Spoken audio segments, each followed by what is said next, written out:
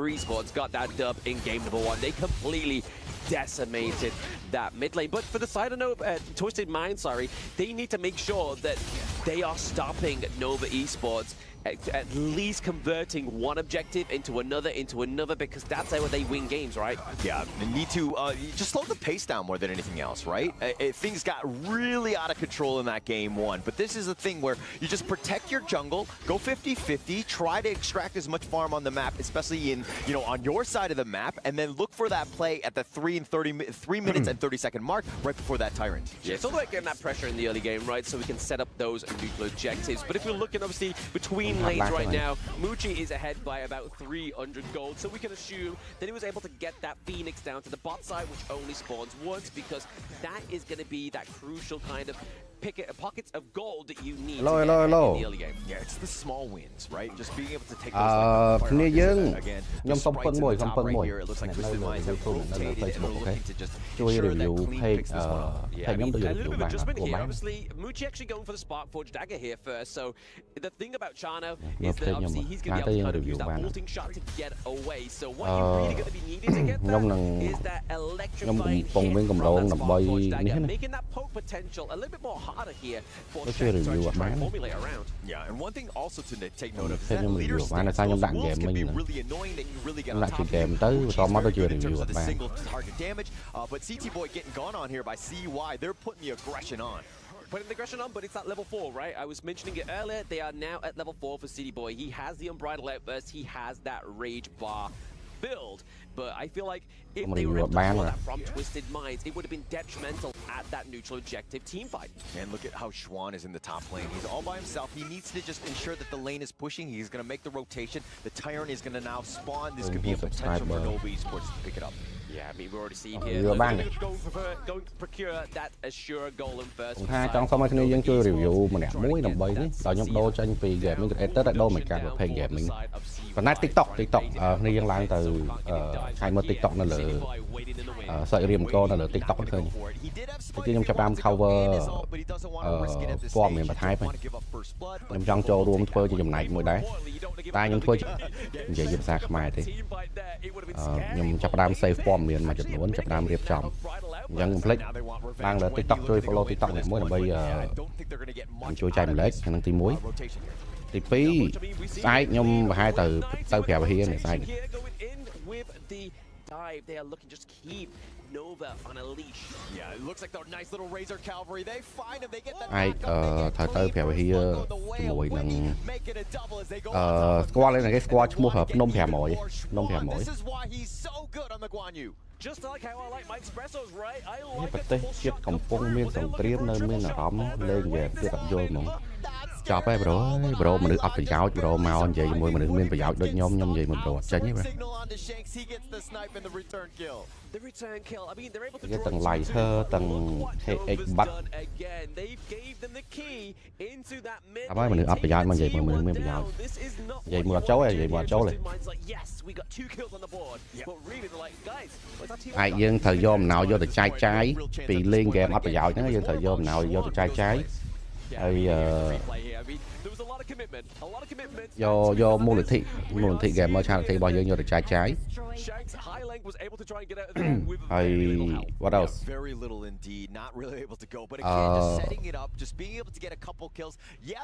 lần khi em thọ đầu class này giảm này hàm miên phải giàu hay mấy nhóm phép ấy tụi ai brother chia mình nước ớt phải giàu đến nơi tiếng coi ta comment đi con kê nó là bàn đằng đấy xong nhóm xong pin thì xong pe brother mình ấp phải giàu pin thì của mình dân ấp phải giàu chẳng cứ pin tí mình xây dựng miên panh há mày này. I mean, that was an overcommitment there by obviously Waypit and CY, right? They swung in and it's kind of like, guys, can somebody... rap mình nước ấp phải giàu để cho mắc kết na của mình. Ở vậy đây mình nước ấp phải giàu đừng sai vô ta đo pre về hía cho mỗi lần đo miên chạy to. Ok, bị cá lên game ấp phải giàu. Sẽ miên sần triếm nơi miên rom lên gameទៀត nè hạt Paul nhóm lên game pi bom 113 cho 65 cent chỉ đô la sai sậpผมเปิลเมื่อ1,100 រៀលchỉ lôiរៀលai dương đừng vô tới chạy rụng lệch từ cánh chỉ trốn khi luôn cả đôi chỉ còn top nơi pre về thì nhóm tới toàn chẳng bà sân chỉ dương chi mình nữ ọt đăng rương dương chi mình nữ đại coi tia ọt ấy phơ tới ọt nên rương lò giấy bật mọt nửa nghiệp của mình được kẹp giấy nghịch với mình hai thò bọc kì còn kết thác luôn ai nó mình mới bị giao nhưng còn là chỉ mình nhẹ nữa tia giờ đăng cho lấy thì ok bây giờ khmạc kì đôi khi anh bắt đôi vài hơi lại cũng khmạc kì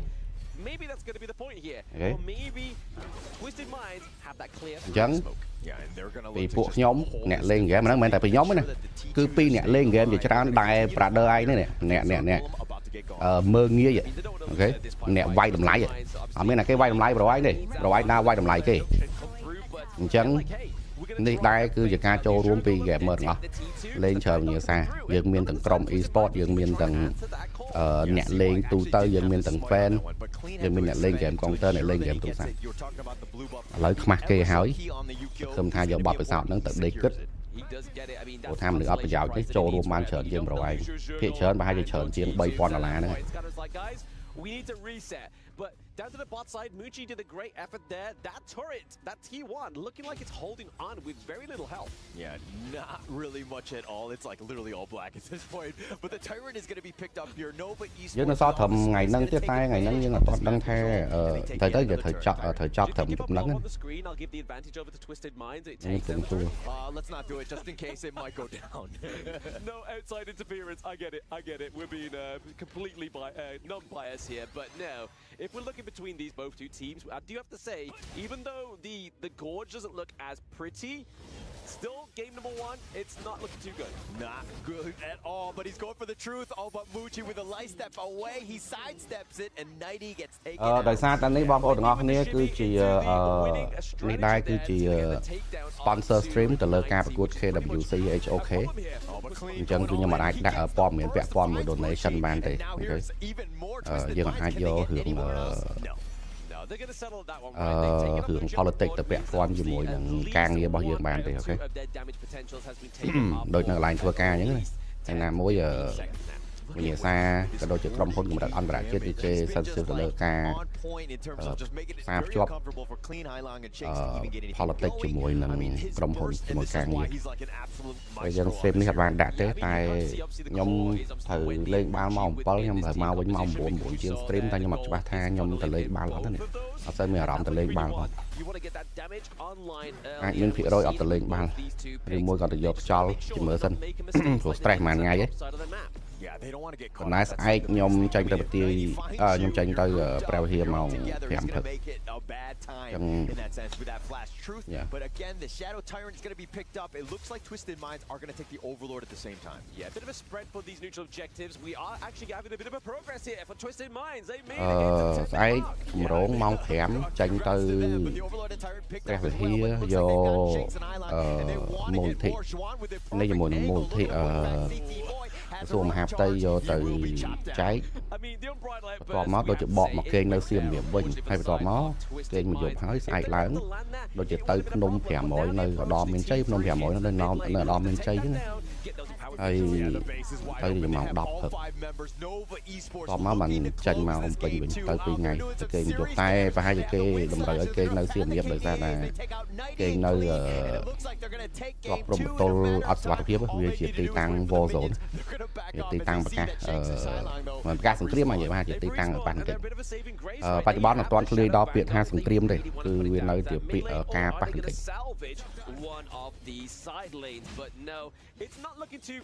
ไอเซฟมอร์อะไรแต่สร้างแต่เวียนเลื่อนไปจังเอาเมียกรมกลางเงินนายเตยหมวยยมมาเนี่ย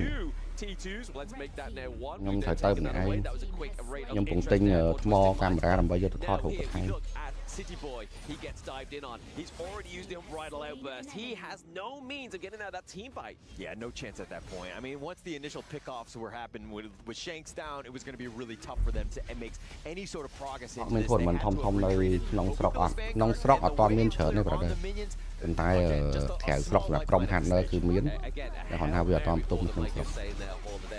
avoid to kind of like combat this at the crystal. You can kind of see the replay still on the board, but overall, as the live footage comes through, gamer charityនេះសម្រាប់គ្នាយើងđãដឹងយើងធ្វើជាលើកទី3ណាជាលើកទី3ដែលគេមកហៅខ្ញុំថាអត់ប្រយោជន៍លើកទី1យើងយក$1000ទៅអត់ប្រយោជន៍នៅភ្នំការីរំសាលាដងយើងចាញ់ម្លេចដូចជាឆាតដូចជាអាវភ្លៀងទៅនឹងខែភ្លៀងខែអីទិញដោះកោទិញអីឲ្យក្មេងៗសោកខ្លះទុកឲ្យលោកគ្រូដើម្បីជួយគ្រប់គ្រងថែមលើកទី2យើងទៅអត់ប្រយោជន៍នៅព្រៃវែងយើងទិញដោះកោយើងទិញអីដូចគ្នាយើងជួសជុលគាសាលាយើងតុបតែអគារសាលាទិញតុកទិញទូធ្វើសួនកុមារចែកកតាបចែកបិចចែកភៅចឹងពេលហ្នឹងអស់ប្រយោជន៍អស់ប្រហែលជា$3000ដែរអញ្ចឹងឥឡូវយើងអត់ប្រយោជន៍លើកទី3ដើម្បីជួយ refugee ជាមួយនឹងទាហានអូខេជនភៀសខ្លួនក៏ដូចជាទាហានជួរមុខបច្ចុប្បន្នយើងតាមផ្លូវឆ្ពោះទៅកាន់$3500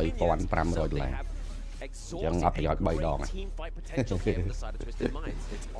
ការអត់ប្រយោជន៍របស់យើង3ដងនេះដែលរៀងរាល់ពេលគេតែងតែមកវិតម្លៃហើយតាំងពីដើមមកទៅបីខ្ញុំធ្វើលើកទី1លុយខ្ញុំសុទ្ធឬមួយក៏លើកទី2 PPRP សុទ្ធក៏ពេលហ្នឹងគឺយើងប្រើពាក្យឈ្មោះខាង gamer charity ដែរគឺយើងចង់ឲ្យ credit ថាអ្នកចូលរួមហ្នឹងគឺសុទ្ធតែជា gamer អូខេមិនមែនតាមក្រុមមិនមែនតាមអីគឺអ្នក gamer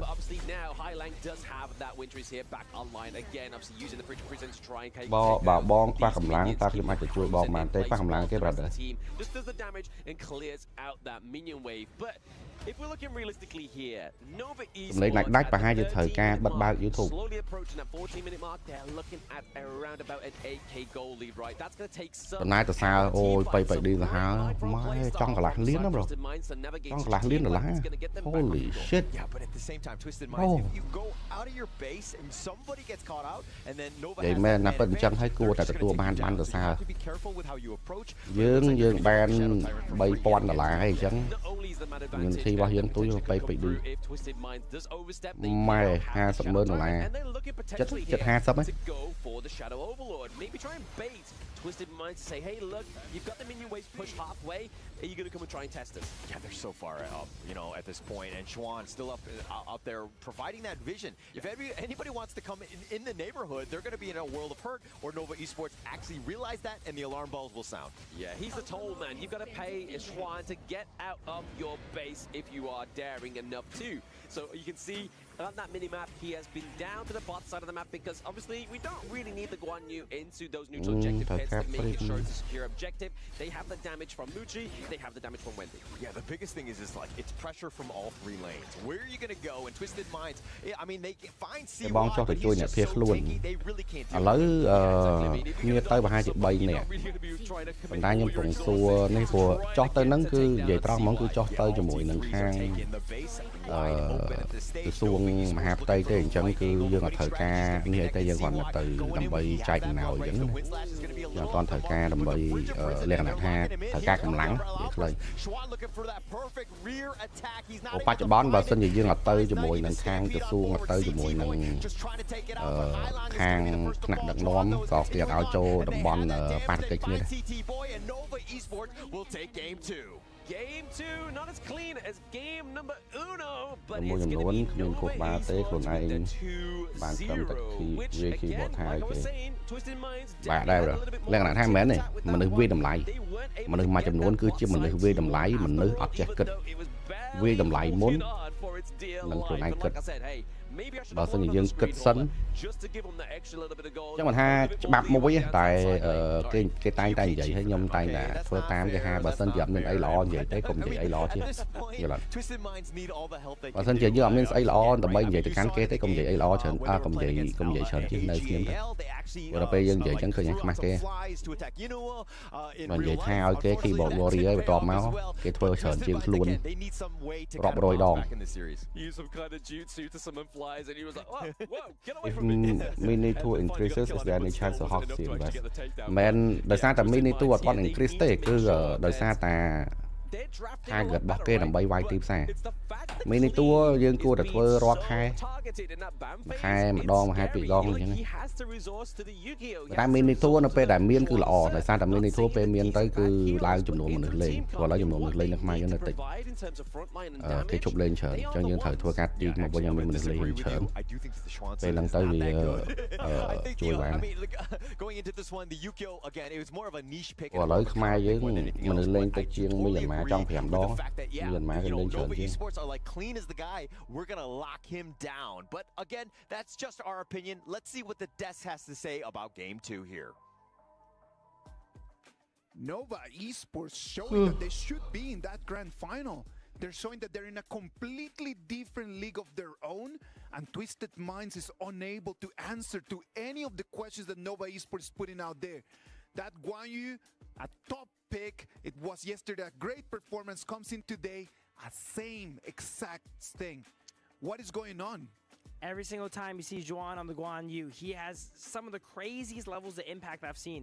There was a fight in the mid game I saw where he solo disrupted the entire enemy team while they're doing Overlord and let their Arlie go ahead and sneak it over. It's just he has so much impact, whether it's fighting, disrupting, right, and doing all that. And I didn't even mention Wendy yet. Oh my God, Wendy, once again, call me the CEO of the Wendy fan club here, all right? Wendy on the Kong Ming here, another insane performance. Well, I'm feeling so useless for our country right now. Not useless, bro. Repost, share, like, comment. អាហ្នឹងគឺជាការចូលរួមចំណែករបស់ពួកយើង and you're searching by damage. And how Wendy goes ahead and decides his next pick is he goes to អាប្រហែលជាមួយនឹងខ្ញុំដែរ and he sorts of highest to lowest. គាត់ថាខ្ញុំឥឡូវខ្ញុំបានធ្វើ charity event មួយ Yep, and he just picks those characters. ព្រោះខ្ញុំនៅកំពុងឃ្លាំមើលដែរខ្ញុំកំពុងឃ្លាំមើលទៅលើ I would say I like to give phrases to each កម្មភាពទាំងអស់តែខ្ញុំមិនទាន់បានចេញអីច្រើន We have realized. ខ្ញុំមានកម្រោចាប់ដើមចេញចាប់ដើមនិយាយថាខ្ញុំតាមដានព័ត៌មានច្រើនចាប់ដើមចេញខ្ញុំធ្វើជាភាសាអង់គ្លេសហើយប្រហែលជា focus លើ TikTok It's like focus លើ Facebook ដូចជាមិន dot and the horizon so far away you can't even see it anymore. Because they're so chaotic, team fight is so chaotic. You feel like everyone's all over the place. There are certain kills that shouldn't have been chased. But on the other side, I mean, to your point, Isaac, what is going on? Twisted Mind's draft in this game. I mean, I got this whole draft analysis. អ្វីដែលយើងអាចធ្វើបានគឺបើសិនជាយើងចេះ design យើងអាច design ស្អីមួយអាហ្នឹងមួយទៀតដែរ design ឲ្យចែកម្លែកទៅ jungle options. ចូលរួមចំណែក Yet we were going for the options that I didn't even write. ខ្ញុំធ្វើវីដេអូហ្នឹងខ្ញុំចង់រក designer ដើម្បីឲ្យគាត់ on the draft. It is a best of 5. You got to put your best foot forward. That's you know? it. Yeah. You can't be worried about running out of gas. អសរពីលើ It's match point already. That shouldn't be happening. It should ហ្នឹង not ហើយ be លើ up to Twitter ធំ zero. Twitter ពំបញ្ហា I'm telling you right now, the pressure is on. Before it, when we talked about it, it was like TikTok ខ្ញុំមើលខ្ញុំធ្វើបើសិនជាខ្ញុំចាប់ដើមធ្វើហ្នឹងខ្ញុំគិតថាមិនយូរដាច់ a little bit of the match and it's going to be nice. But right now to 0, like the pressure is back on, and this is not supposed to be like this. Yeah, absolutely. I mean, this is match point already for Team Nova. Team Nova has played with a lot of momentum today. They're going for the 3rd place for sure. But Twisted Mind is known to be resilient. Yes. They're known to play from behind. So, although the first 2 games, you know,មិនវាឆ្ងាញ់ Nova ទេ Nova ឥឡូវខ្លាំងហើយ there's still 3 more games to go if they seize this opportunity. តែធ្វើមិនល្មនវាយឆ្ងាញ់ Nova Nova were extremely aggressive and very, you know, similar to their playstyle. They want to get the first early wins and ride that momentum. So they have some expensive drafts here. Now this is a very dangerous game. Twisted Minds is playing here, you know. You're kind of pulling a little bit of punches, you know, using some stuff like the Okio. ហ្នឹងហើយចាប់ដើមមានសិនចាប់ដើមមនុស្សឡើងលេងសិនព្រោះអ្នកម៉ាសន្ទុះនៅហ្វីលីពីនហ្នឹងនៅមីយ៉ាន់ម៉ាគេលេងច្រើនចាំបាច់ចិត្តគេដាក់ទៅមីយ៉ាន់ម៉ាច្រើនអាហ្នឹងគឺជាស្ដាយខ្ញុំមកហើយយើងដឹងដែរថាយើងក្បាស់មីនីធូចឹងពងតែជំរុញ last day of the KWC 2025. Please give us some more minutes of action, please. But you know what? Let's take a little break in here. Let's give Twisted Minds some time. ចេញទៅយកថ្មកាមេរ៉ាទៅខ្ញុំកំងថ្មកាមេរ៉ាហើយយើងត្រូវទៅកាវីហៀចឹងត្រូវការថ្មថតទៅវាមិន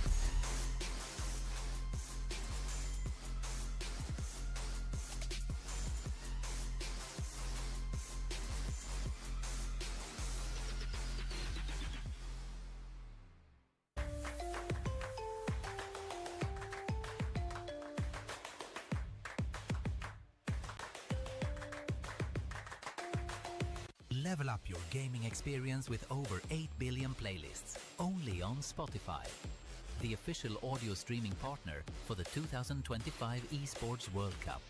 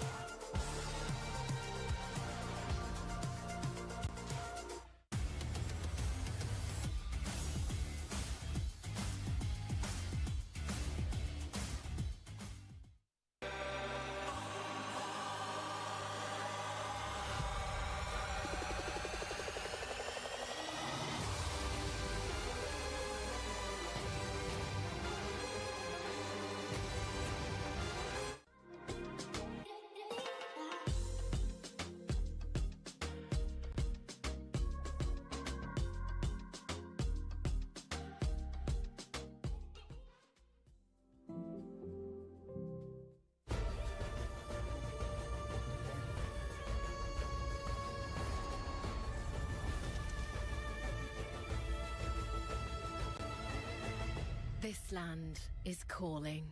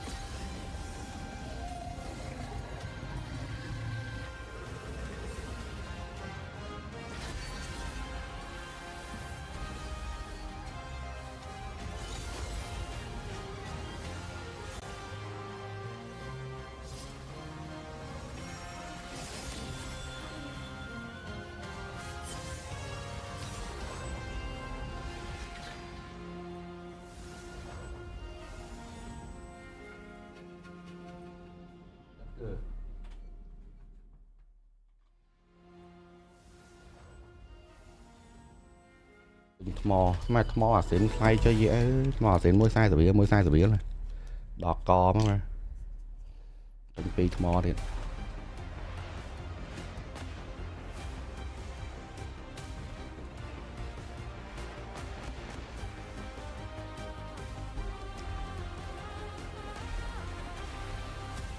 mò thằng sai từ Let's go, boys, all together. I heard moderator of TikTok Southeast Asia is based in Thailand. Là boss chớn là based ở Thái rồi. Boss chớn mình tên. Vậy đó sân tà cục thằng óc cứ miền ở Thái chớn ở Thái Singapore. Vậy chớn là miền ở Singapore miền ở Thái đây. Rồi của Singapore cái cục rong khang mà lên độ Singapore nó Philippines này nó cứ vi chớn. Hay tọt máu. Vào nè khác anh nắng phía chớn cái hai tha chỉ mới cái miền Pì, cái miền country country HQ សម្រាប់ប្រទេសលក្ខណៈ local representative បន្ទាប់មកគេមាន regional representative regional office អញ្ចឹង regional office ហ្នឹងគឺកាន់ទាំងអស់ហើយអាចមានតែមួយសម្រាប់ Southeast Asia regional office ប៉ុន្តែតាមប្រទេសគឺគេមានដូចគ្នាអញ្ចឹង regional office ហ្នឹងភាគច្រើនបើមិននៅសិង្ហបុរីទេគឺនៅថៃស្បូ regional office clean in particular. We have 4 jungle bans these. They've seen what he has done yesterday in the match versus AG there. And they trong khỏi phốt TikTok ក៏វាជារបស់វាមិនមែនជា product របស់តែថៃដែរអញ្ចឹងក៏នេះដែរក៏មិនបានន័យថាគេអាចធ្វើអីសេរីបានគឺវាមិនត្រូវតែមានក្របខ័ណ្ឌតែគាត់ថាធម្មតាទៅយើងអាចរឹតបន្តឹងខ្លួនឯងបានលក្ខណៈតិចតួចយើងរឹតបន្តឹងអញ្ចឹងតាមត្រូវ I think it is Hauler and Blam, right? Hauler and Blam, take it away.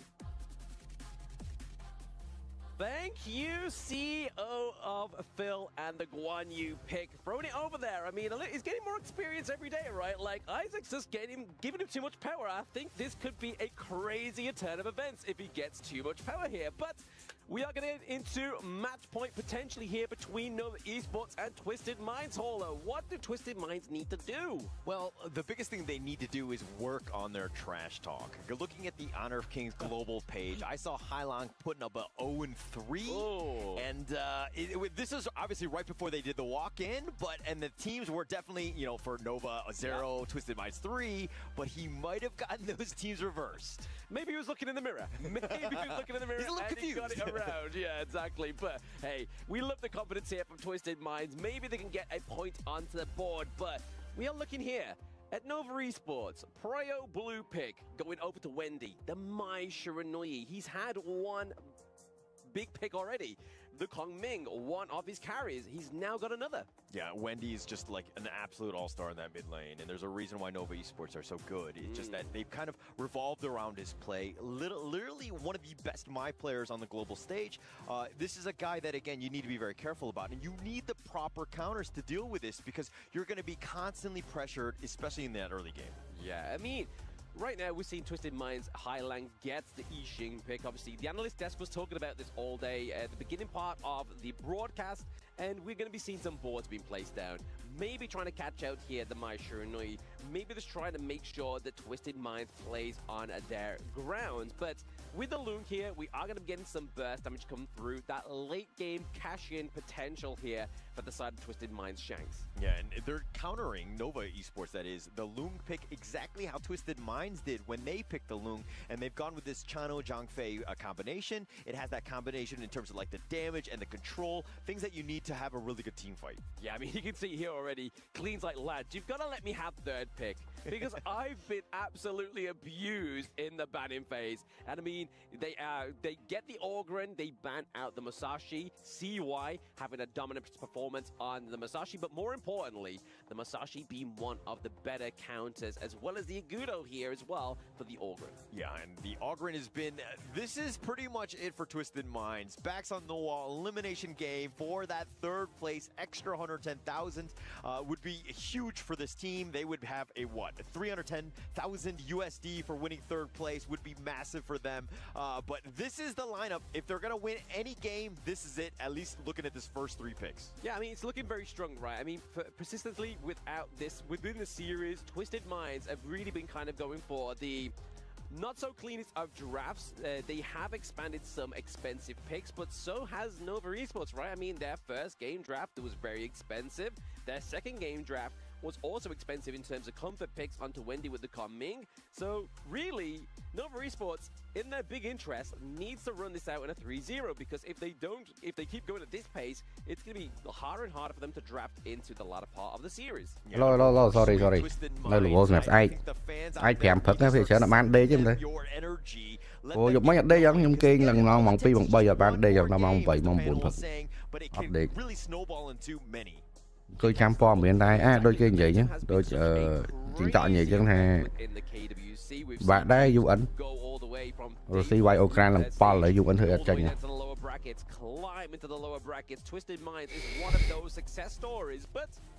Best player with the best prediction predicts the monkey coming through here for the side of CY. So they really need a little bit more access into the back line, especially trying to catch out Yixing, especially trying to get on top of Lung, maybe trying to expand that infinite vastness earlier than they were really hoping for, but also backline access. This Fatih pick here. Yeah, the Fatih and Monkey, just a nice little 1-2 combination, solidifying that top lane, very tanky and things, and it just adds on to what the Zhangfei wants to do. You know you have that damage from the Mai and the Chano, so you're just going to be able to find the right moments, but are they able to kind of use these two guys to really kind of, you know, put Ogren in a bad spot where he doesn't really want to engage at times? Oh, okay, CEO Phil gets his pick come through again. The Guan Yu here goes over to the side of Twisted Minds this time, but I really want to give a bit of a highlight here to Monkey. I don't feel like we give this hero enough shine, especially for those new at home, right? Like, they don't probably necessarily see, oh, it's quite a cute looking pick. Surely that cannot have devastating impact onto my enemy team. But let me tell you, as a Monkey main, it is definitely one of the most devastating picks, especially in terms of that tank meta that we were talking about earlier. Yes, obviously within competitive, the assassins rule the gorge, but in ranked, you can still pick a tank pick into the jungle and it's still going to be able to kind of create success. I mean, me and Phil was watching Eric in the crowd of the AGL game, and he would pick the monkey, and he cleaned up shop.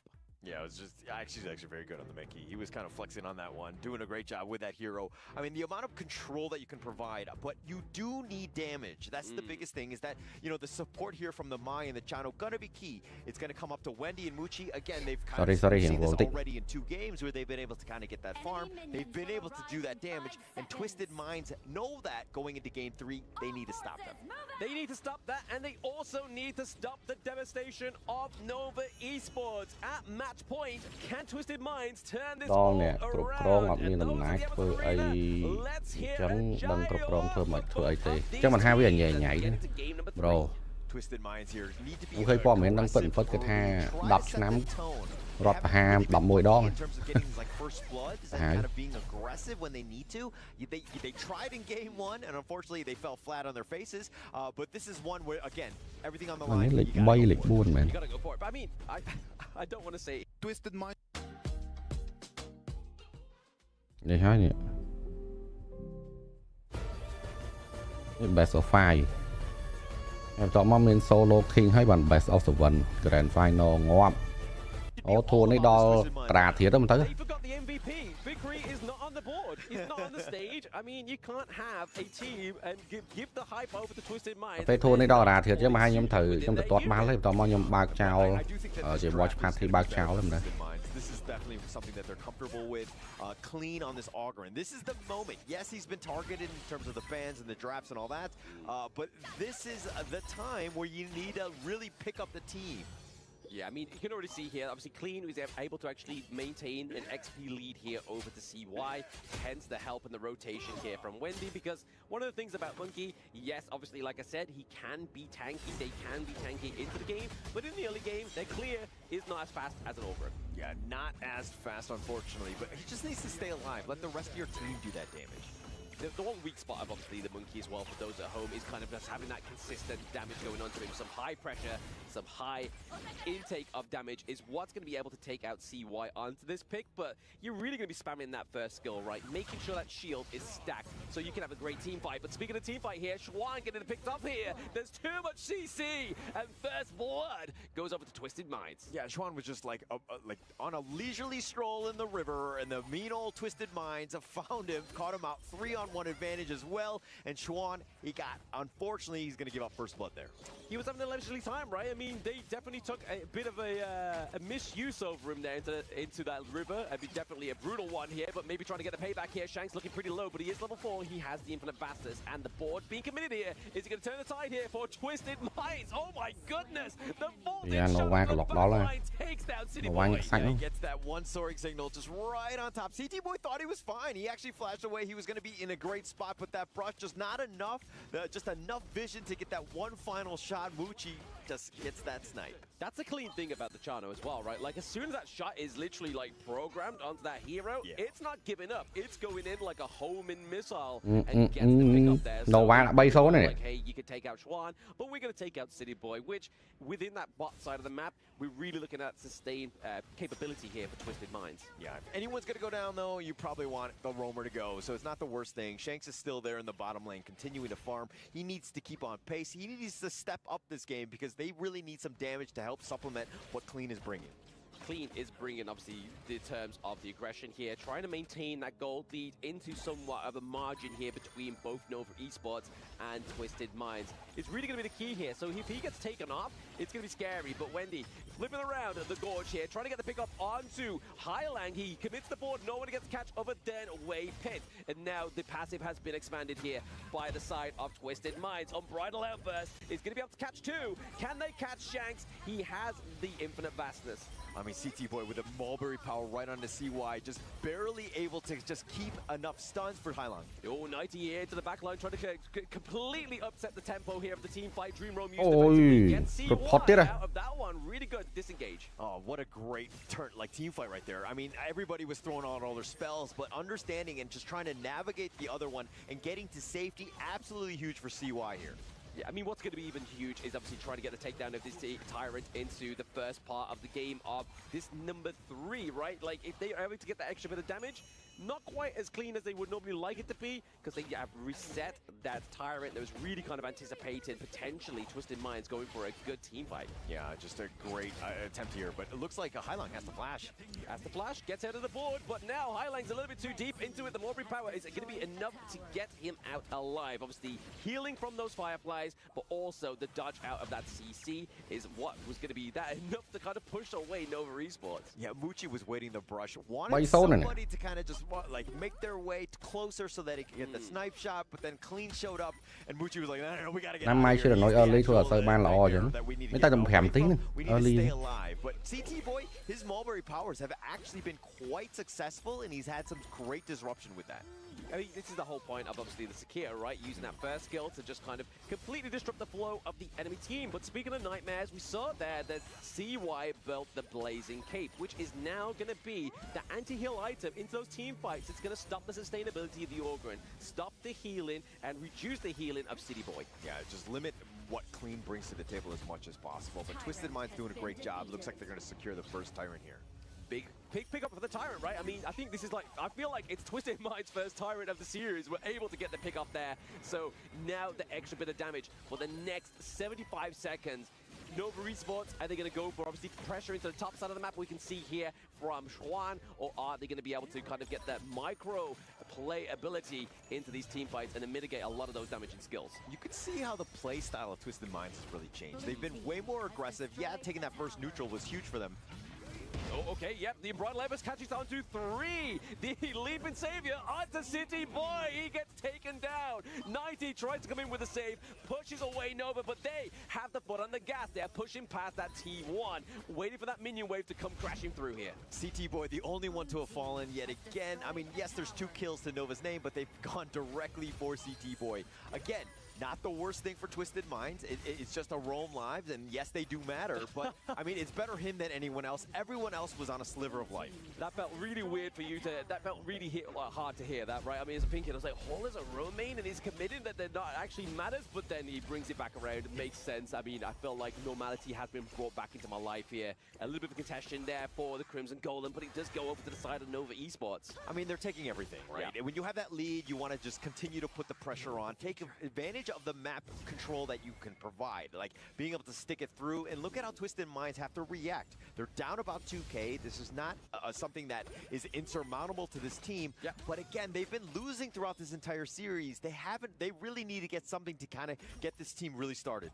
I feel like if Twisted Minds can keep this game going, if they can stall and get Shanks online with a Lung, it could be trouble here for the side of Nova Esports. But once again, another fantastic on-bridle Lebers into the backline. Board being committed there is going to be enough to keep out Hylong. He does get that passive stacked and off. He is keeping there because of that invincibility, going back to base, trying to formulate some more health before we go for another team fight here, potentially. Hylong has just barely hung on multiple times already, and he's like playing with fire in that sense. But Nighty, speaking of playing with fire, Nighty is definitely playing with fire. He was caught into the backline there, tries to push Nova Esports, tries to find that defining angle to get them into that T2 turret to take the damage out from there, but just wasn't quite clean enough. He was stuck in there with them, not the other way around. Yeah, he was not able to find that right angle, and it was a little aggressive in that sense. I mean, if you go in, you got to just, you know, ensure that you get the push off. You just got to go for it at that point, and he kind of was looking, he was like holding it even longer, the Razor Cavalry at that point, and he paid with his sins. He paid for his sins indeed. I mean, right now, in terms of the Gorge domination, Twisted Minds actually be able to put a bit of pressure into the top side of the map, but it was thanks to obviously Xuan that was pushing that T1 as well and mitigated that, but it's that detrimental mid lane holder. It's been taken down once again. It's been taken down quite a lot. Hylong has always been defensive, push back. Wendy's been very aggressive, and he's, again, why he excels on this hero is providing that damage and that burst. And Twisted Minds have really no answers. They need a little bit more time for Clean to get some of that farm. Yeah, they need to get obviously itemization through here. You can kind of see he's actually ahead of CY in the jungle because he can kind of channelចាប់ដើមវាយបានទៅមិនគេចាប់ដើម tank បាន Fatty វាយបាន rồi cái nó tank បាន ទៀតnó មាន damage អាម៉ៃមាន damage អាចាំង face tank បានទៅ Yeah, and look at how Nova Esports Vậy mình ngót trang phay mấy kỳ phạt đi. But by threatening certain positions, even with Waypit providing that vision, it's pushing Twisted Minds back. This is opening up space. The top T2 already been taken down. This is cái bị chung close door tới chẳng pôn tăng pôn tới pôn máu à nữa. Vậy mấy nào chung chân chẳng lẹt là sẽ đặt đi nó vậy. But you can kind of see here, he's gone for that very expensive itemization. He's completely skipped the Meteor, completely skipped the Axe of Torment. He's gone for the Siegebreaker. He's gone for the Eternity Blade, and even the Sky Piercer, the second tier item of the Daybreaker. So trying to get that itemization, that damage online early, could be potentially a way in for Twisted Minds. Yeah, they need whatever they can do. I mean, it might not be the most conventional, but just getting those right items, because they need to fight now, right? They don't really have a whole lot more time. The first Shadow Tyrant was picked up by Nova Esports, and now they're taking the Crimson buff away from you. It's going to be a tough situation for Twisted Minds to hold here. Yeah, they're just kind of taking all the resources, like you were saying earlier, Holep. I mean, they have access to it. It'd be silly for them, Nova Esports, to not do that. They have the golden ticket. Bớt ai nhắm tới nhắm đọ lôi ri đã sòng bot mớn tục lôi nông luôn ha làm bay trái do camera do laptop do ấy tới it's all about that breathing space at this point. But Nova Esports, look at how they've been pushing. And the clean, yeah, he's up in front, but he's kind of playing scared. Microphone. I mean, I would, right? I mean, the damage output, the DPS from the side of Nova Esports is definitely something. Even if I was an Ogre, I'd be like, lads, we got to kind of play this one a little bit more micro. Yeah, more micro indeed. I mean, nhưng bằng số ôn nhưng này chọn tới ở việc con mệt chết. No, that's not what we wanted. That's not what we wanted. We wanted Shanks to come out on top of that one, but it was Mucci with the soaring shot that got the kill there onto Shanks. Got the T3 into the mid lane. You can kind of see here, clean, just trying to clean up these minion waves. The movement, the positioning, just how up front they are. It's suffocating for Twisted Minds to find any sort of jump in. Oh, the jump in, as you called it there, Ola. The Wendy into the backline with the Contusans, with the knockups, thanks to that unbridled outburst as well, pushing City Boy and Clean back into the base as the minion waves come through. Game 3, third place. Vì đội bàn chờ nó này này. Nhắm tinh nhóm còn tinh mò mình. Lần phai rồi vậy chứ ngày phai rồi mùi vậy. Mò xỉn mà khó. Sai rồi bây giờ. Rồi miền đầm khó nhóm tinh 2P khó tiết phai rồi mùi vậy.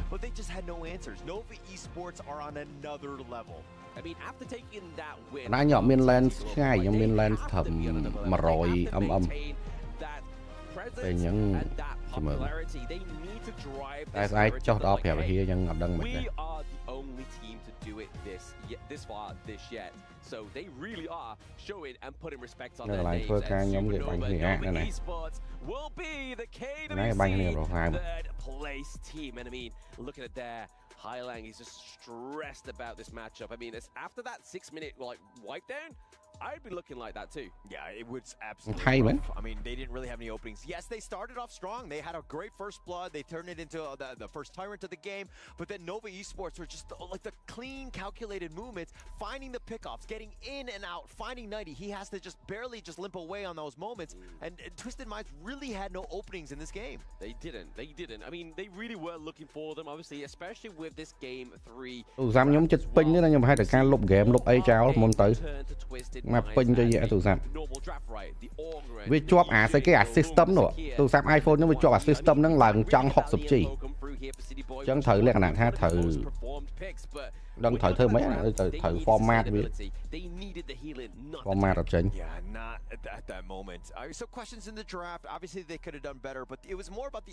Còn là system bao nhiêu nó rồi thầy chỉ system bao nhiêu học sụp chi. Nhớ sao? Tụi Sam iPhone nó bị chuột thoáng này. And now we're here with Sean. Congratulations, the pride of Malaysia. You have done incredible in this competition. From start to finish, how much do you think your team has grown? What are you most proud of? 成长量。对对对。我觉得最大的成长就是我们面对到 KPL 队伍不会太缩吧，就是有敢打的画面，然后去突破自己吧，我觉得。 So what I say is, even we meet the KPL team, we will never give up, and then we very brave to face them. Yeah, this is why we go through the tournament. And you've definitely shown that Nova Esports is a threat. Now, what can we Nơi tập bèn và expect sàn. from Nova Ok. Esports after Chồng. this? 希望 Lấy mẹ em rồi. 在不久的将来，可以在 KPL 手上拿到不止1分吧，而是一个大场。So we hope that we can win KBL team, not just a small game. It's a match in the future. Now, Malaysia is watching you. The entire world is watching you. What would you like to say to everybody who's been supporting your journey all throughout? 我打大了，是我 lost app 就是你有什么想要跟马来西亚，就是一直在支持我们跟观看我们的观众说？我觉得继续支持我们 Nova Esports 嘛，然后我们会不让大家失望的。So, terima kasih kepada semua Malaysia punya fans memberi sokongan kepada kita. Kita akan berusaha untuk the next game. Thank you. Congratulations! You have proven that Nova Esports is amongst the top teams in the world. And we're going to see you in the next international tournament. Now we're going to be talking about that a little bit more. So we're going to head back to our panel. Lead the Gorge. Our KWC 2025 third place is going to be Nova Esports. Congratulations to Nova Esports coming in here, taking a 3-0 victory and telling us that they are the closest to that S tier. At the same time, congratulations to Twisted Minds on going at the 4th place. It is not an easy task. It is not easy for them to come here and to try to perform. You got to remember, they faced Nova on day 1. They lost that game and they went to the lower bracket, and then after that they won and won and won and won all the way until top 4. Congratulations to Twisted Minds. Sometimes it's not about the outcome only. Sometimes it's about the process, and sometimes it's about the genes that you set right over there. We know that in Twisted Minds, in their blood is gonna be fight, and in their soul they can go home as champions as well. Congratulations to both of them. Boys, it's been a great third match. Nova ទៅប៉ះ TT Grand Final មែនអត់ទេ Nova លេខ 3 Grand Final TT មួយ AG ទៅជិតគឺលេតែគេដូចលេងមាន fan match មួយសិន Zane, the one and only. How are you doing, mate? I'm doing good. Thank you for asking. How was the show match yesterday? I know that you had a show match before and then another show match, and right now you're 2 victories in there, mate. Yeah, I'm the only person who played in the show matches. Wow. That's 2-0. I'm telling you, invincible. It shouldn't be Moment Zane. It should be invincible Zane. It should be like that. Did you guys know Moment Zane before? Face of an A, right here. Why is that? There's a Mobile Zane effect. Every time he's on the team, he just wins. Ooh. Yo, really? It's true. If that is actually true, no, that's gonna just up your value a lot, man. Come on, that is top notch. I want a tag like that. Just like as long as Isaac is around, we always win. I want a tag like that as well, mate. That is definitely a great effect here. Great to have you on here, Zane. All right, we actually just had Best Player on here earlier, and he mentioned, what was his favorite character? Mankey, right? Yes. And Mankey actually showed up. Is there any character that you say is your favorite that you want to show up or you want to talk about here today in HOK? I would probably say Marco Polo is probably my favorite. Thing is, he's just not played too much. I think we saw him pretty early on in the knockouts, just once. Yeah, though. we saw him it was combined with the Yaria, and unfortunately, it didn't win. Yeah. But that was the only game that we saw. Paul's has won with it though. I know. Marco Polo Yaria, yeah. And they played the Marco Polo Yaria combo that was actually really good. Dave, do you want to open that? Yeah, like, okay, so what do you like about Marco Polo? I just like that he's basically the most unique. បងរៀម KL HOK នៅរើសទៀតអត់ផមរ like that. You're usually in the back. អត់មានព័ត៌មានផង being very passive. But Marco, as soon as you get Spark Forge and especially Doomsday, you could just ult in on as many people as you want. Yep. Absolutely. Just being able to build those items just gets Marco Polo his first just power spike, right? I also thought he said Marco Polo because he's a cowboy, and we seen in the BTK review video, the BTK members were all Western themed, right? By the way, who has the best costumes in your opinion? Oh, me, no doubt. No doubt, me. Of course. You've got the best posture and everything, man. So I'm completely sure that if we dress you up as a cowboy, I'm totally sure that the fans are gonna love that. Would you be up for that? I would love it too. A go back Marco in the Polo hat. costume, man. Ooh. We gotta give him one of those. We gotta give him one of those. What has been the most interesting thing that you have had in these last 3 days, 4 days that you've been here in Saudi Arabia? I would probably say yesterday's match with AG involved. I mean, the crowd was just insane. Yeah, that's And, I different, mean, isn't it? it just brings everything is so lively when AG is playing. So I could only imagine, when they're on their home court, just how crazy the fans probably are at the KPL finals. And Yes. just even before the finals, just in the regular matches. I bet the fans and crowd there are amazing. I hope one day I can see it in person. You know what? Like Dave and myself, we have had the opportunity just to cast over just some of AGAL's games before, right? And it is just like how Moma Zayn just mentioned it, right? It's just electric. Bro, have you seen the announcement? I think this year's grand final might be in National Stadium, which is insane. The biggest stadium I've ever seen. I'm really excited to be part of it. If there's an opportunity, and you just mentioned you wanted to go. Well, yeah, but we are here just to make dreams come true. So what about if we just talk to the producers and we just get Moma Zayn to come with us all the way there for that final? That would be actually really nice. Phil, how did you get to meet Moma Zayn? Oh, it's hard to not know Moma Zayn, right? Being, as Dave said, the face of NA here. I watch all these videos. Recently, Moma Zayn came over to HOK. I had to check out some of his content and his Marco Polo, right? And, he's being very humble, but he's a great Marco Polo player. Well, what about if we just solo right now? Yes. Marco Polo's battle of nah, we cannot do that right now though. I have a question. So you play with Cat. So he obviously, you mentioned in the post-game interview, there's a communication barrier. Like, what happened at the time? Like, how did it feel to play with Cat? I mean, it's kind of crazy, Like, it's kind of crazy being able to play with one of the most well-known HOK players. Yes. Like Legend. Yeah, right off the bat, it's just a whole different experience, and yeah, it was really fun. You know what, Zayn? One of the things that I like about people just playing with Cat is that not only they get to see the player that he is, right? Like, because we have all had an opportunity to see Cat in the past, and it's great. And if you haven't, then you can just go and watch the highlight reels. They're insane.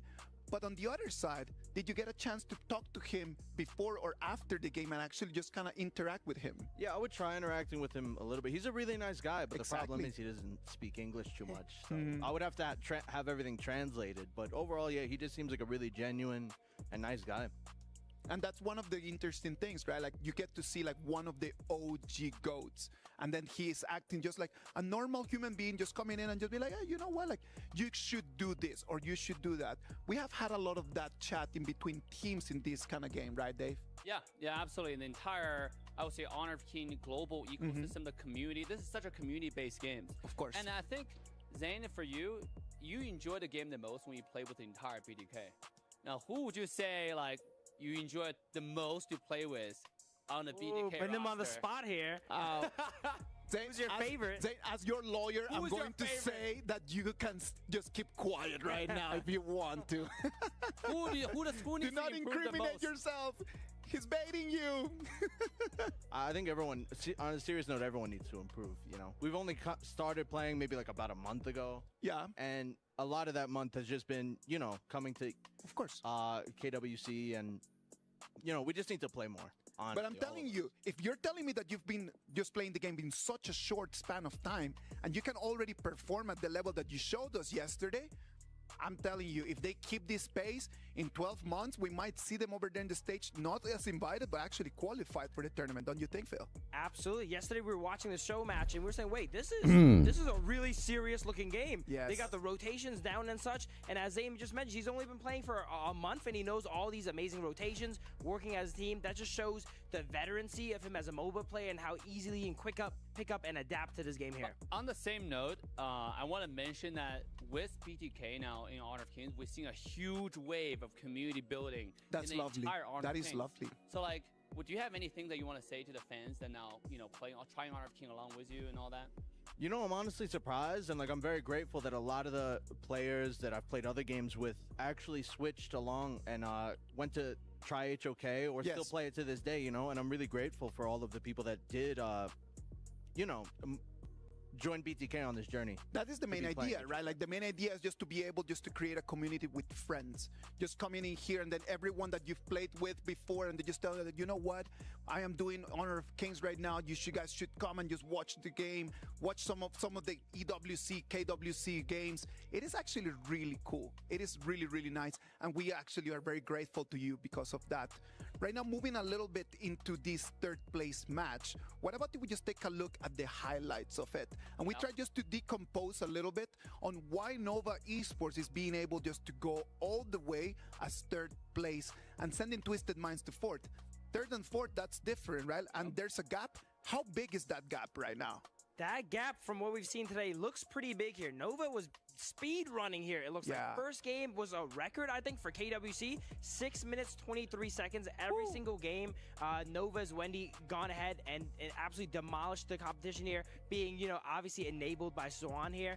And we mentioned prior to the games, a big difference we're gonna see here playing out is the difference between Hai Lang and Wendy, and how Wendy prefers to play the carries and Hai Lang plays the more utility mages. And I think because of that difference there, they're not able to really control Wendy, and they can't remove all the picks, right? If you want ban the junglers, Wendy's gonna get pocket picks. Zane, you actually predicted a different result, right? Oh, all right. So did you say that it was going to be Twisted Minds? I actually did think Twisted Minds was going to show out a bit more impressively than what they did just all right. But why? What made you think like that? I actually really enjoyed their games versus AG. I thought a lot of the games they were putting up some decent fights. Of course, during the end of that series, Twisted Minds started to fall apart versus AG. But at the beginning phases of that series, I actually really enjoyed how Twisted Minds was playing and drafting, and I thought they would have a pretty good chance. Yeah, to be honest, I had a similar feeling. Like, at least today we thought it was going to be a full 5-game series, but Nova really showed up, you know, with their performance, with a Game 1 history-making. Yes, of course. Game 1, 6 minutes. That was absolutely insane, so no one expected that. I think Nova did a lot of homework. They saw the games versus AG and noticed how impressively Clean performed. And going into matches today, they targeted him heavily. A lot of drafts banning 2 junglers minimum, if not 4 at sometimes as well. They did not want to do the OT. They didn't want the overtime. Like, they just wanted to be like, you know what? Let's finish this clean 3-0 and let's just head back to the hotel. Or even just go and take a seat right over in the Amazon Arena, because the grand finals today are going to be epic. True. They're getting ready to watch the grand finals. I mean, they do not want to drag out this match any further. And to be honest, we talked the entire playoff being leveling up, stepping up, being going to the next level, learning from the best regions in the world. KWC. And Nova really did that. They pull off the game versus TTG, and today they have shown how much have learned and progressed. Look at the fans just right over there. Everyone is just being so into this whole game. Everyone's been so into this whole experience of the KWC 2025. Sadly for Highland, like, sometimes you just need to stretch, man. Don't burn him like that. Come on. And talking about the reaction, sometimes in life, you just need to just go in and relax a little bit. They came in, and I do believe that Nova Esports, their shoulders felt a little bit more loose than for Twisted Minds. While Twisted Minds did not succeed, they made it all the way to the final day of the KWC. Yes! And that's an achievement in itself, and they've earned themselves a nice, you know, relax now. I would say, look at a draft. I mean, is there anything that stands out for you, Zane? Like, is there any heroes that you think, like, just anything that you want to say about this? I'm surprised about the Zwans pick in Game 1. I'm not sure if that's how you pronounce it, but... honestly, like, I see the idea with trying to crowd control the Luna, but unfortunately, a lot of those early hooks that the Zwans was getting just did not work out. You would have Biren with a 2-man knock-up on one of them. You would have Mosey. She could hook Mosey, and then instantly the 2-man ultimate to suppress 2 people. I mean, it was a good attempt with the Zwans. It just didn't quite work out the way they wanted it to. The Shensue's strategy was really good, right? Like, if the chain would have actually worked out, just like what Mama Zane just mentioned, it would have actually worked really well. The problem is that when you see on the other side, it was just burst after burst after burst, and there was no way to start the chain. The idea was there for sure. The idea was there. You can see the thinking process. You can see the game plan. It didn't work out. You know, on that note, I have another question. What do you think about global ban pick in general? Honestly, I really enjoy it. I really enjoy it. It brings a lot of new variety into the game. I mean, as the series goes longer, you start to see wackier and wackier heroes. If you don't have global ban pick, people will always be playing just the best heroes in the meta at the current pack. It would limit the experience for the viewers as well, right? Like not only the experience for the players, but for the viewers just watching the same heroes again and again and again. But we come to global ban pick and it just spotlights the coaches. Absolutely. And Zane, as a player yourself, do you like the idea that you got to play multiple heroes? Or do you prefer to, focus on more on one or two heroes and really master them? Or do you like the fact that you make your enemies have to pick multiple different heroes and be good at everything to defeat you? I definitely prefer to have like a few super strong picks, but at the same time, I also like the global ban pick idea because, as you were saying, like even for the viewers, like of course you get to see your favorite hero a lot more often. Whereas if you didn't have global ban pick, people would just be playing the same exact heroes. And a lot of viewers are never going to see, the hero they main perhaps on the actual main stage. It's one of the beautiful things about our game, right? Like we get to see more Grand Final តែមុន Grand Final ដូចមានស្អីមួយម៉ាច់ទៀត We get to see different players and different players coming up and just making the difference in our tournament. What about we look at that? That's going to be our Sony MVP for this series. Is going to be from Nova Esports. Solo King ហ្នឹងគឺគេ It's been an amazing tournament for him. 2 weeks full of highlights for Sven. Bro, did you see that Byron engage us right there? Like the flash knock-up combo. I mean, by the way, I think Chicken is watching this right now. Do you have anything you want to say to Chicken? You should be watching and learning, man. I mean, come on, don't burn Chicken like that. Bro came in. Love you, Chicken. Bro came in yesterday. He was actually really nice. I love talking to Chicken, man. But yeah, everyone should go and learn. You know what, Dave? You should go and learn from them as well. Absolutely. This Shen is one of my favorite players. To be honest, this guy is so cool and collected. Yes. We interview him. He didn't have too many words, but he gets to the point. And look at the gameplay he makes. He's definitely, you can see the path. You can see that like he's learning from the best because he engaged. His pathing of flanking is so incredible.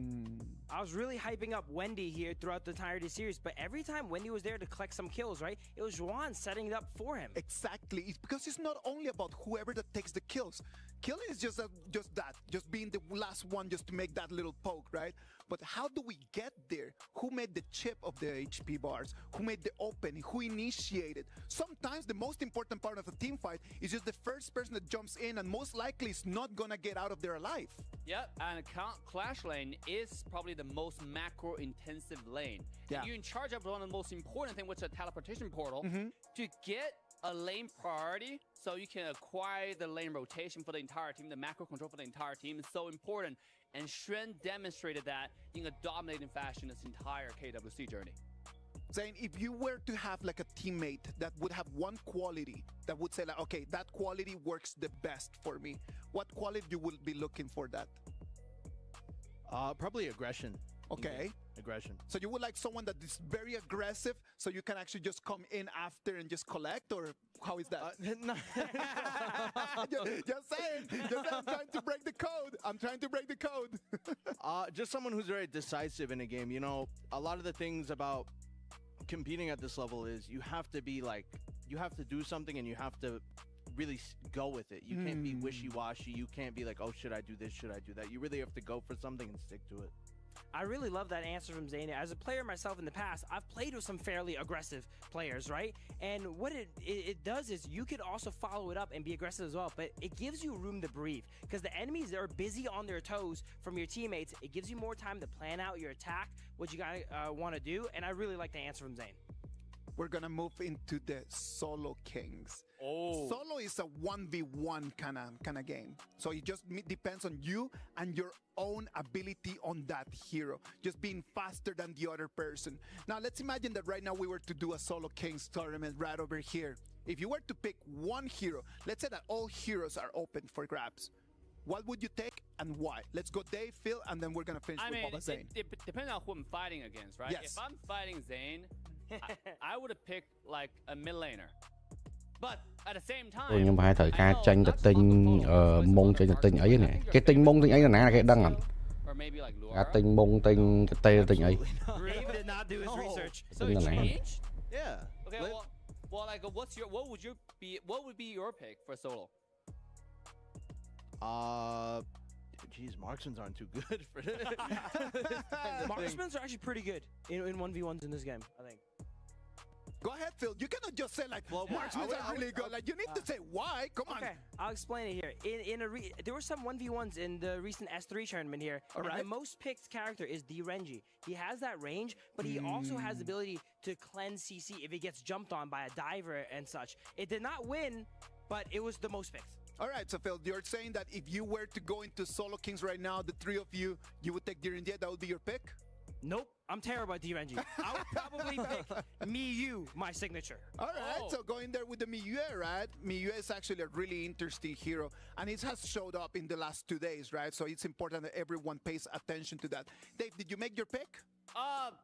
Or did you just tell me something like, I will wait to see what they pick? Nah, come on, you gotta pick something. I would have picked, if I would have one-on-one, I would have played Fatih. Fatih is the GOAT, okay? I would have won anyone was Fatih, even Phil's Miyu, all right? Easy dubs. I'm telling you, Fatih in this KWC 2025 has just jumped into the meta. We did not have him in the cards at the beginning, but then through these last days, it's been just very clear that Fatih is really on top. Zane, did you make your pick? I'm taking the Flowborn. Flowborn? Yes, sir. Let's go. Let's go. Marksman, of course. Of course. What kind of a question? Of course, Flowborn Marksman. And I would love to see your highlights on that. We have some highlights in here from Mobile Zane's yesterday's performance, and we're going to play it for you. And then I want you guys just to talk a little bit about that. What about we just see some highlights from yesterday's showdown? Oh, look at that. That's the highlight right there. Mask of Agony. Love it. That's Dave's face after he plays my Miyu 1v1. No, I was saying, oh, how weak that Miyu really was, all right? All right, dude, we start the highlights and then Zane is already gone. What happened in there, my guy? What's up? Yeah, it wasn't my Cái best. like thử Aiden. Like thử What kà. happened in the game specifically? Like, what happened within the team? Is it like tense? Is it fun? How was it? How do you feel? We know it's for fun, but also we really wanted to win. So it was a little bit tense, but nothing too crazy, I saw in the game that you guys actually got wombo comboed a lot. How did that feel there in the game? It did not feel good at all, to be honest. I mean, yeah, the Dharma and the Mosey. I mean, yeah, they comboed really well together. Yeah, Renegade on the Dharma was actually playing very well with all the flickering gauges, and then Mosey would always be following it up, so... I remember making a note that was probably the most crucial crowd controls I've seen in a single game from that Dharma there. Yeah, I've never seen that many wombo combos. I think they were practicing that. That's why they ended up picking it up.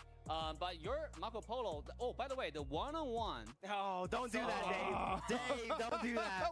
Did you see what happened? Yeah, I saw what happened. Not before Solo Kings, Dave. That was bad.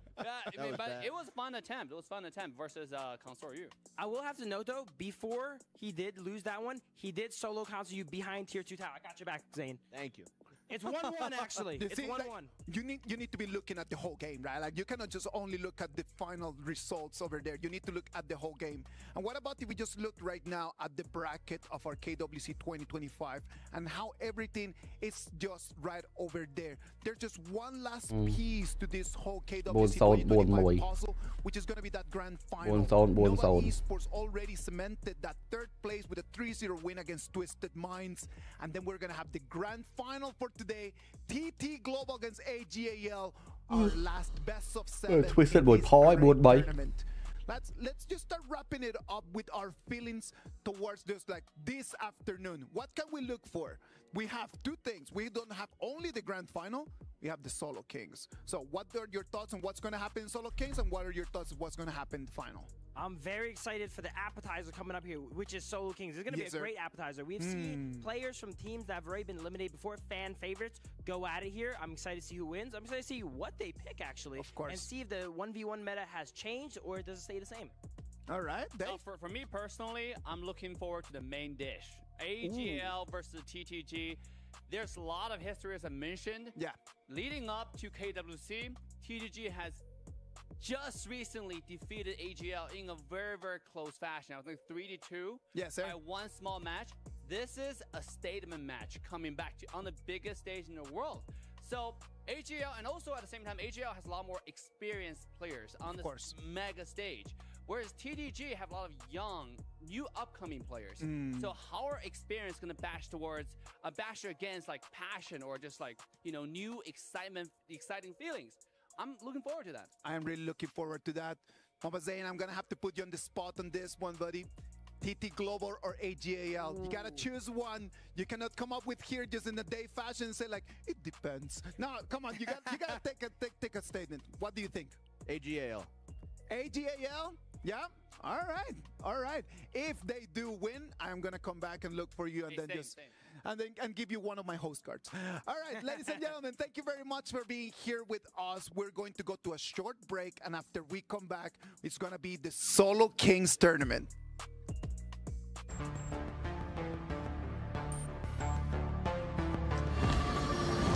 Activating Warp Jump. Destination? The brightest star.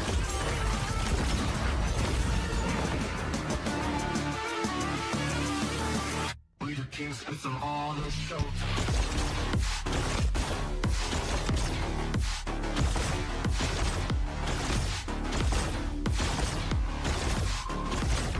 Pulse gun charged.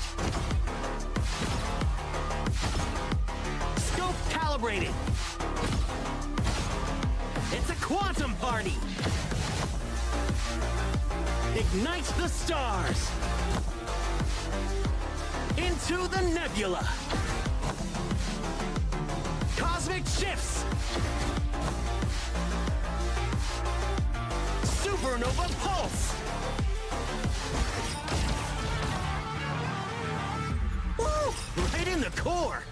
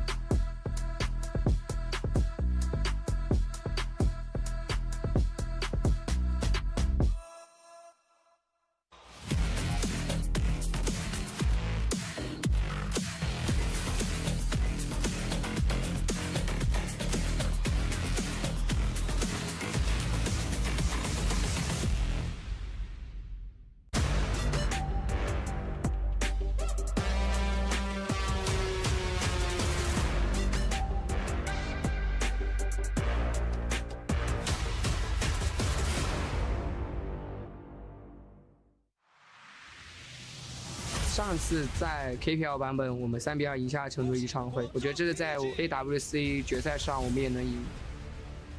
联赛上也刚输一次 TDG， 所以说这次我们肯定要重视这个对手，然后肯定要一举击败他，拿下冠军。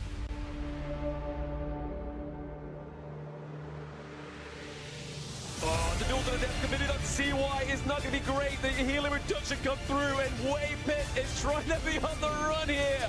nice little knockup. Yuno is not in a great spot. Hylon goes down. 就是 A 支在这次比赛中也都是碾压对手获胜的吧，然后他们也主要以野射双核，所以说我们局内的话也要多关照一下。我觉得比分的话是4比1吧，因为我觉得我们做足准备，什么样的对手我们都可以轻松拿下。就呈现一场很好看的决赛给大家吧。我想对 TDG 说，成神之路上总会牺牲点什么。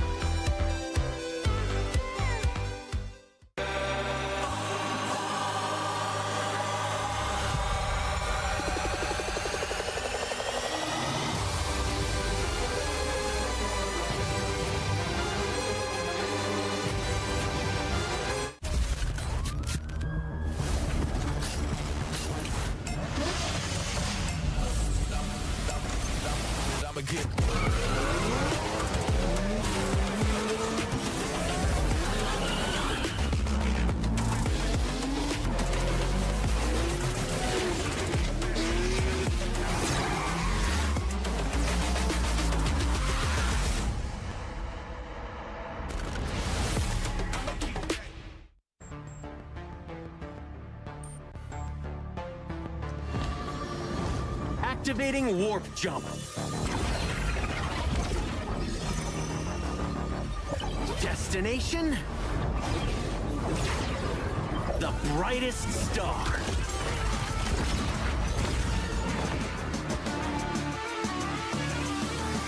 We the kings of all the show.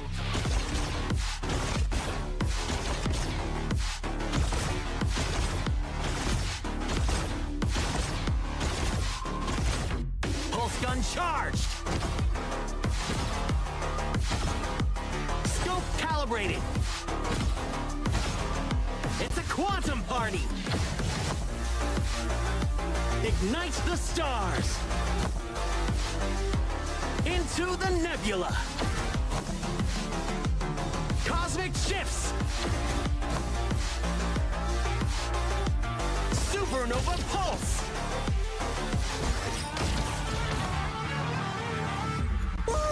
Right in the core!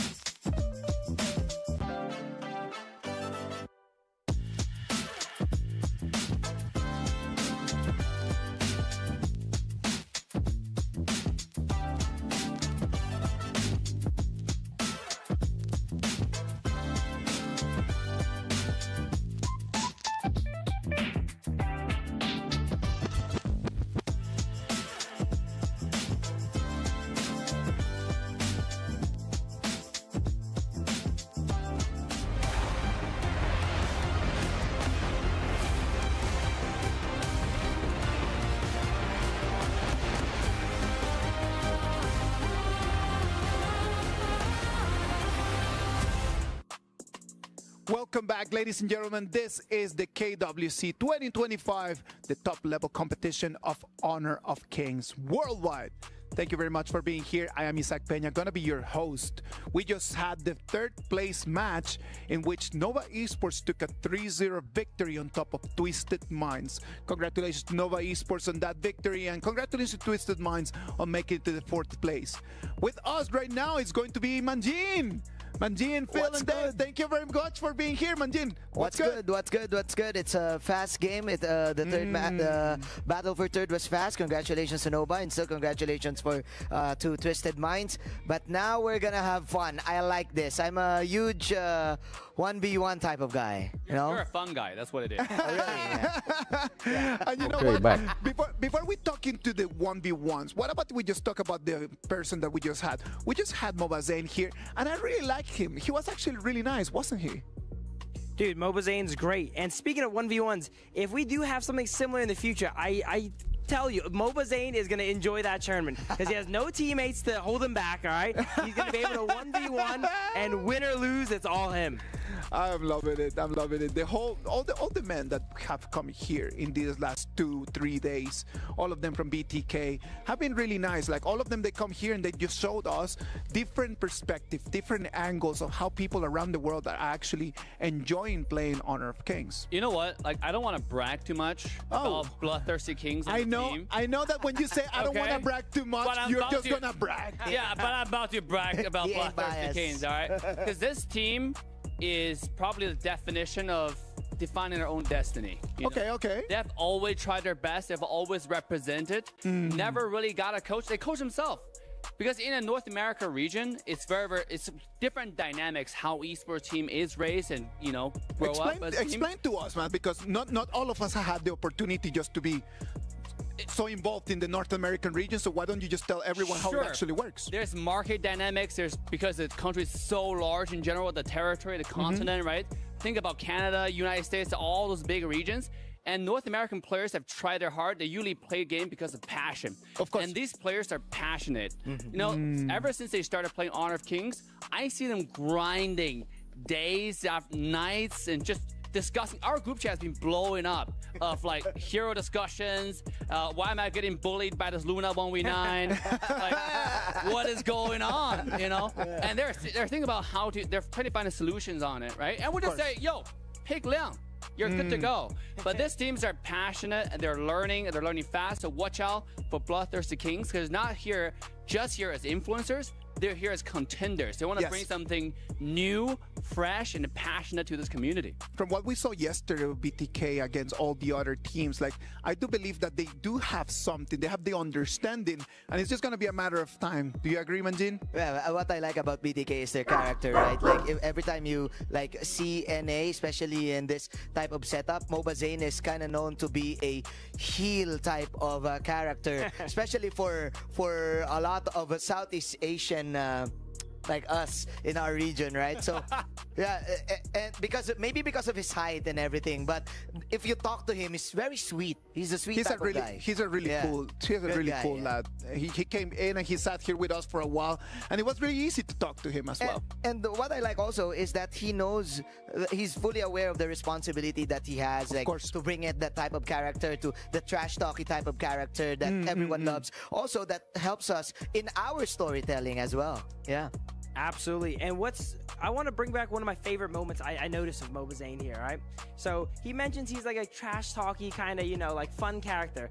And then when you watch the streams, like Dave mentioned, there's this clip where he gets hit by a across the map Hoi arrow and he's stunned there for 5 seconds, and he's still relatively new to the game. He doesn't know what's going on. Of course. And people just surround him and kill him. This is so funny, man. They're so entertaining, the BTK team. I'm loving this. I'm loving that they are joining us over here in the Honor of Kings community. Dave, I heard that they do not have a coach, man. Why don't you just jump in there? Hey. You've been doctor, professor. Why don't you just be Coach Dave? Hey, I provide a lot of great help. I've said, pick Liang versus Luna. You're good to go. All right. I know, but it's different just to come and give advice and just being called the coach, right? Like, when you're the coach, there's a responsibility over your advice. So why don't you just take the role, mate? You know what? You know what? Watch out for Bloodthirst games. And you know what's more interesting? To Phil's point, you gotta watch their stream because BTK learning Honor of King is a journey. And then obviously the community has seen a huge increase in size. A lot of passionate players come into the community. They try to learn the game. And you want to watch their streams and watch how they play and play the game along with them. You know what's most interesting? Because these boys, they've been trying the Peak tournament, which is something very, very unique to Honor of King. Everyone is solo, and they're enjoying the game, right? So it's probably the least toxic format in mobile MOBA. Yeah. Because like you cannot all chat, you cannot see each other's names, so you can't remember, oh, this guy, he sucked last game, right? Of course, Let me trash talk this game. You know, it doesn't happen here. So they've been enjoying that mode. They've been sniping each other in that mode as well. Yes. Yeah. So if you want to join PDK along the journey and try to snipe them, you could. It is part of the uniqueness of our community and the uniqueness of our game, right? Like, it is really nice when things are just so unique. Yeah, the big three, like H2O, Renegade, and Yawi. I was with them yesterday. We were playing in the HOK booth, and they were talking about the peak rank tournament that they always play. Because I was asking, hey, can you guys play with me? Like, carry me in your rank games? And they were like, no, man, we just do the peak rank. And you know what? They love the mystery behind it. Like, you don't know your allies, you don't know who your teammates are, and who knows, maybe your teammates is actually your friend. Like, you're kind of like trash talking him inside your head, but who knows, maybe it's you. Right? Whoa, hey now. Hey, that Zhengyu is problematic, all right? But then it's Phil. Who is playing that Miyue? It was Phil. What is going on? It's all right. Phil, come on, defend yourself, buddy. Don't let them just poke you. Hey, Dave, you better watch out. I might have to take you up on that challenge you mentioned with the 5T, all right? You offered me a challenge for push-ups earlier for the final day. We might have to do another challenge here. Hey, you know what? The Honor of King booth is right here in the Boulevard. We might have to go there and... Yeah, we can play. We can play. Bring it on. Hey, guys, hold him accountable for that, all right? He held me accountable for the push-ups. I'm going to have to hold him accountable for that. Yeah, tonight after the show. Let's go. Book it. After party, me and Dave 1v1. Shout out to the content team, to the production team. You book this now. You book this now. They have like a mini tournament in the HOK booth. We can play a lobby game. Come on. I would love to do that. I would really love to do that. And since we're talking over here about who is better than the other and who is stronger than the other, today we're going to have the semifinals of our Solo Kings tournament. We talked about uniqueness, and this is really unique. Let's look at that bracket, because let's not analyze only the semifinals. Look at those quarterfinals. We had some big upsets in there. Yes, Phil. Yeah, I wouldn't look at who, is already in there. I want to first look at who lost. Look at these players that lost. Snowy went ahead and lost. Lost. Like, it's crazy. Some of the matches here. That was I'm sorry. That was big. Look at that. Look at that lower left side of your screen. Lost to Danny, and it's not broadcasted. I know. I want to see that so bad, because the interesting thing about solo is there are a lot more different mechanics, and you're obviously aiming for a different goal. But end of the day, it's more for fun and exchange of skills. It's a matter of just coming in and just demonstrating that you're better than whoever is in front of you. A lot of people are always talking like, oh, it's because my teammates, it's because they don't understand. All right, boy, let's go. Solo, let's go. Just 1v1, and let's see what's going to happen. Semifinals first today. Tubbs against Kaka, and Shanks against Danny. There's no Inwo, there's no Xuan, there's no Snow, there's no Snowy. All of them gone in quarterfinals. These four are going to bring us the semifinals of the Solo Kings today. Kaka is definitely going to be a player to watch. I've mentioned the S3 1v1 tournament before. Yeah. Kaka is actually the winner of that, and he won it with an unconventional pick as well, too. Everyone's playing marksmans. He played something like Mulan. In our tournament today, you get two options. You get Flowborn Marksman or Flowborn Tank. I'm thinking Flowborn Marksman is going to be favored, but will Kaka go ahead and take that? I don't know. That's going to be interesting. What I like about these players is that they can play a different role this time. Like, for example, Tops also, like, I think these guys are clash laners, and actually if you're a clash laner, you can definitely go for those 1v1 micro mechanics that you want, like waiting for the skill to get on cooldown, something like that. So going also to the Flowborn, I kind of feel that they're going Flowborn tank here. We haven't seen a lot of successful Flowborn tank. Hey, 20% win rate. But I'm telling you, it's different. It is a completely different thing. Like, we saw a lot of Flowborn marksmen, and it actually worked out really well. The Flowborn tank in the first group stage, every single time that it was picked, you already knew what was going to be the outcome of the match. Hey, that's because the Dachel and Flowborn wasn't introduced then, okay? Yeah. Ever since we got AGWL, we got TDG coming in, demonstrate how to play the Dachel and Flowborn tank combo, the win rate has gone from 0 to 20%. That's all I'm saying, okay? That's pretty good statement. An improvement. That's an improvement. Yeah. Thank you, AG. Thank you, TT. Yeah, for proving to everyone that Flowborn is good. I'm certain that 20 is bigger than 0. Of that, I'm certain. Absolutely. Of that, I'm completely sure. Ladies and gentlemen, thank you very much for being right over here with us. I know that you want to watch the Solo Kings, and we're going to bring them to you in a short moment. What about if we just go for a short break, and when we come back, we can just have our last thoughts, and then we're going to toss it to the Solo Kings fans.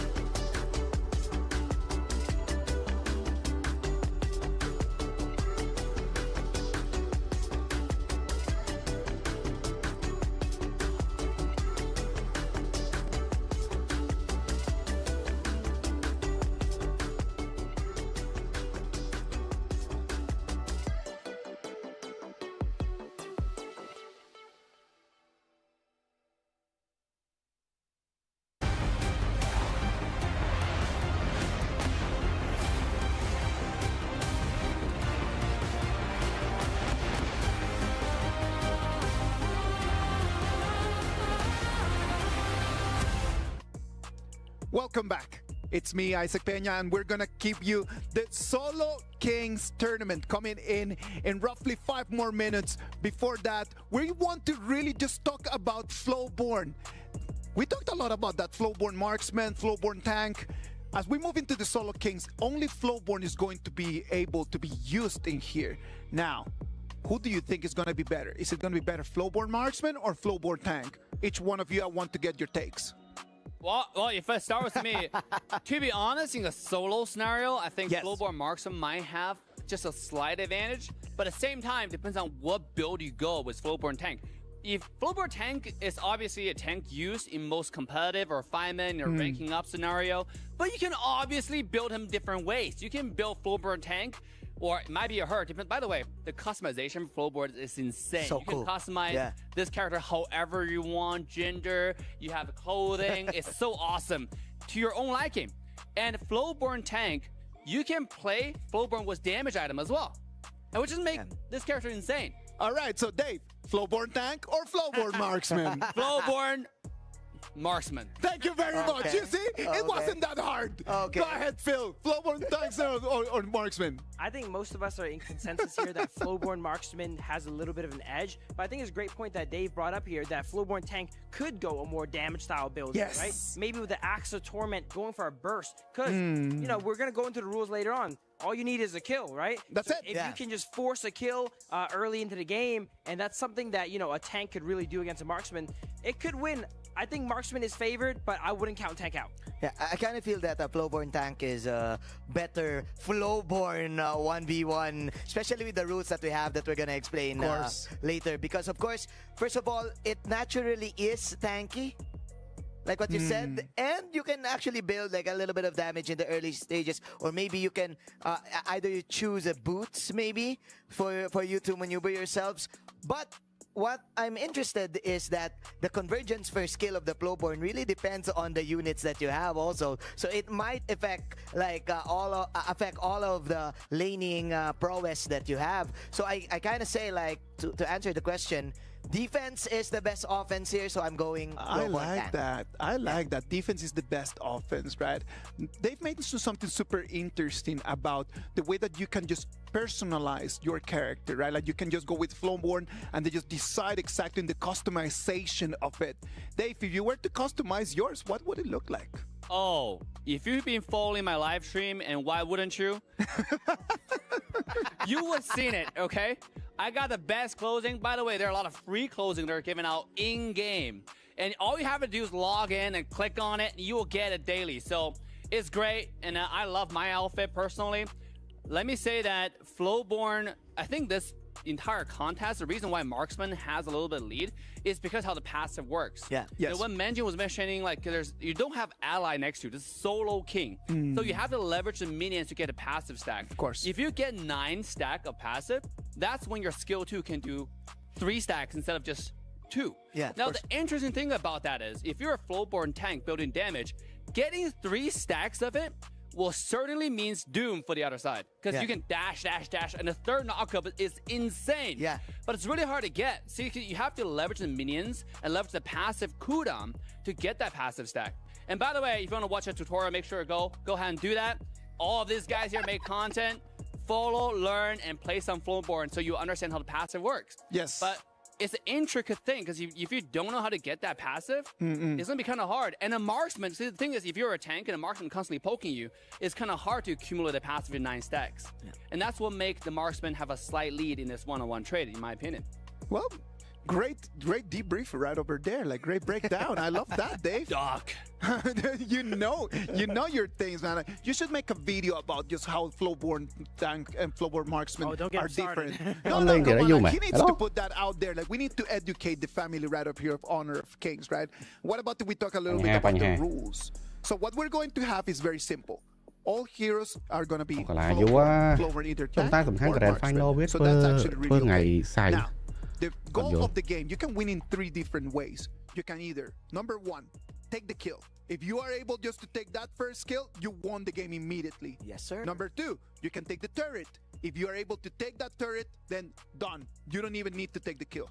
And number 3, if by 7 minutes you have more gold than the person in front of you, then you can win as well. So either go aggressive and get the kill, go aggressive and get the turret, or try just to get more gold than the other person. Remember that the jungle is completely out of bounds. You are not able just to go and capitalize on that jungle. You can only get the gold that you can get from the lane. This is going to be interesting. I've been seeing a lot of one-on-one tournaments lately, and the main goal is to clear the waves as much as possible. Of course. And as early as possible for that timer. Just make sure that you have the gold lead. Just make sure that you get like all of the last hits, because the last hits matter also here in HOK. It's kind of like low key, right? So just get all of the wave clear and you're good to go, and don't die.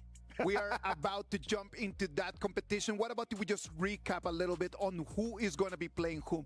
Let's take a look at the bracket. We're going to have 4 top players over here in our 2 semifinals. The first is going to be Tubbs against Coco, and then we're going to have Shanks against Danny. A Team Vitality against OG Esports, and a Twisted Minds against Alpha 7 Esports. All right, let's go. Predictions. Tubbs or Coco, Manjin? I saw Tops last night, and he told me, hey, Manjin, I know you. I'm going to give you some ball, and I'm going for Tops. Tops or Coco? Phil? I'm going to have to go Coco here. All right, Tops, Coco. Dave? I would have to go for Coco as well. All right, so do we want over here just saying that OG Esports is going to have a representative over there in the finals?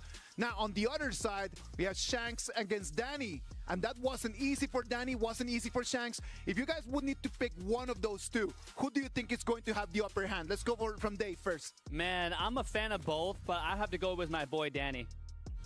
I would have to agree here. Danny takes down what some would say is the best player in the world. You know here, I'm going to have to go with Danny. Let's go. Danny gets the dub for me too. Okay. So we're predicting a Coco against Danny final right over there. And when the time gets there, we're going to talk about that. Right now, I know that the players are ready to start. They're just kind of like stretching their fingers, trying to get everything in set, trying to warm up mentally and physically for sure. Ladies and gentlemen, this is going to be our Solo Kings semifinals. We're going to have 2 matches in the way that we just explained you. With the rules that we just explained you, we're going to have the top level flow-born action right over there. What about if we go to the Amazon Arena, to Milos and Mara? They've got it right over there. Ladies and gentlemen, be ready. Here we go. Welcome back to the Amazon Arena. Now it's time to find out who truly reigns supreme when they're on their own. This is the Solo Kings Challenge. My name is Mara Aquino. Milosh, we're gonna have another challenge on this stage.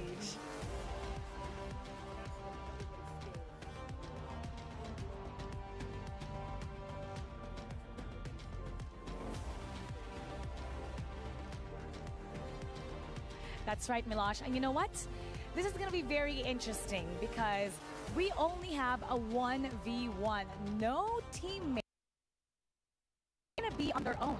So they can only use a flowborn marksman or a flowborn tank. And at stake is 1,000 USD for the winner.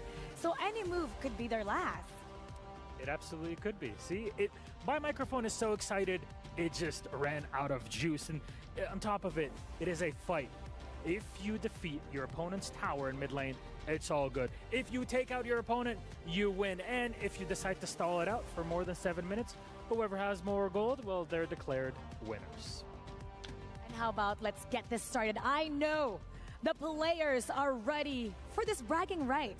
Let's start with Vitality. Yeah, let's introduce Tufts. Our first player, Clash Laner from Team Vitality. It's Tufts.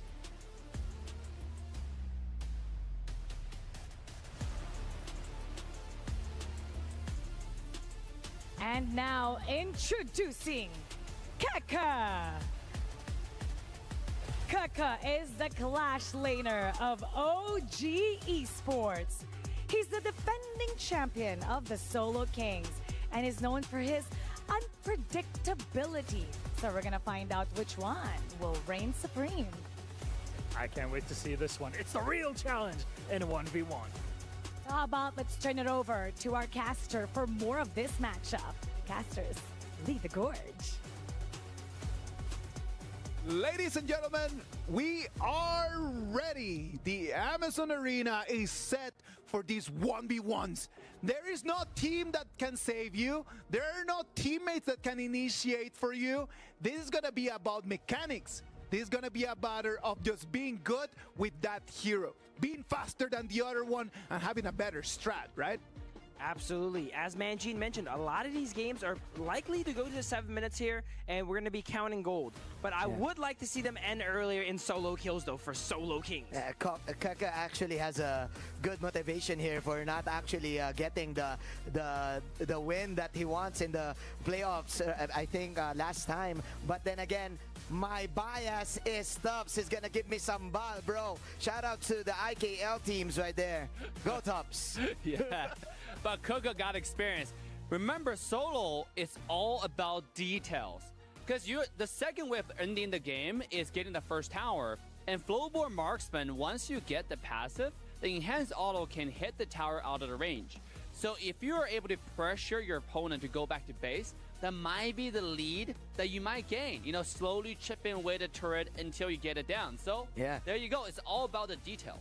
Yeah, details like the timing, of course. Like, after you wave clear, you can actually go back and then go with the minions. Just make sure that the minion waves is still always in the mid part of the mid lane, if you know what I mean, right? Absolutely. And another thing that's going to be very important here is how these guys trade. Do you focus on clearing the wave and backing up and getting your heals? Or do you just focus on, taking out the enemy? As Dave said, if you can force your enemy to go all the way back to base, that's valuable time you could be using to pressure that tower.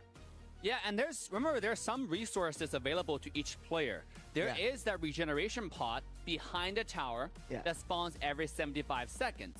So if you can pressure your enemy to take that early on, if you find a preferable poke, I would say, right? Something that's in your favor, and you get it, you get your opponent to take that, and you come back, you actually stop it. Because if you see the pro players, they will save one of the range skills right after opposition try to get that regeneration, because it takes a little bit to get that entire HP back, and they will stop that regeneration to just those details. I mean, the tiny thing really matters, especially in the one-on-one. There's so many little details that can just decide a game of 1v1, and just mastering those little details is going to be what's going to make one of these two persons just to be victorious.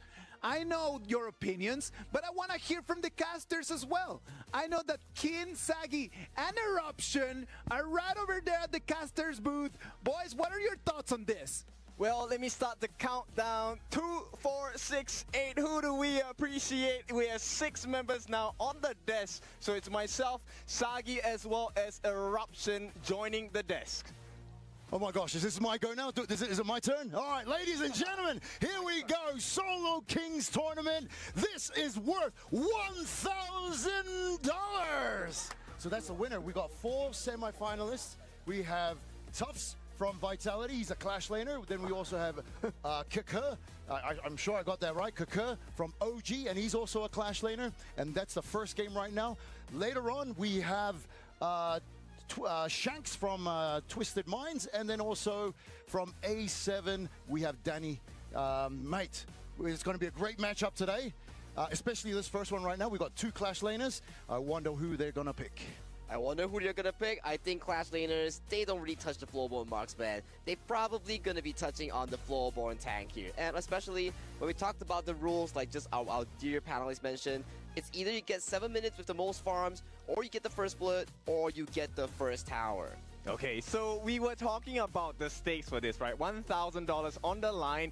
You know, on the desk, Manjin, we heard you. You're supporting Tufts, right? And the rest of the members are going for KWC. How about our side? Who are we thinking is going to win this 1v1? Well, I'm looking at Sagi. He actually looks like KWC right now with his hairstyle. It's amazing. I don't know how you did it. That's why you were gone for an hour, were you? Ooh, yeah, I was gone for an hour there, but doesn't mean that I'm supporting KWC here. Vitality Tufts, my boy. I'm supporting him in this 1v1. Okay. Wow. For me, I'm definitely going with KWC because I'm an OG fan. All the way from other games, you know, the OG team, we're on. Okay, double that because Kindofu is going to go with KWC as well. K for the K. We're going to take the Ks in this match, and we're going to take your towers as well. Ooh, I love it. 1,000 prize on the line here. First blood, 1 kill, best of 1 here. Stakes are relatively high, especially for these two players here. So I'm really stoked to see what they have in store for us as we move on to the best of 1 between Vitality Tufts and OG KOK. And here we go. That's right. They're running in. Oh, he's got a bit of a bow and arrow right there. Okay. Oh, it's a mirror match. Yes, it is going to be a mirror match now. Okay. Here we go. So do we have any items on the board yet? Not yet. I mean, this first wave is going to be very important, right? So KOK against Tufts is really about who can land more hits here, and they're going for that 1v1. They are indeed going for the 1v1, but look at the common spell difference here. Tufts, he went for the traditional flash here, but look at KOK. He has that frenzy. If it's an all full blown out team fight, 1v1, KOK is definitely coming on top here. You know what that means? It means KOK is much more confident. Oh, mate, I'm just watching, guys. It is great, but I've noticed that KOK was level 2 first, so it was ahead, but not anymore. It's quite even right now. What do you think? What type of items do you reckon they'll get for the first or two? I think. What do you think they'll prioritize? If we look at the state right now, right, Lifesteal is definitely the name of the game because it removes the need of you having to recall, right? So you either go Lifesteal or like the Blood Weeper or the Doomsday here, so you can benefit from sustaining in lane. But you gotta think of one more item. Boots of Fortitude, the armor boots. Okay, so for me, I go a little greedier. I want max damage. I want the swift strike lance. I want extra attack speed so that I can bully that person in lane. But for now, I mean, okay, look, both of them are professionals, so it really is about the inches at this point. It is indeed about the inches here as KOK props a frenzy here, but Tufts pulls back. I'm loving what Tufts is doing here. So, for those who have never played full-blown marksman here, the more minions nearby, it gives you more full stacks. Sorry,ខ្ញុំនឹងអង្គុយមើលដែរតែខ្ញុំអង្គុយ top voice start អីរហូតខ្ញុំអង្គុយ top ទៅវិញទៅមកអង្គុយមើល ad អង្គុយមើលអីព្រោះស្អែកត្រូវចេញទៅប្រាប់here គង់ថាត្រូវថតវីដេអូមួយដល់មានតែណាអង្គុយហ្នឹងតែណារួចព្រោះនៅជាប់នេះជា sponsor stream ទៅលើការ watch party យើងជាប់ដកខ្លួនអត់រួចតែអា flow board នេះ OP Yes, Flash indeed. Flash indeed still available for Tufts here as the wave is strategically frozen in front of the tower here. He has no healing due, he has no form of healing here, so Tufts is in a very awkward situation right now. Yeah, he wants to force him away. The flash committed, and I think KOK got the better one out of that engage. This means KOK has an advantage. He has the frenzy as well. He has a frenzy as well here, so right now KOK is at a very advantageous spot here right now. Ooh, what are we looking at, boys? This is very close between these two players. Yeah, I think it really will come down to one split second. KOK missed all flow ball shots. Yeah, he missed everything. Well, he cleared the lane at least. Oh, hang on. Oh, that was so much, KOK. Almost there. So you can actually TP back. You can, but you're taking a risk, right? Because if you TP back, you can't clear the waves, and he's gonna... Okay, he's not gonna miss out any minions, so that's good for him. But one thing's for sure, guys, if he recalls back, there's only one bad part of the game. If within 7 minutes, there's no first blood, there's no first tower, they are gonna be winning based on whoever has the most farm. Okay. So we're kind of halfway there. Tufts, he's gonna try and freeze the lane, right? How you freeze the lane here is that you push them back with damage so that they are not in range of getting the EXP from the minion. And looks like it didn't work out for Tufts. He's kind of suffering a little bit now. He's indeed suffering a little bit, but thankfully from the Flowburn's first spell, stacking the flow, you still get a decent amount of healing here. He's playing it very strategically. He knows that KOK has this advantage. He chooses to back off, and he's healed to full with that healing deal. Okay, I'm gonna need a favor from you, Eruption. When this game ends, I want you to erupt as well. There we go. This isn't. Oh, that was almost there. Yeah, super close, right? I mean, Tufts, like they're standing on thin ice, both sides. Well, you could say that it's still much even right now. It's pretty much even right now, but when we talk about the final fight coming into the 7-minute mark, if let's say Tufts has a strategic advantage, he doesn't have to farm here, but look at Tufts here. He's extremely low. Oh no! There's the potential first blood. Oh, Tufts is so great advantage here. He can take some licks onto the turret. And look, he doesn't want to go. He doesn't want to recall. If he recalls here, his turret is gonna go kaboom here, so he cannot be recalling right now. Look at Tufts here. Oh no! He's having so much pressure right now. The tower goes down to KOK. There we go. That's it. The game goes to KOK. There we go. My gosh. Look at the hairstyle, mate. Good looking guy. He deserves to win there. and he put the pressure. Even though he did do that recall, he came back and regained his confidence in the lane. Okay. Came out with the win. That's great, right? So at this point, KOK takes a step forward, one step closer towards that 1,000 USD in dollars, of course. But of course, their next match is going to be Shanks from Twisted Minds against Danny from Alpha 7. Thoughts on that? Thoughts on that? I gotta say here, man.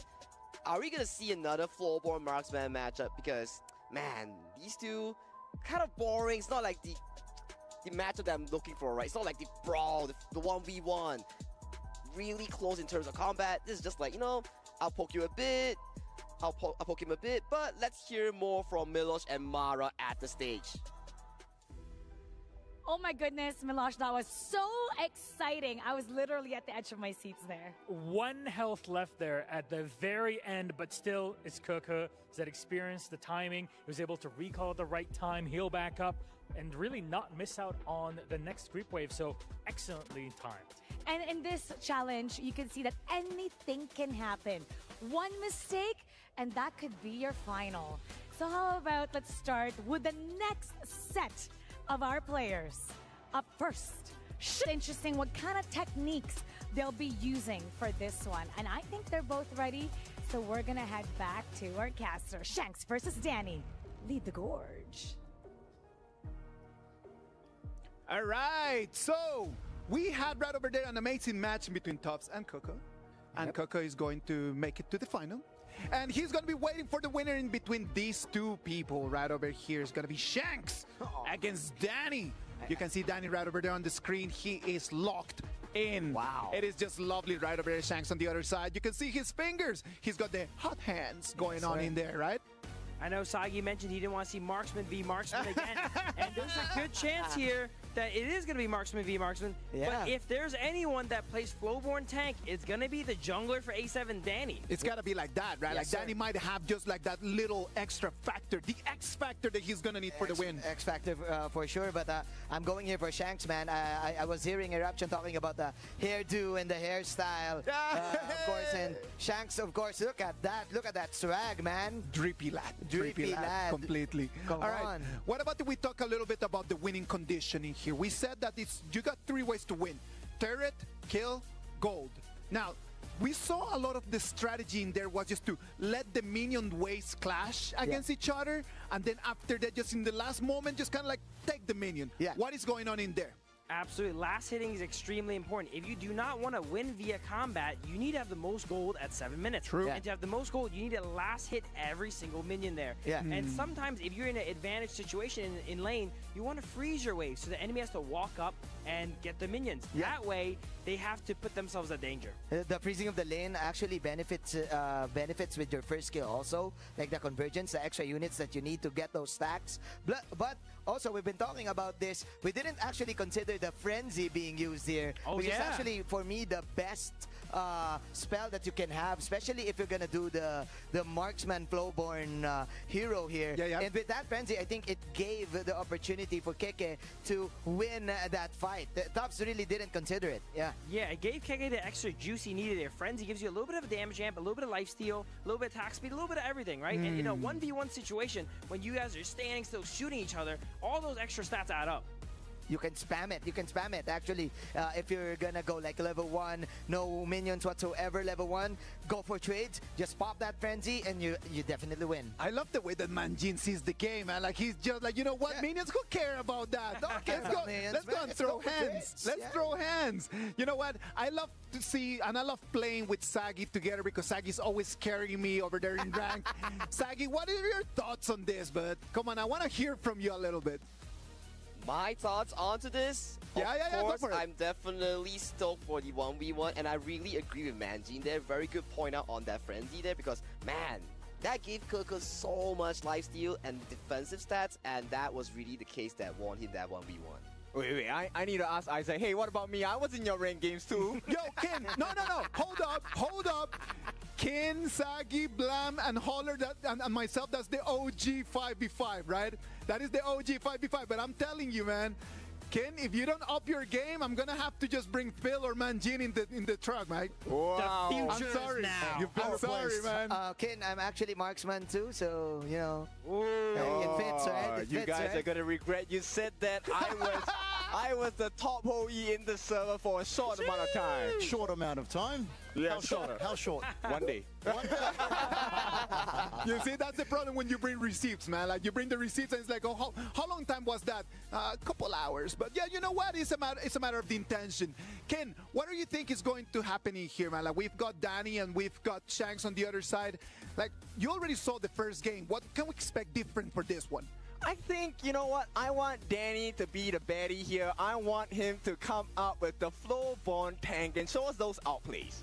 Ooh, that would be really nice, but that would make him different to the rest, right? And being different sometimes is great, but some other times being different might not work and it might just blow on your face. Yeah, I think the poke matters here also, right? Like after the first kill, you can definitely poke with those extra piercing damage that the Flowborn has. But yeah, I do agree. Maybe we can see some Flowborn tanks now. Come on, Danny, Shanks, talk to the production. Yeah. Eruption! Yes, Tell sir. me, buddy. I am here and I am present. I really want to hear from you, mate. Like, I saw that you were super excited about that first match. We were here just like enjoying your casting. How is the whole experience going in there, mate? It's amazing, actually, and it's also good to work with, you know, alongside great casters and analysts like yourself, so it's good to be in the box right now. Oh, we have the draft already. Yeah, I mean, TT Global, you know, 冲吧, I see that, all right? We see you fans out there. 我们看得到你, don't worry, 加油, 加油, right? That we want to also give support to the teams competing at the grand finals today. But before we go there, right, look, everyone is born normal, but only a few are destined for greatness. And right now, Danny as well as Shanks, one of them can be one step closer to greatness and also have 1,000 USD in the bank. It would be lovely just for them just to be able to head to the greatness, to be able to just write their names on the history of our KWC 2025 as a finalist in our solo challenge. Well, boys, what about if the casters take control of this? They're going to bring us all the action. Here over there at the analyst desk, we're going to sit down, watch the game, and enjoy the show. Take it from here, boys. Thank you, brothers in the analyst desk. Okay, here we go. This is round number 2, semifinals of the Solo Kings tournament. 1v1. 1v1, here we go. And now we're seeing something slightly different. We have Flowborn versus... He's going for the tank. He went for the tank. He went for the box tank. He went for the tank. Here we go. So for those who don't really understand how Flowborn works, you have two versions right now in this tournament server. It is the Flowborn Marksman and it is the Flowborn Tank here. So Danny, being the Danny he is, he went for the tank version. I know why. He's a jungler. So as a jungler, I'm a jungle main, so you'd want to go with more of a melee stance. Okay, I like it. Look, early game, I think Danny's going to suffer a lot. But then, as a jungler, you know, right? Once you hit that power spike, maybe level 4, then Shanks is not going to have a great time at all. Indeed, not going to have a great time at all. We're going to see Danny jumping in, doing the multi-man knockup onto Shanks here, but the early game is the key part that Danny has to control here because he's getting outranged by Shanks here so far. Yeah, the last hits once again matter, right? And Danny has not gotten too many last hits at this point. So Shanks is on a timer because once Danny comes online, you know, Shanks might go offline here. No, that's correct. And you can see Danny just healed up because he was taking so much damage. He tried to get close, but it was not even close at all. So being a melee hero, you're going to get damaged, and then you're going to be kited. So that's what's happening here. That is indeed what's happening here right now. Shanks giving you a bit of a poke here, but the tower shield is still up and alive 3-4 minutes here. After that 4 minutes here, we're going to see a lot of turret damage here coming in from Shanks towards it. Yes, he still has that armor, right? So for now, Danny, he understands. Let's play the timing first, right? Against Shanks, you get a couple of free hits, no problem. I'm going to get the waves, and then I'm going to hit level 4. But for now, that backdoor protection coming in before the 4-minute mark. Ooh, look at the poke here coming in from Shanks here. And another interesting thing we can point out here, Shanks, once again, following Kuka's footstep, went for the frenzy take here. So that is so much compatibility onto this hero. Yep, and right now, I think Danny will hit level 4, and he might jump in with a flash and do some damage. And that's what we kind of want to see right now.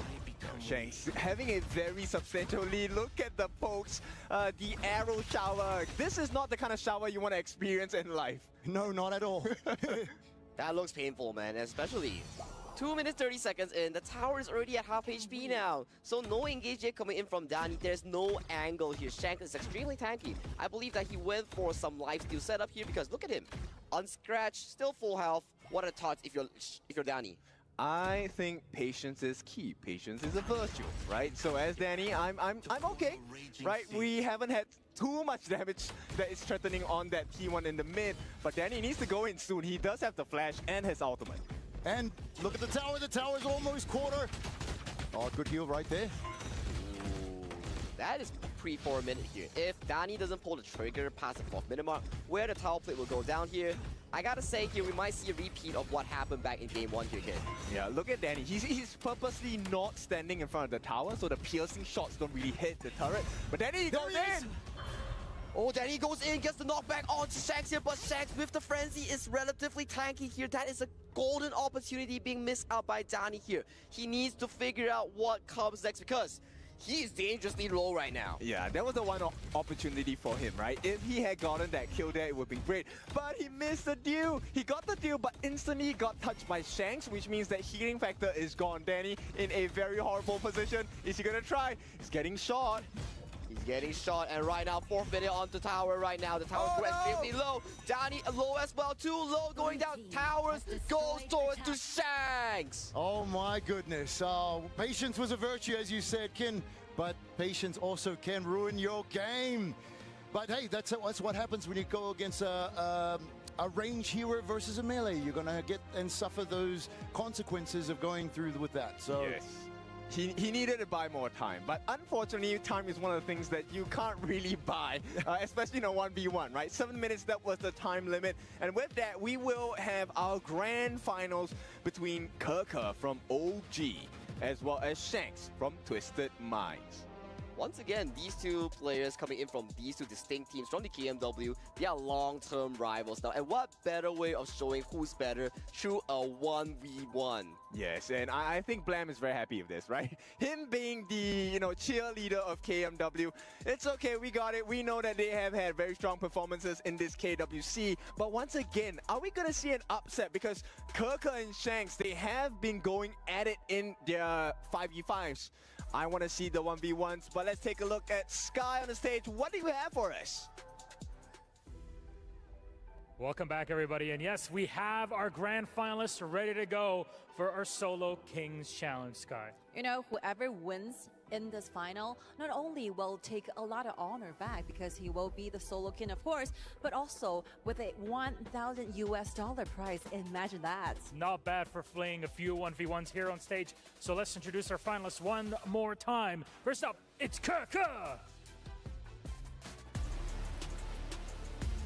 A much beloved player from OG Esports, beating Tufts in their first game, in the first 1v1 of the Solo Kings Challenge on stage. A close matchup.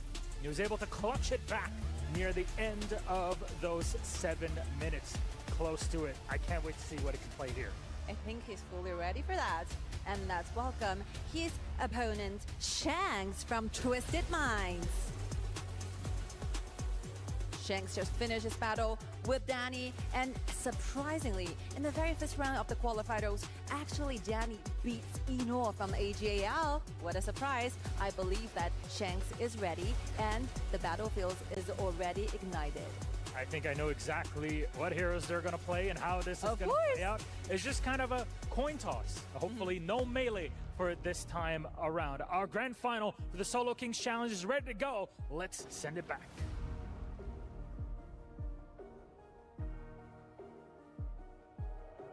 The arena is ignited. The Amazon Arena is ready to take us into the final of this Solo Kings. This is gonna be KOK from OG Esports battling it out against Twisted Minds Shanks. Who's gonna take the dub? Who's gonna go home with that 1K bag, mate? Bro, this is the West Regional Finals here, right? Yes, sir. Yeah, the rematch. There you go.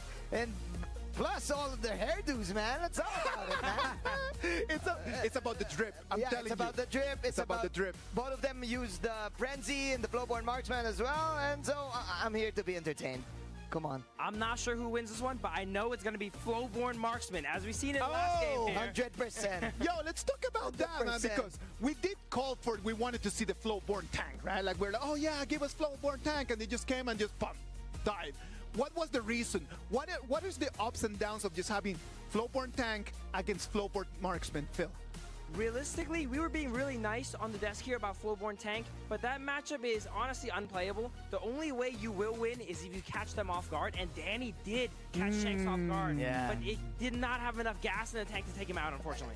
That was a nice attempt coming out from Danny. Again, the range and the poke at level 1, it's really a massacre right there that Shanks did to Danny. But then again, the attempt was made. I kind of feel like the reason why Danny got the victory against was with that play, well, because right? he uses the tower damage to get a little bit of chunk of the HP. But then again, Shanks actually managed to get out of the tower range, and then it's over from there. It is part of the strat, man. It's part of the strat. You cannot just lure him inside of the turret, and then you're like, okay, yeah, oh no, I'm gonna die. Boom, poke him in, get him in the turret, and it's not a 1v1 no more. It's a 2v1 with the turret coming in.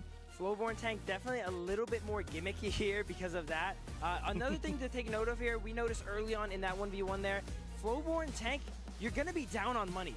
So that means if it goes to 7 minutes, you're guaranteed going to lose. GG. And because of that, if the Flowborn Marksman itemizes defensively, there's nothing stopping Flowborn Marksman from building tank as well. Yeah. They can just stall you out, and then they can win by time. So 100% for sure they're going to be Flowborn tank. But now I think the game will depend on the first itemization. Are they going for that extra armor, or are they going for the extra movement speed, or are they going damage? I'm so curious. Yo, Manjin, what about if we just get Kin in here on this one? Because Kin, I know that he knows the items all the way through. He's just like through, just going and reading about the items. What's gonna be the first item right over there, Kin? The first item is gonna be hairspray. Because at this point, it really depends on whose hair is better at this point. I want you guys, Saki's going to be loitering around the arena, I presume, later on. Compare his hairstyle with Shanks, as well as Kaka. The three of them should go up on stage and take a photo, because they look so good today. Shanks came in on the Saggy skin, man. That's true. That's lovely. I love that. Saggy, what do you think is going to be the first item, mate? Okay, realistically speaking, first item. Aside from hairspray there, they are definitely dripped out in their own jerseys. But okay, in-game item. Boots of Fortitude.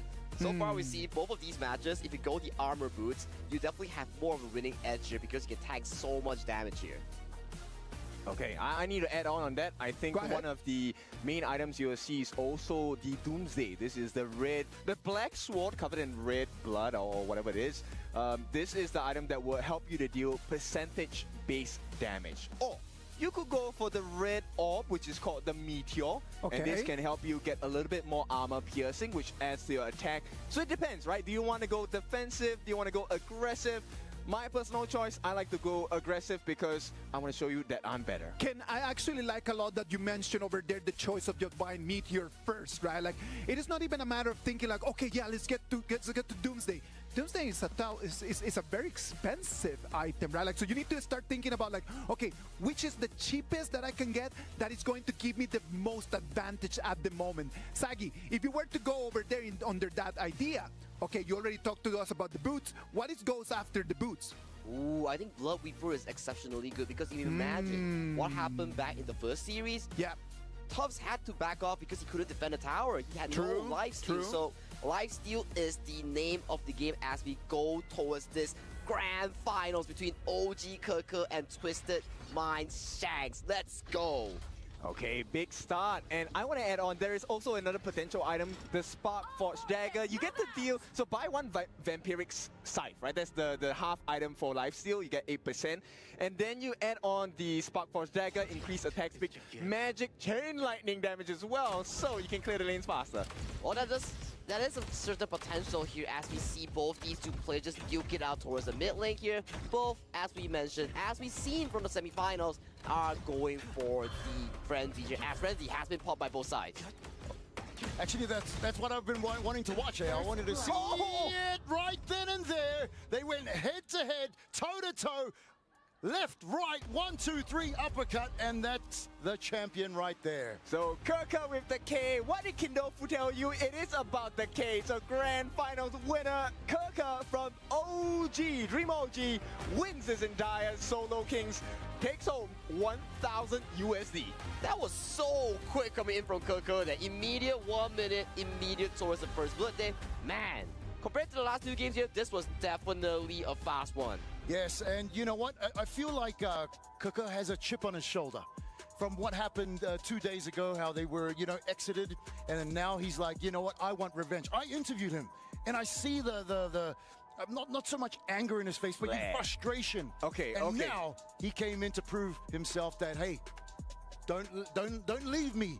Don't leave those stones unturned. I got to come in, and I will attack, and I will assassinate.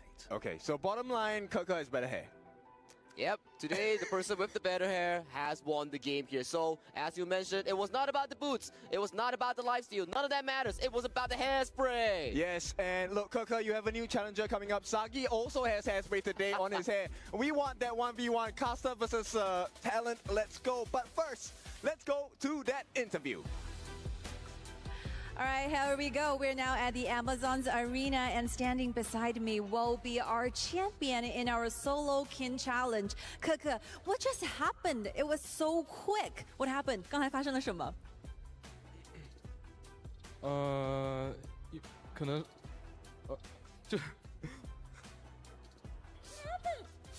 可能是我铭文带的有点优势吧，因为我带了点肉铭文，然后他对点会点不过我。So I do have a little tricks for myself because I have those HP cranes inside, so that I think if we are only doing the auto attacks towards each other, I will be having those advantages. So congratulations one more time on winning to be the Solo King champions, and you're also getting that award with a trophy and $1,000 prize. Look at that. Check this out. And your award will be presented by Fane, the head of esports, for honor of kings. What a prize. Let's take a picture together to memorize this cherished moment. Thank you so much. As we see this prize, I was super curious. What you gonna do with a $1,000 as a prize?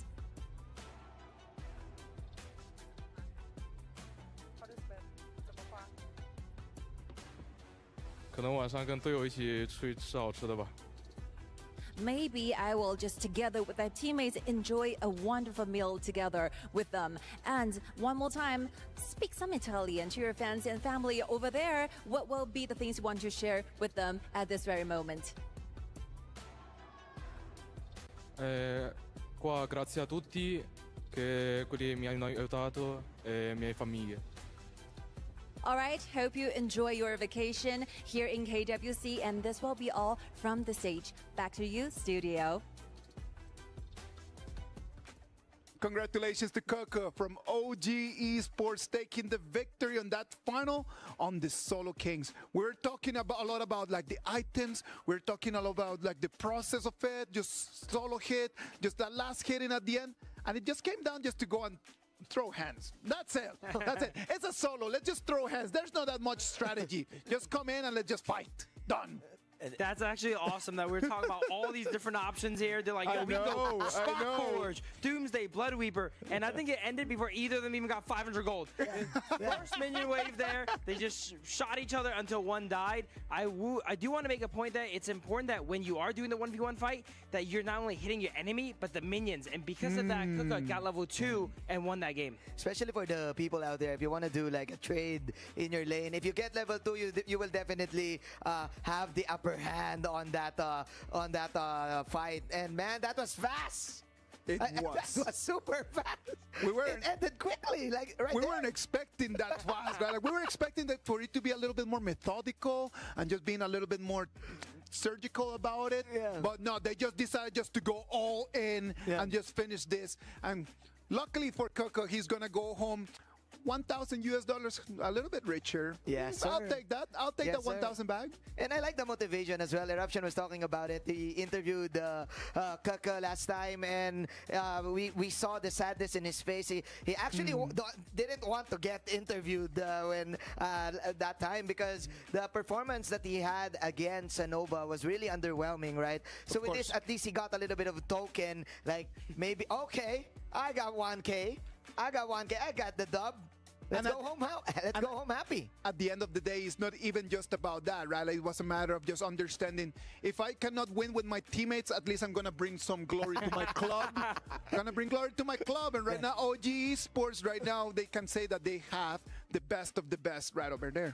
Absolutely there. And then Kaka there, actually, we saw he mentioned that he's going to take his team out for dinner. So even though, you know, he didn't really win with them, he's going to celebrate with them, and that's what matters. Fine. I'm gonna do it myself. That's great. That was the line of Coco right there. Come on, man.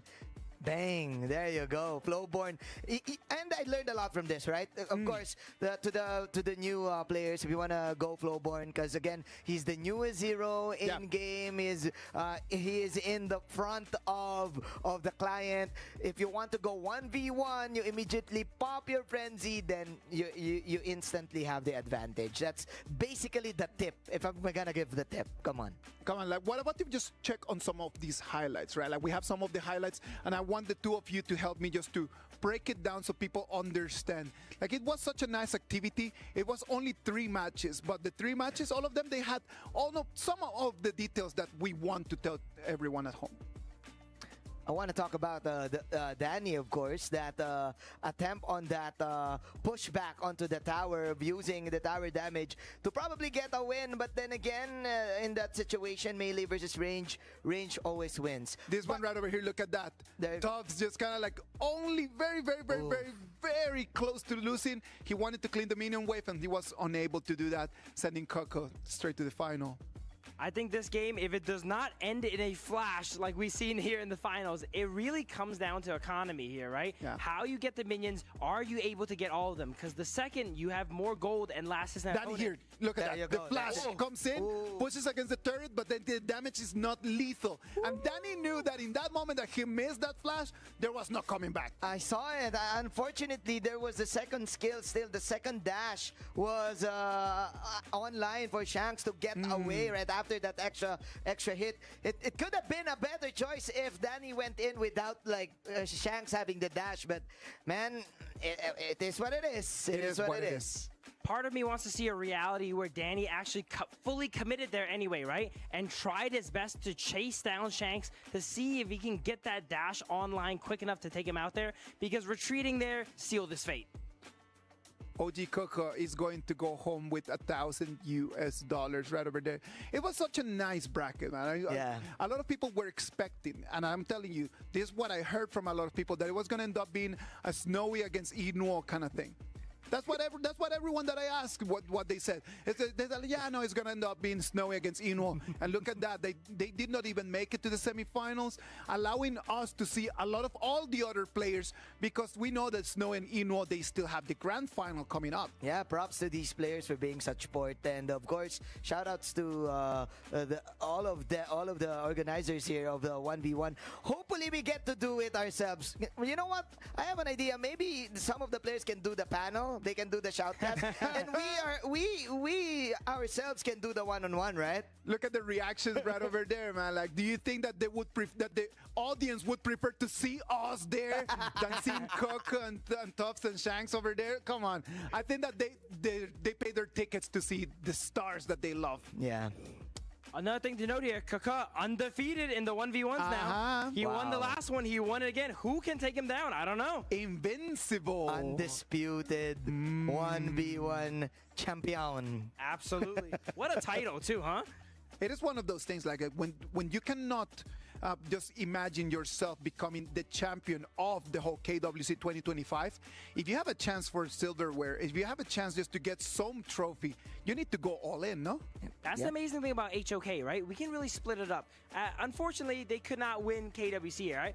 But he's able to crown himself #1 of the Solo Kings. Just like how in Honor of Kings, you may not be the highest rank in the world, but if you keep playing your favorite hero, you could be #1 in your state, #1 in your town, your county, whatever. And that's a really nice achievement to have, I think. And that's one of my favorite parts of Honor of Kings. I am #1 in Barangay 20. AR na is Pasay City. Shout out to all of the people there. It's good to be #1. I love the titles that the game gives you, right? It gives you this kind of like ego, small ego, like, hey, I'm #1 in my city, you know. I'm number one in my neighborhood. I'm #1 in my neighborhood, you know. Like, you can't beat my Arlie, you can't beat my Flowborn. And then tomorrow, wait, why am I #2?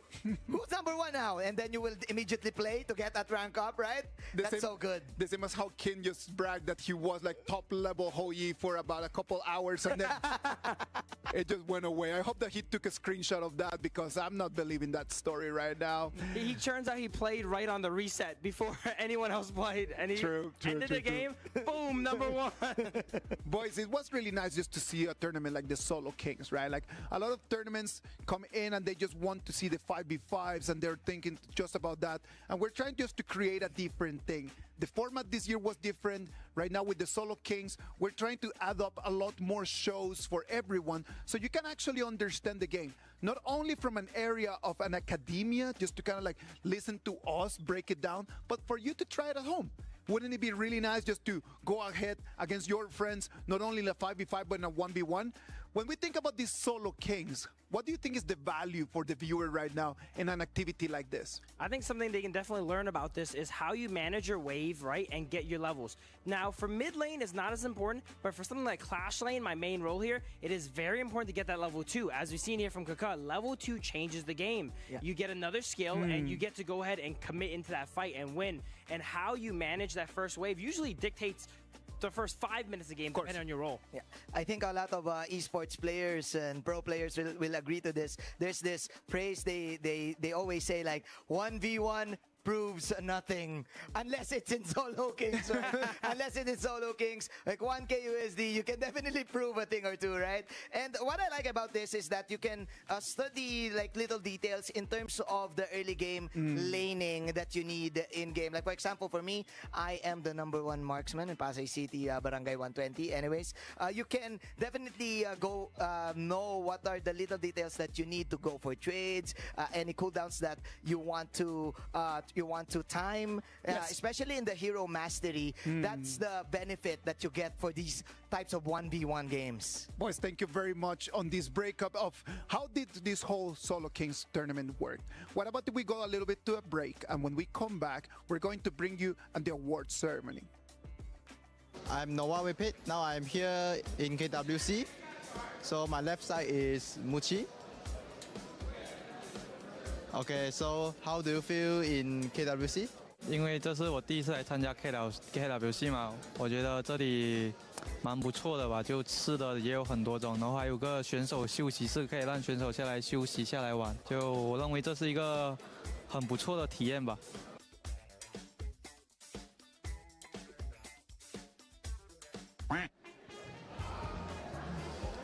请问你在 KWC 的体验怎么样？ Sini feeling environment sangat bagus lah. Tu bagus lah, makanan pun bagus, semua bagus lah so far.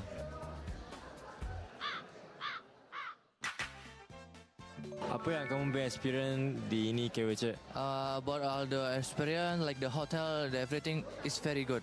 But sometimes, maybe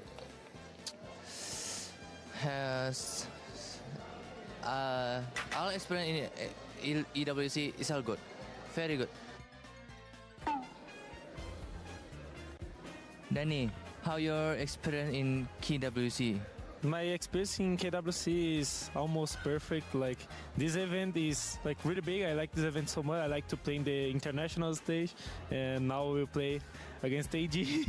So will be like really hard moment for me, but I will enjoy it, and I really enjoyed this moment too. So yeah, everything perfect for me.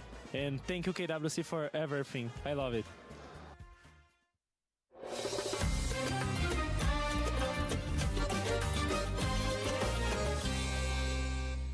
Hi everyone, we're joined here with Chi and Joy from TT Global, and we're going to be teaching them some Arabic words.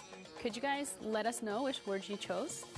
我选的是强大，因为我希望自己能够更强一点，然后也可以更加强壮一点。我选的是冠军，因为能打比赛最希望就拿冠军。Okay, cool, amazing. So we're going to start with strong. Strong in Arabic is qawi, and that has 3 letters in it.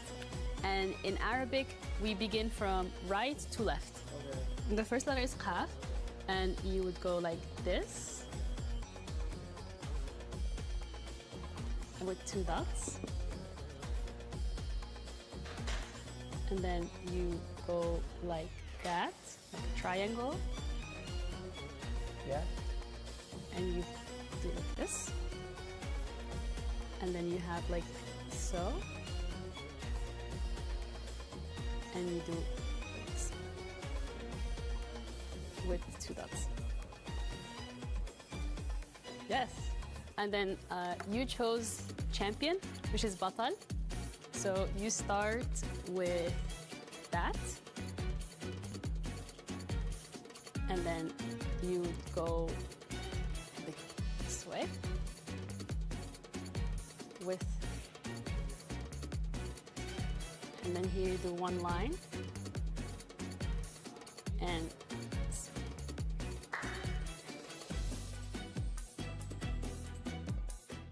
算了，我再练一下吧。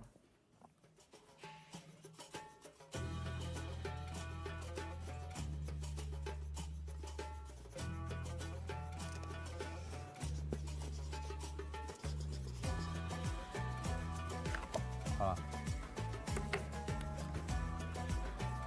写的不是特别好吧，不太标准。我给个6分吧，应该能及格。No, it's really good. I would give it like 8 out of 10. Yes, I think it's good. Thank you guys so much. 谢谢。冠军。Eu tenho um sonho, estar onde as lendas estão. Ini adalah jalan untuk membuktikan bahwa kami layak berada di puncak. Gunung di hati kami, suatu hari nanti pasti kami daki. 站在世界之巅，才配称为冠军。Nos chamam de azarões tantas vezes, sempre presentes, nunca temidos. Mas isso vai mudar agora. Quero provar que o Brasil pode estar lado a lado com os melhores.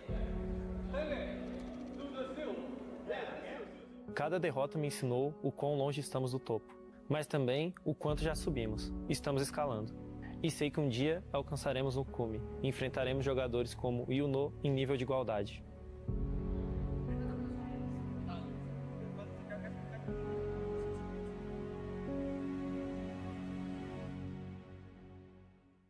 Saya tahu bagaimana rasanya kalah di panggung dunia. Saya telah melihat apa yang membuat tim KPL begitu tangguh. Saya meninggalkan rumah untuk berkembang, untuk membuktikan bahwa bahkan dewa pun bisa dikalahkan. Dan saya ingin melakukannya saat berdiri di hadapan Ino, pemain yang saya hormati. Saya di sini bersama tim ini untuk membawa kebanggaan. Bukan sekadar bersaing, tapi untuk menang. Kami pernah berasa bagaimana rasanya ditakuti, tapi belum lagi dihormati. Untuk benar-benar dihormati, kami perlu kalahkan yang terbaik. Dan itu adalah Ino, lawan yang paling kami hormati, dan gunung yang perlu kami daki. Perjalanan ke puncak bermula dengannya. Gunung di hati kami, suatu hari nanti pasti kami daki. 去年的职业生涯让我经历了太多。身边的队友都各奔东西，唯有我坚守此地。如今我们已臻于完美之境，铸就属于 AG 的王朝。金色的雨已为我们的荣耀而落下，但我们的梦想还没结束。我将带领 AG 建立属于我们的王朝。当别人提到王者荣耀，你会立刻想到一诺这个名字。无懈可击，这就是我。准备好再次向我发起挑战了吗？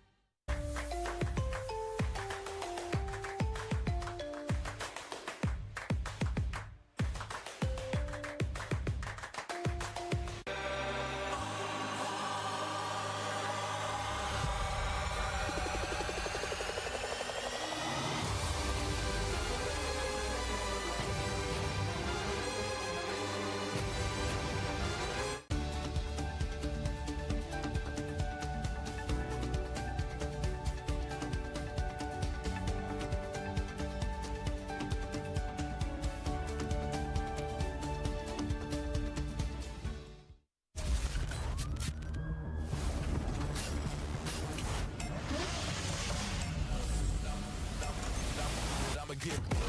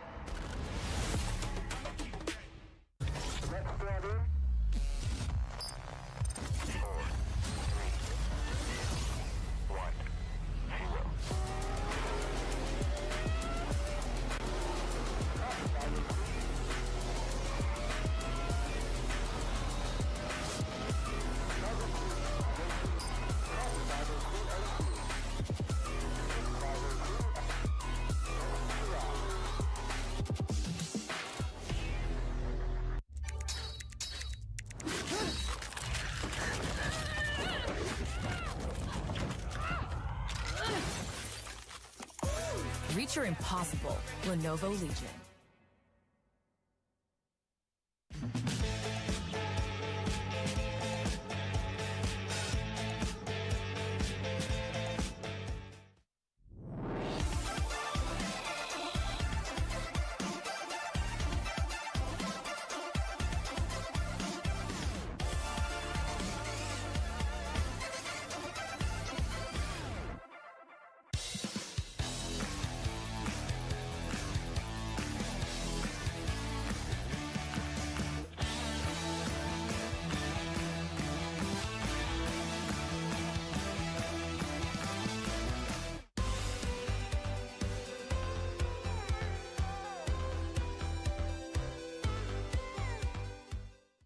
The human body was built to move, not trapped at a desk in one singular posture for 12 hours a day.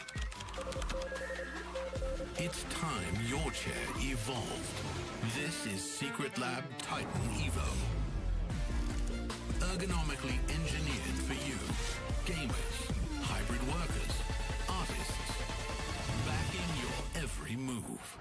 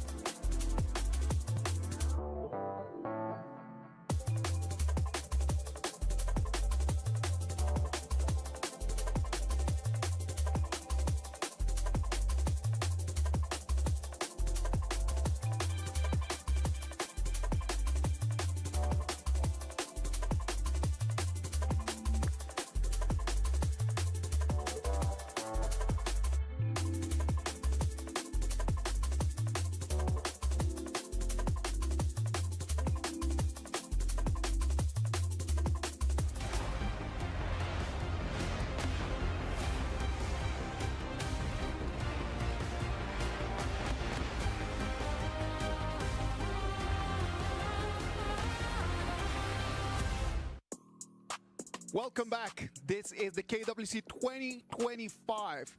I'm here right now in Saudi Arabia in the city of Riyadh. Amazing, beautiful Riyadh that has been our home in the last 2 weeks. It's been 2 weeks since we started this KWC 2025 group stage, last chance, group kings and playoffs. And I'm telling you, this city has been amazing with us. It's been friendly, it's been lovely, and we're counting the days to come back. Now, talking about coming back, we brought back Blam to join us right now over here at the desk. Blam, you've been doing a lot of casting right now. You get to be at the desk. How does it feel right now that you get to sit at the couch? Because these couches are comfy, mate. I mean, as you can tell by my posture, I'm just like, oh, this is so good. It's so much better than one of the caster chairs. Being locked in that dingy room. I'm free, man. I'm free. Shout out to you, Sam. Look at him. Like he's, you know, trying to... He's going to keep this way, by the way. Yeah. But the entire time he's here, yeah. That is lovely. You feel comfortable about it, Blam, because we want to spotlight a little bit just that, right? Like the whole casting of this. It is just the storytelling of the KWC 2025. You've been able to hear Blam a lot. You get to hear his voice, and right now I want to know a little bit about your story, right? Like when you think about the KWC 2025 and you go back all the way before we got here to Riyadh, how has been the journey, man? I mean, it's been a very long one, right? Like for not just like any singular region, be MKL, PKL, IKL, the KME, the KMW, the WKS. It's been a long journey, but it's been a journey not just for us casters, as a narrative, but these players have just progressed so quickly in a short amount of time as well. It is just like we bring to you only the 2 weeks of KWC 2025, but this whole road started a long time ago. A lot of these teams have been fighting for a long time just to get a chance to be here in these 2 weeks, right, Manjin? Yeah, it's definitely a journey for every team, also for us, and also for the all of the community, all of the region. It is such a wonderful celebration of not just being like the best, of course, but of course celebrating the game itself. You know what, Manjin? I want to know a little bit more about how the PKL right over there, how the whole qualifiers went. How was the feeling right over there, the PKL just on its way to the KWC 2025? Yeah, because everything is quite new, and we were kind of lucky. Like we have 3 representatives, but unfortunately those 3 representatives lost, and I was like, hey, I'm happy, I'm gonna be there, I'm gonna be biased, I'm gonna cheer for them no matter what they've said. They didn't give you a chance. They didn't give me a chance to even cheer, but anyways, it was so heartwarming, especially for HOK, giving a lot of opportunities in the PKL to a lot of the Filipino pro players, because we're gonna have an open qualifier soon, all of that. And the competition is just beginning. It's gonna be tighter for sure. PKL, we're really looking forward just to see if next time that we have the KWC, those PKL teams can become stronger and they can come in and just move further over there in the whole format of the next tournament. Dave, which region is your favorite region if you would have to choose one? Well, I gotta say, I'm biased. Go ahead. It's not like it's gonna be like the first time, or that we just actually figured that out. Boom! First, okay. Well, I would say it's King Major West. Yeah. All right. That's right. Now, King Major West has many different layers to it. Go ahead. You first, for example, you first play the Open Series, which compete against some of the best community teams, right?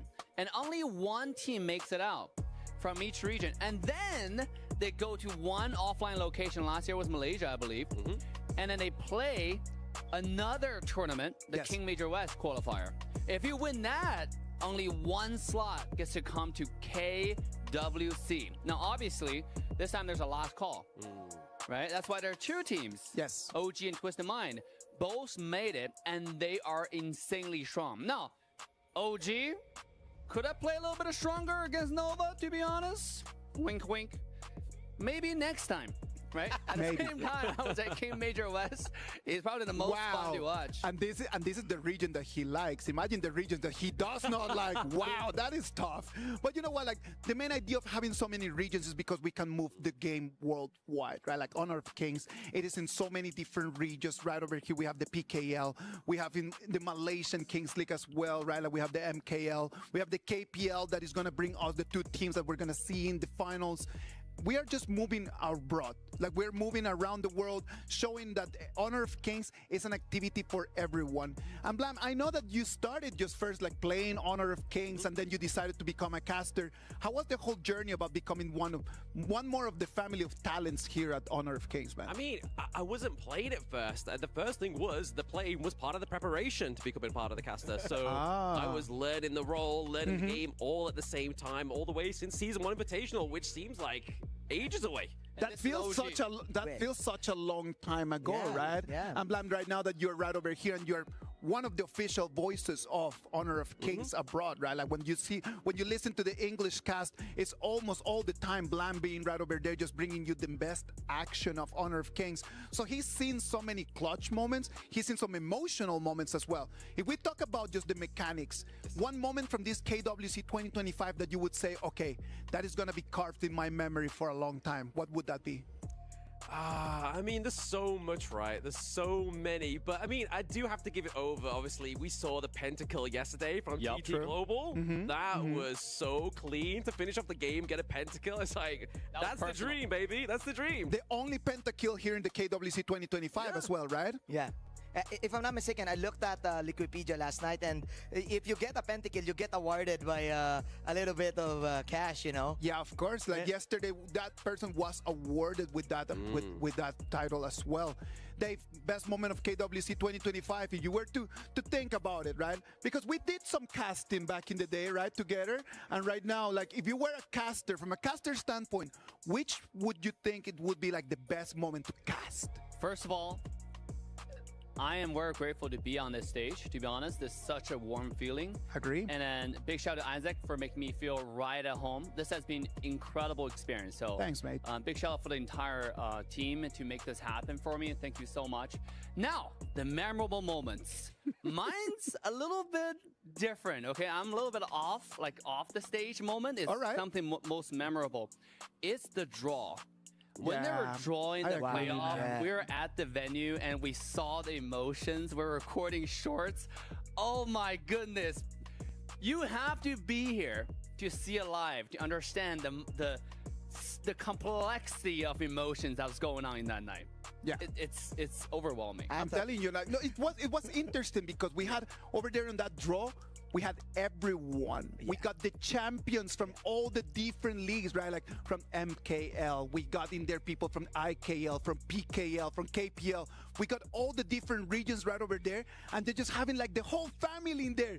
Just like when you go for New Year's and then you have an opportunity to be with your family, and they just be able just to really enjoy in there. That was one of the memorable moments for me as well. What about you, Manjin? I think, well, of course I'm gonna say the show match was so fun, right? Like, there you go. We're actually memes right now. Like Amara and Hoon also are memes right now in social media. But it's my first time really seeing the KPL teams in action. You know, like that serves for me as, hey, these are the teams that we need to reach. These are the teams that we need to study. These are the goats of this game. And like seeing the secret levels, like we were talking about, really like put something in me that, okay, we need more time to study. We need to practice. We need to get back to that drawing board, and we can still make this happen in the future. The future is bright. The future is definitely looking bright.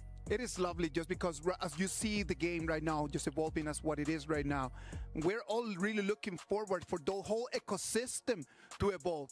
And we had some very big announcements telling us that the ecosystem is just going to keep just snowballing. The ecosystem just got a little advantage in the early game, and right now we're just trying to snowball, if you know what I mean. It is just trying its best just to give everyone an opportunity. Could you imagine just yourself just being able just to be playing at home, just playing games with your friends, and then in 12 months' time, come over here and be part of the KWC? I cannot imagine myself, but I can know that a lot of people at home would love to have that dream. They really would, honestly. I mean, we had two teams all the way from the Open Series, right? I mean, one of them was Twisted Minds. They got 4th place. And then one of them was ACT. I mean, they went toe-to-toe with Nongshim, almost knocked them out, which was crazy to think. Like, 5 guys at home, of course. Open Series, PKL, into the KWC in Riyadh, baby. It's like, what more could you ask for? I love watching ACT because in both of the games they played, even though they two matches that they were a defeat, in both of them it was never 2-0. In both of those games, they were able just to take one game from their opponents, and just to know that this was a team that came just directly from the Open Series, that's gotta be magnificent feeling. And to that exact point, Honor of King ecosystem made it so readily available for the entire community to join. Yes. If you want to play, there's always a position for you to join. There's always room for you to join. And most important thing is, this entire ecosystem encourages you to play with your friends. You should get 5 people to watch KWC and learn from the best. And so you can get a better position in Open Series and go from the grassroots, the upcoming KCS, and have the opportunity to go to Worlds. Yeah. It's so available. And mentioning to your point about, you know, the standard of who you can learn from, the content are also readily available. Right? The entire community made it so easy to access, and you can go learn from them and truly improve your gameplay. And that's what makes this game so fun. Yeah, and also the fact that you can actually meet, greet, and play with some of the pro players in the HOK showroom, in the HOK booth, outside of the esports booth, inside of the esports boulevard, outside of the arena. Last night we were playing and we were trash talking each other together together with the Filipinos. We won, by the way. We won, by the way. Yeah, I think AGAL was there on the second day. TT was there also. OG was there, and they got to play with the new players here in Saudi Arabia also, who wants to try out the game, like trying the settings and everything, trying heroes and everything. And the ushers are so helpful, like helping them, hey, you should try this, giving them some advice and tips on how to play the game. That HOK booth is just popping, and I'm loving just passing by. I haven't had much time just to go in and just kind of like play games, since I need to be right over here bringing you all the action. But you know what? Just passing by and seeing everyone just over there with a smile, it is amazing. What about if we just take a little break? We're going to take a short break, and then when we come back, we're going to bring closer and closer to that award ceremony that we promised.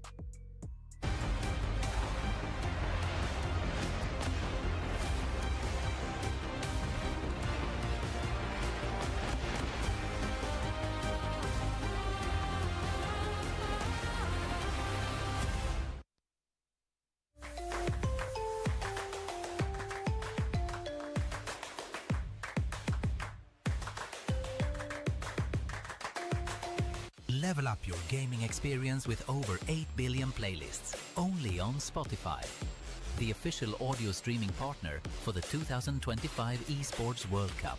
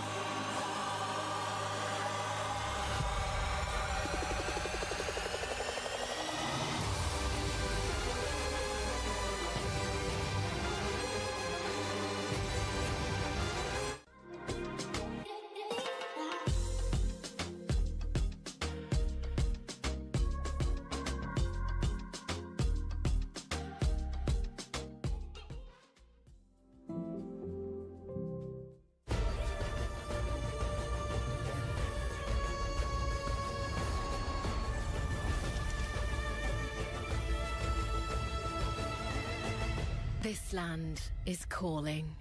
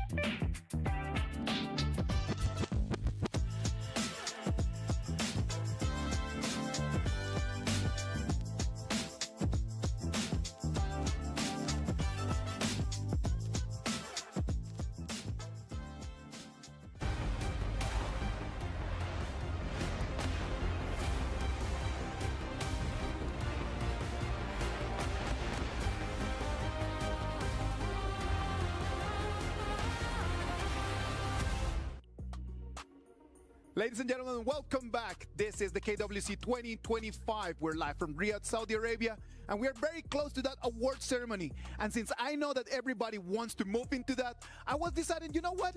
Why don't we just bring all the casters in here? Blam was so good at this. What about you just bring Holler? So I went to the green room, got myself Holler, and brought him back. Holler, thank you very much for being here with us. Thank you for having me. I was in the middle of my lunch and I was like, I can get on stage. This is an opportunity unlike others. Finally, I'm outside of the box. I'm actually being shown right now, and I'm very tan, actually. I love how you put it, man. I'm gonna ask you the same question I asked Blam as you got here. What do you think about the sofa? Actually, it's very comfortable, right? And especially from last year's, the big difference, right? Where we were kind of standing around and I was kind of like wobbly, but this chair is very comfortable and I love it. I'm telling you, last year we were standing, this year we're sitting.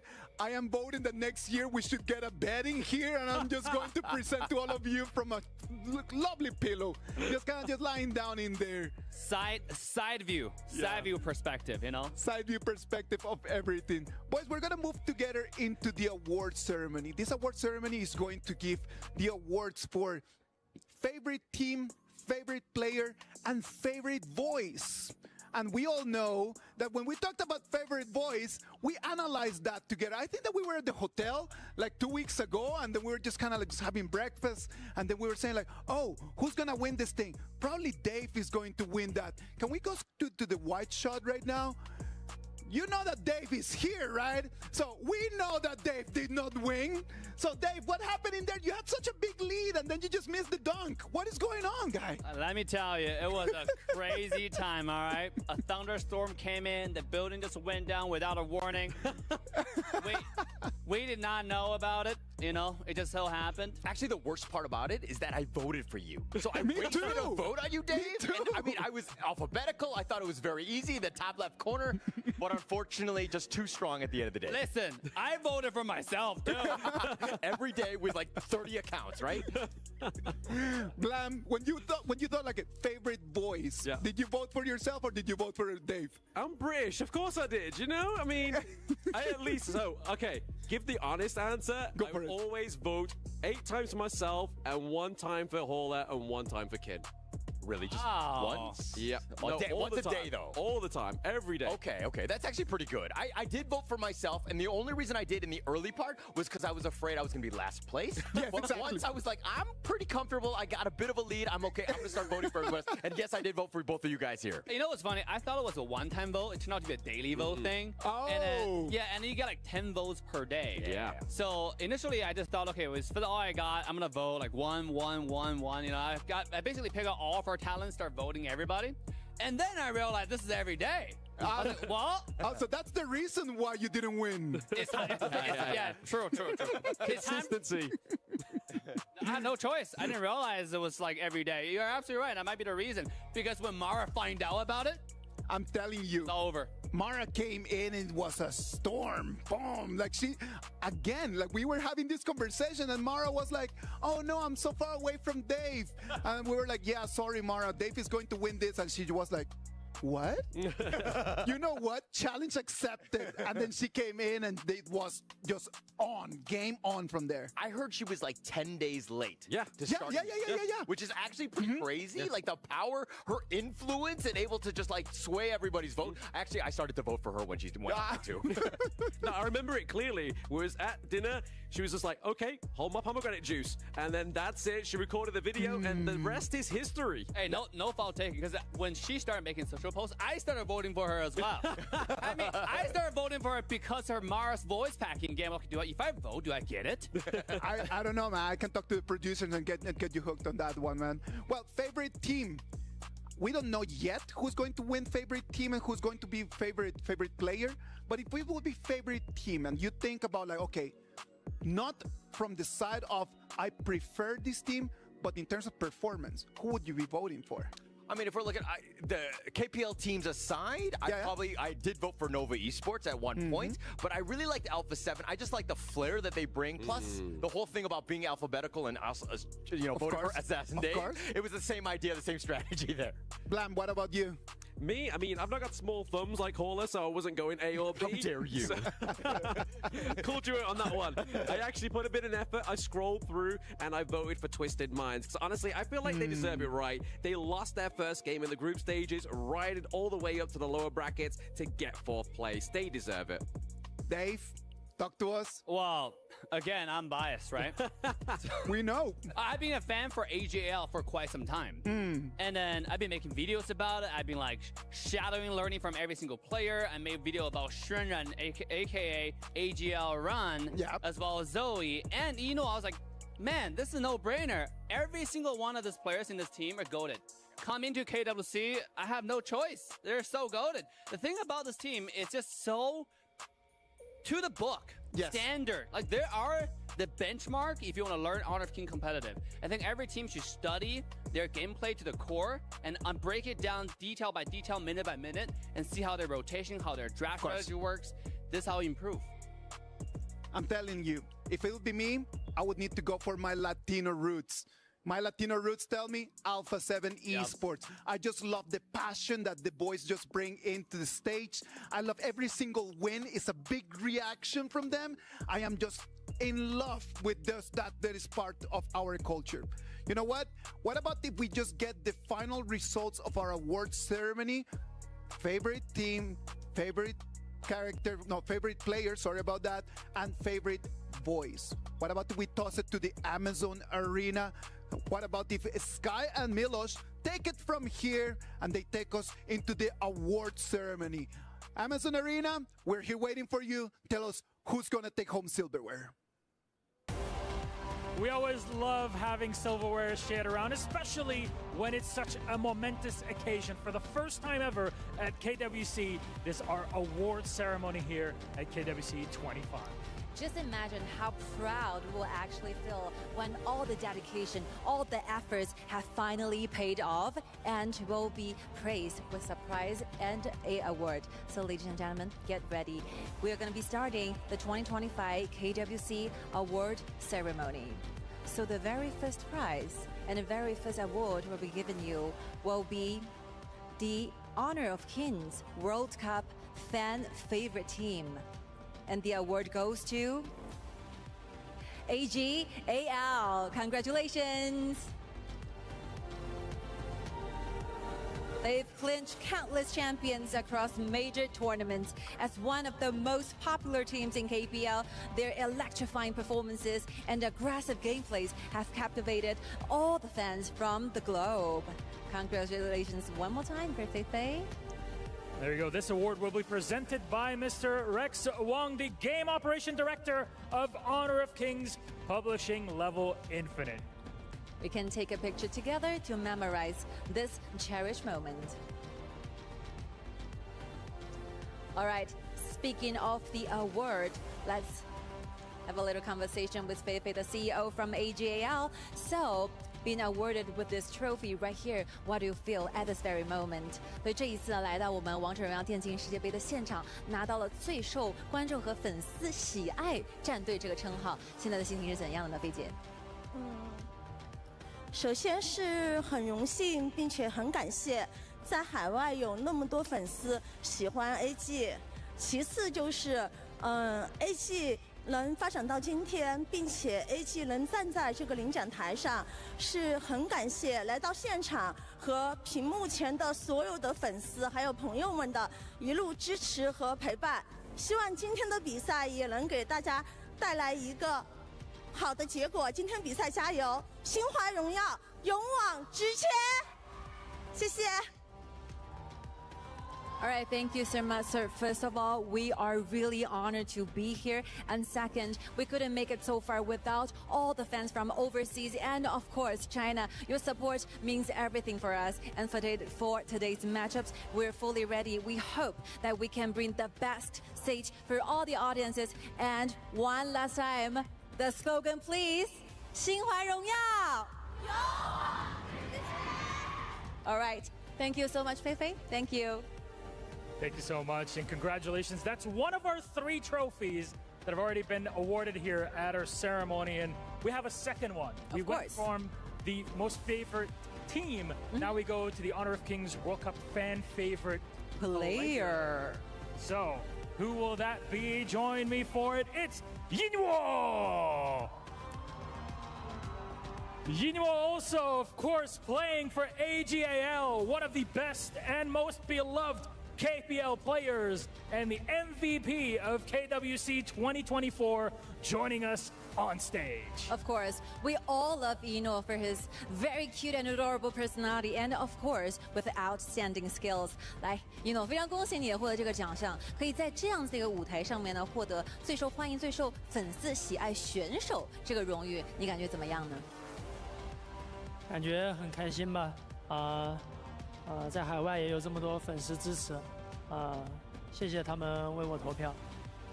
I feel really happy about this because we went from China to overseas and we still see so many fans over there voting for me. Thank you so much. I would like to express our gratitude and sincere gratitude towards your support. Mr. Rex Wong also will be delivering our second trophy one more time for Yinwo. Thank you so much. We can take a picture together. 看那边，进行一个合影。Thank you, gentlemen. Thank you. Thank you very much. That is 2 awards out of 3, Scott. Okay. The last one. Wow, I'm really excited for this because we have already got the answer, but we still have to make it very formal, right? Of course. Okay. This is our fan favorite voice. For Honor of Kings. Should we say it together? Of course. 3, 2, 1. Mara! Woo! The hostess with the mostest. You're used to seeing her on stage. You can hear her in game. And of course, she is our fan favorite voice in Honor of Kings. Congratulations to Mara! Her voice travels through distance and her enthusiasm light up the entire gorge. Congratulations one more time, Mara. I feel so happy for you. It will be your time now. Oh, first of all, thank you so much to everybody who voted for me. To be able to win Best Voice globally and to represent the Philippines on this stage is such an honor. This moment proves that Honor of Kings belong in the Philippines and that the Filipino talent has a place in the global spotlight. So thank you so much. My vision is for Honor of Kings to be known all over the world. And my goal is to use my voice to help Honor of Kings grow, not just in the Philippines, but in all regions. So thank you to our great leaders for your bold vision. Thank you to the players and the fans for your passion. Mabuhay Pilipinas! Ito ang bagong Liga ng Bayan. Congratulations one more time to Mara. And of course, our third and final award will be awarded by Mr. Rex Wong, again, Game Operation Director for Honor of Kings. All right, I think it's about time that we let our award receivers and our VIPs back to the stage. We take a group photo together and cherish this very precious moment together. Some wonderful champions that we see on here in their own way. It's not just in the game, of course, you know. It's outside of it. It is a beginning of a new chapter. We're now witnessing what will be the history, and I feel so honored to be here as well, and feel extremely excited for my friends over there, right? It's incredible. It really is incredible how Honor of Kings had brought everybody on here together to celebrate these wonderful people and what they've had to add to the game. What a way to kind of get the emotions high and really excited before our grand final. Of course. Okay, that will be the end of our ceremony, and the studio, back to you. Take it over. Thank you very much, Sky. Thank you very much, Milos. And congratulations. Congratulations to AGAL, favorite team. Congratulations to Ino, favorite player. And congratulations to Mara as the favorite voice. The voice of the people has spoken and has been Mara taking the dub. Sorry about that, Dave. You came up second. It was still a pretty good run. We still love you, buddy. Oh my God, bro. Dude, watching that was so hilarious because I did not know that was the award. Did you see that mini trophy? Yes. If I knew the mini trophy was the actual award, you would have worked harder? I would have not sleep.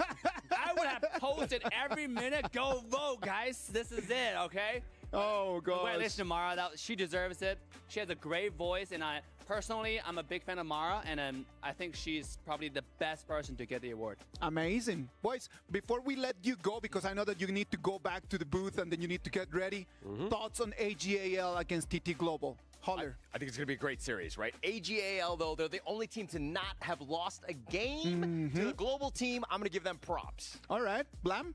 I'm going to go to the other side of the conversation. It's going to be TT Global. They've lost a round. They've got something to prove, man. And you're going to be wrong again. All right. KME. Ladies and gentlemen, I know that everybody is just waiting impatiently right over there for the game to start. We're going to go to a short break, and when we come back, we're going to jump into the pre-match of our grand final for the KWC 2025.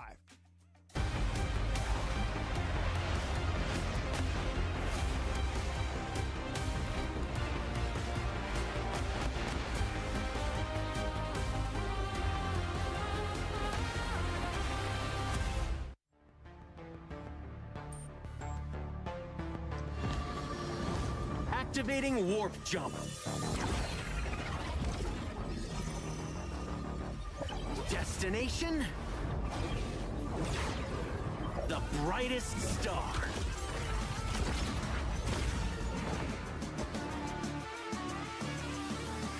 We the kings put them on the show.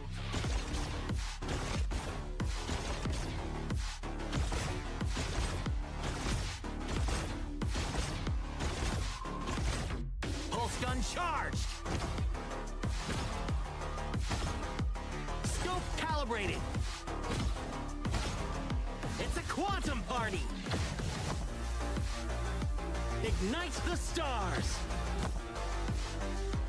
Into the nebula. Cosmic shifts.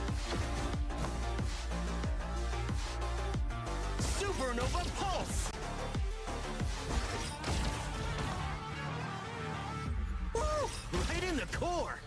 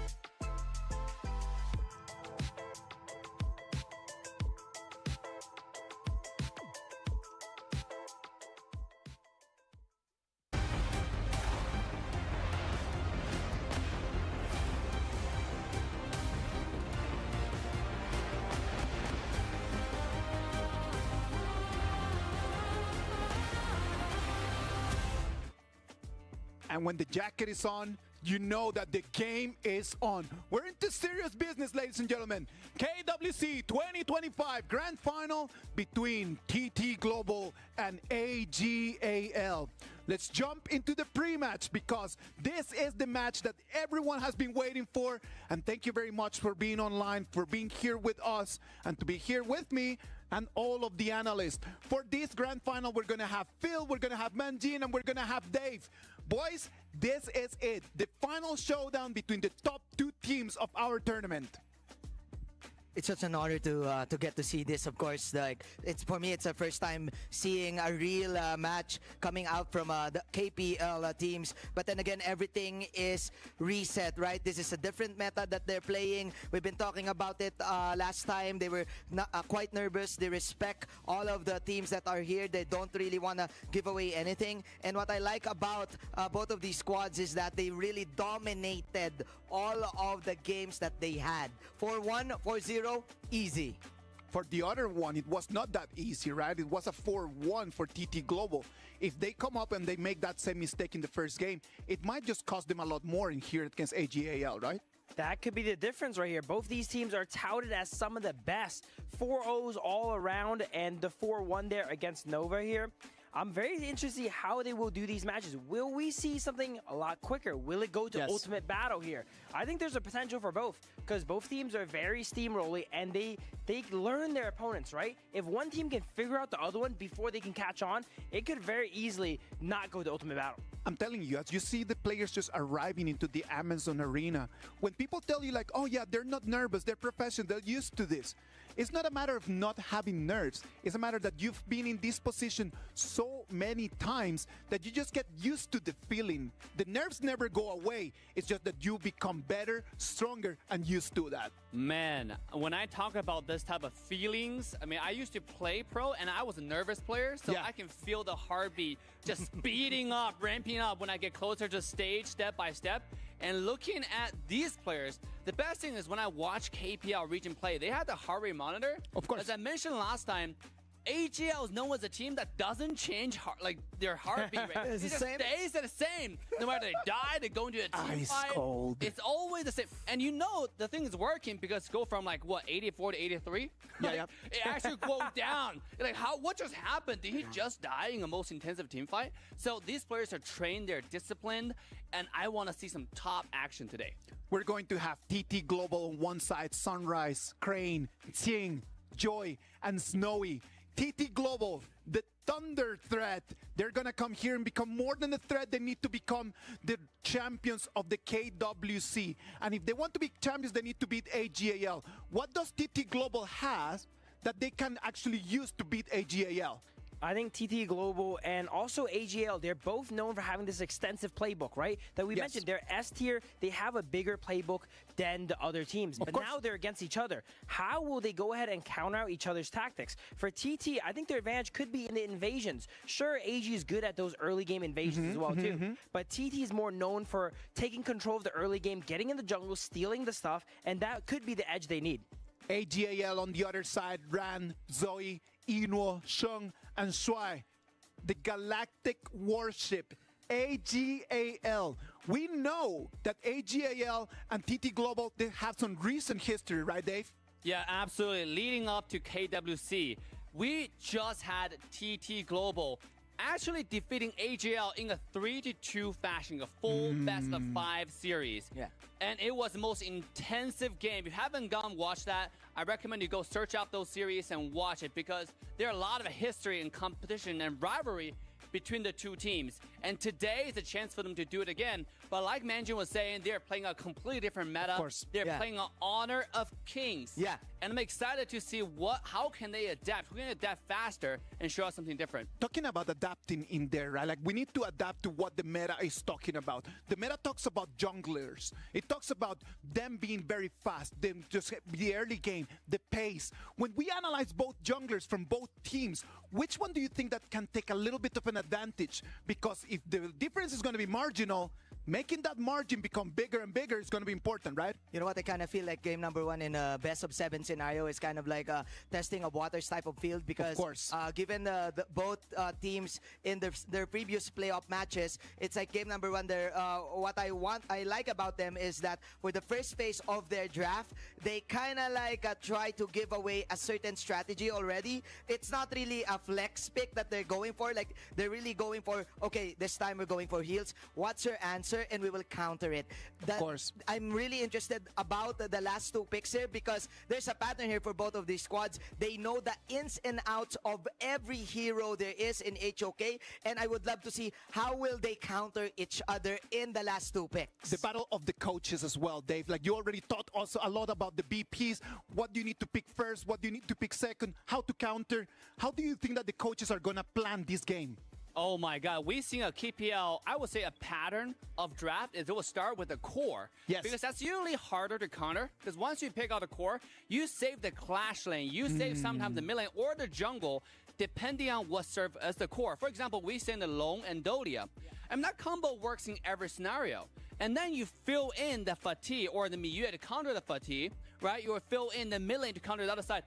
It's such a mastery of, I would say, IQs, right? Like a strategy. You have to think about what card plays the most. What impressed me the most is KPL teams, the KPL coaches, like Jojo, for example, no matter, we talk about being flexible with your draft, no matter how little options you have or, what kind of scenario you're in, not only do they pick to win the draft, they also pick to play towards their own strategies. They'll always have a combination, a strategy, a composition they're playing towards. Phil, how can they just use that in order to take advantage? Because we know it's going to be difficult for them. The difference is just so small.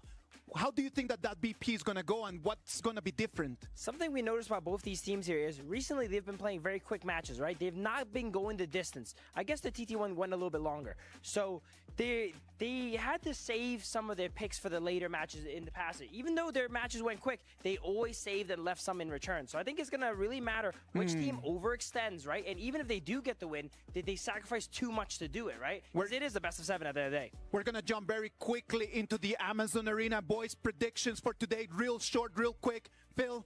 AG 4-2. Manjin? AG 4-2. Dave? Oh, man. I was going to say the same. AG 4-2. Ladies and gentlemen, the Amazon Arena is ready. One region, 2 champions. Only one will be victorious today. AGAL, the KPL champions. TT Global, the ACL champions. Are you ready for this? The grand final is right over here with you right now. 上次在 KPL 版本，我们3-2赢下成都一场会，我觉得这是在 AWC 决赛上我们也能赢。联赛上也刚输一次 TDG， 所以说这次我们肯定要重视这个对手，然后肯定要一举击败他，拿下冠军。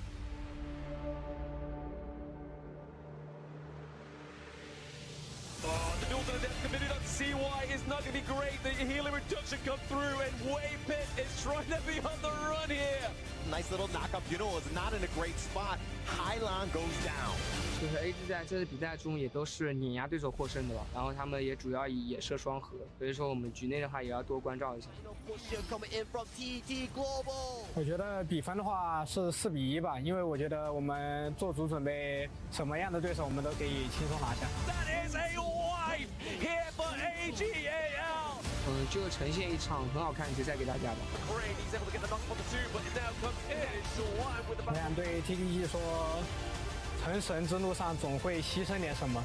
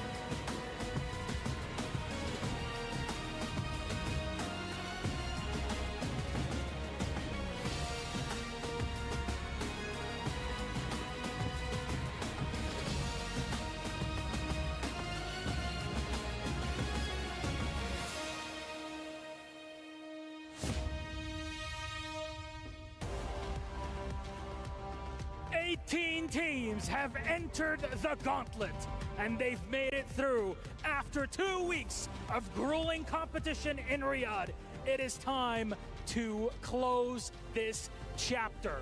2 more are left. 1 best of 7 dividing them from our trophy, and it all happens here at the KWC 25 Grand Finals. Tonight, we reveal the mystery. Tonight, we're going to be witnessing together the history. And here we go. We still have 2 teams fighting together for the same mission, to be the new world champions, to fight for this trophy. Who will get this bag? Let's find out. I think that there is a lot to tell here, and we're going to introduce our squads. Our first one is up and ready for you. Let's welcome TT Global! In the top lane, King. In the jungle, Sunrise. In the mid lane, it's Crane. In the farm lane, it's Snowy. And the roamer, Joy. A club with so much HOK history and a set of 5 young players looking to make a new dynasty. They're known as Young Blood. They're known as the Rising Phoenix of KPL. Today, they want to be known formally as KWC Kings and Champions. Well, their opponents. Let's welcome AGAL. Clash Lane, Zhan. Jungle, Zoe. Mid lane, Shen. Farm lane, Dino. Roamer, Shuai. 0 defeats, 0 doubts. They are the undisputed top team around the globe. This team carries an impressive legacy of 6 championship titles, but they're not resting anymore. They're here forging a new dynasty with the World Cup championship right on their side. I can't believe it. 10 days to get to this point. So, TT Global, please, AGAL, you may place your keys and take your seat. Gentlemen, please, all yours. And people in Riyadh, for the very last time, 你们准备好了吗？ Hadid! The stage is set, the world is watching. Who will write their own legend in 2025 KWC? Let's find out. The game starts now.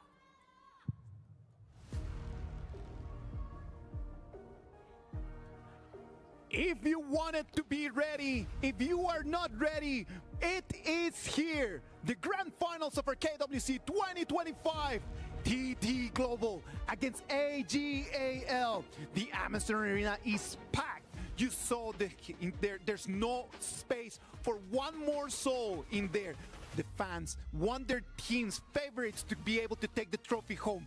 But you know what? Their opponents, they're not gonna let them. You can see all the seats are taken. It is packed right over here in Riyadh, Saudi Arabia. From the KWC 2025, we tell you thank you for being right over here on set, online. Ladies and gentlemen, this is going to be a feast. This is what we've been building up for all KWC. Both teams are getting ready to get into matches. Look at those cute little pandas here. The fans are getting ready to cheer for their respective teams. Both sides have a lot of fans flowing in from all over the world here. Man, this is going to be insane. I kind of want to see the respect bands here. I think Pati is highly contested in this game, and also for sure you have a lot of Arlies being banned right here, and even the long, right, like contesting the Yunuo's capability to outplay and everything and such. Again, like what I said, game number 1 is gonna be like a testing of waters type of thing. I don't know about you, Manjin, but I am super excited about this. I'm really just counting the seconds for the game to start. I don't want no VP, just send me to the gorge. I really want this to start right now, Dave. Please go, let's go. Yeah, absolutely, guys. If you're here, what we want you to do is feel the energy in the stadium, in the Amazon Arena. You're here to support your favorite team, and I want you to shout at your loudest when they are playing. 谢谢大家到来. Ooh, David bringing out the big guns, huh? Dude, they're flying from all over the world just to come here to support these players. I know, man. You gotta understand the amount of passion that they're putting into this team, putting in this game, putting the KWC. I'm honored to be here. I know every single one here is happy. and I'm excited to see these matches, man. I'm excited just to see everyone playing in there. I was in the arena just a few minutes ago, and it felt like the aura in there. I'm telling you, you step in there and you can feel not only the players' aura, but the fans. Yes, They're sir. so into this. They have their eyes over there on the screens, and everyone at home really wants this to start. The fans, they're very excited to cheer for the teams, but also a little bit nervous because they know this game could go either way. Their favorite team could go home not victorious. So much at stake. So much at stake. Like everybody in there, look at them. Everyone's super happy. Wow, we're Everyone's jam-packed. super happy. They just want this to start right now. They want this to start, Manjin. It is a full house. Aren't we just gonna watch? Can we watch in the arena? Come on, man. Yeah, Can we do this thing in the arena? True, I want allies in the feel arena. The aura, you know? I want to stand next to the panda. You know, look at the audience just waving. I don't know if they're waving at us or waving at the panda. Show the panda. Show the panda. We love the panda. We got a pro player. Oh, see the BTK boys. Look at BTK you watching. got Danny. Where's Doggy? Why aren't you guys watching? Come on. Yeah, you got all sitting in the audience watching. Oh, there's the panda. Oh There's the my panda. god, that's a great panda. By the way, when AG played Agudo, they only used the panda skin. Oh, really? It's gotta be a must. It's gotta be a must, It man. has Come to be on. the panda. It's on not, brand. It's not for contesting that. They need to have that. AGAL and TT Global, they're going to bring us the top level competition. You can see the people keep coming in. Yeah. I just keep seeing, like, I don't know even where they're going to sit. Did you see that? People just coming into the arena. We don't have any more space. I wanted to go and watch the game right over there, but you know what? I think I'm going to stay right over here because they won't let me in. Yeah, me too. Earlier I was going there and the security guard was like, "Sir, where are you going?" "Oh, I left my ID on the green room and I need to go back." Anyways, yeah, we're in full house. It is not just us watching this. Huge shout out to the other regions, IKL, MKL, PKL, of course. You guys, Blacklist International, Boom, and ACT. Better watch this. This is it. The main event. All right, ladies and gentlemen, it is starting. Last match of our KWC 2025. The champion of this tournament is going to be decided right over here. Game 1, TT Global on the blue, AGAL on the red. Casters, take it from here. Thank you very much. Two of the biggest titans in the world of Honor of Kings. We are at KWC 2025, the grand finals. Nothing is granted. Everything is earned. And today it is your favorite kind of tofu with me, Sagi and Blam. Let's get it going, boys. Man, Tofu, 2 weeks of build-up in KWC. The last remaining two teams being TT Global and AGAL. And we're talking about this. The first game BP has commenced right now, and we're seeing some form of bans targeted towards Eno and towards the farmlane pool already. Okay, straight away, TT Global against AGAL. This match is going to be a big one because both teams are very aggressive in that starting point, right? Jungles will be invaded, so it really is a guessing game. Do you know which side they're going to first? Oh, that's definitely the main question that both Sunrise and Zhongyi has to figure out. And for the side of AGAL, they lock in the Long and the Dolia here. We saw before how deadly Eno is on this Long. He can find these crazy backline assassinations. Yes, AGAL, very famous for funneling farms, sharing it across the team, but most of it filtering it into the one-time hero, Eno. He's no longer just a player, he is the hero of AG. He is indeed the hero of AG right now. Following the bans, we see Zhuangzi, we see Ho Yi here coming in from TT Global. They want one thing. The Dharma onto Ching, he's looking for big engages. That's right, Teamfight, the name of the game for TT Global, right? With the additional initial Pierce coming on from the Allgren, this is going to force the team back on the side of AGAL, hopefully setting up the stuns from the Yihuan and the Dharma. So Teamfight composition straight away in the first half from TT Global. I'm loving the Ladies and pickup here coming in from AGAL. It is an extremely good pick to disengage from the Ogren, and it is one of the best anti-heal builders here in the mage role to counter heroes like the Yuhuan here. So this pick here, a very smart pickup here coming in from AGAL. To add on to that 4-minute mark, that first Tyrant, both teams will definitely tussle over it. And Lady Chen loves this because it's a tight corner. And with her ultimate, she's able to freeze everyone and hopefully give AGAL that first neutral objective. This is the thing we talked about, right, Kin? TT Global, AGAL, the best teams coming in from the KPL region. their objective take, their objective control on how they formulate team fights around it is just so darn good. So I really want to see this 4th minute mark that you talked about, how they really play around the team fights, how they set up for that Tyrant. This is all going to be set up in the first part of the game, right? So invading your jungle or protecting your camps from them being taken by your opponents is going to be very crucial, which is why at this point the second half of the pick phase is going to be started. TT Global, they're taking out a lot of backline access. I'm talking about the Fatih, I'm talking about the Elaine, all of these out of the picture for the side of AGAL. Ron's hero pool is once again being targeted by the side of TT Global here, and you're talking about all these backline accesses, right? Exactly, they want to make sure that, hey, Zoe, you gotta be packing up all these roams before your teammate here, because if we see Ron on all these clash lanes here, boy, you're gonna see multi-man dives coming in from Ron here. Yes, AGAL, they really need a frontline tank as a jungle. And right now, they're gonna save it as the last pick, a potential counter pick. So, Charlotte being the opponent for the Dharma in the clash lane. KPL Charlottes, I gotta say, are very, very scary here. This hero, slightly weak towards the early game, but once she starts getting that Pure Sky, that Frostguard's Embrace towards the mid game here, man, this hero is a beast in the side lane and so easy to catch onto the back line. So this is going to be a challenge, right, for both Ran as well as Ching. How do you keep each other in check, and when do you leave the fight to go to look for the back lines of your opponents? We gotta see the top 2 players coming in from the KPL region. The clash lanes are always coined as the miracle workers here. When in doubt, we rely on the clash lanes for all these miracle moments here. And TT Global, they lock in their farm lane on Snowy, which is the Concert U and Mozi combo here. That's gonna be a lot of lane pressure here for Yino. I love this strategy coming out from TT Global. Another strength on the side of Consort U is her ultimate. With the vaulting shot, you actually have to chase back into her, which is exactly what Ching wants on the side of TT Global. Of course, and Snowy with this Concert U, the spell 2, the blessing of the winter, it blocks the physical damage, the burst coming in from Yino here, so that's at least a safety net that they can bank on. Which means timing is very important, not only during the team fights, but right from the get-go, that first initial invasion, will either one of them do it? Well, I gotta see, right? TT Global, you've drafted the all-ground here. We'll definitely see some form of engage, be it the board, be it like what Dave said, the mid-wave clear without buying the jungle items. So they clear out the mid-wave and we might see the first initial invade. A lot of questions to be answered here by both of the Titans coming from KPL region.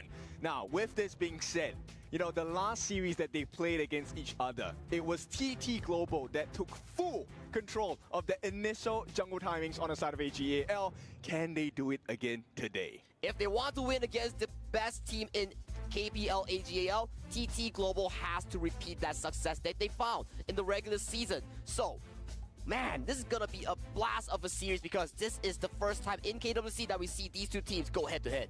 I'm pretty sure TT Global will go for the initial Crimson Challenge. Now, I'm not talking about stealing because AGAL, TT Global, they are teams that know about the potential of each lineup. They will defend their buffs. They will indeed defend their buffs. But ladies and gentlemen, this is game 1 of the best of 7 series, the grand finals between TT Global and AGAL. 让我们听见观众们的欢呼声 Let's go! All right, so Blam, let's get you in on this. Any thoughts on the start of this game?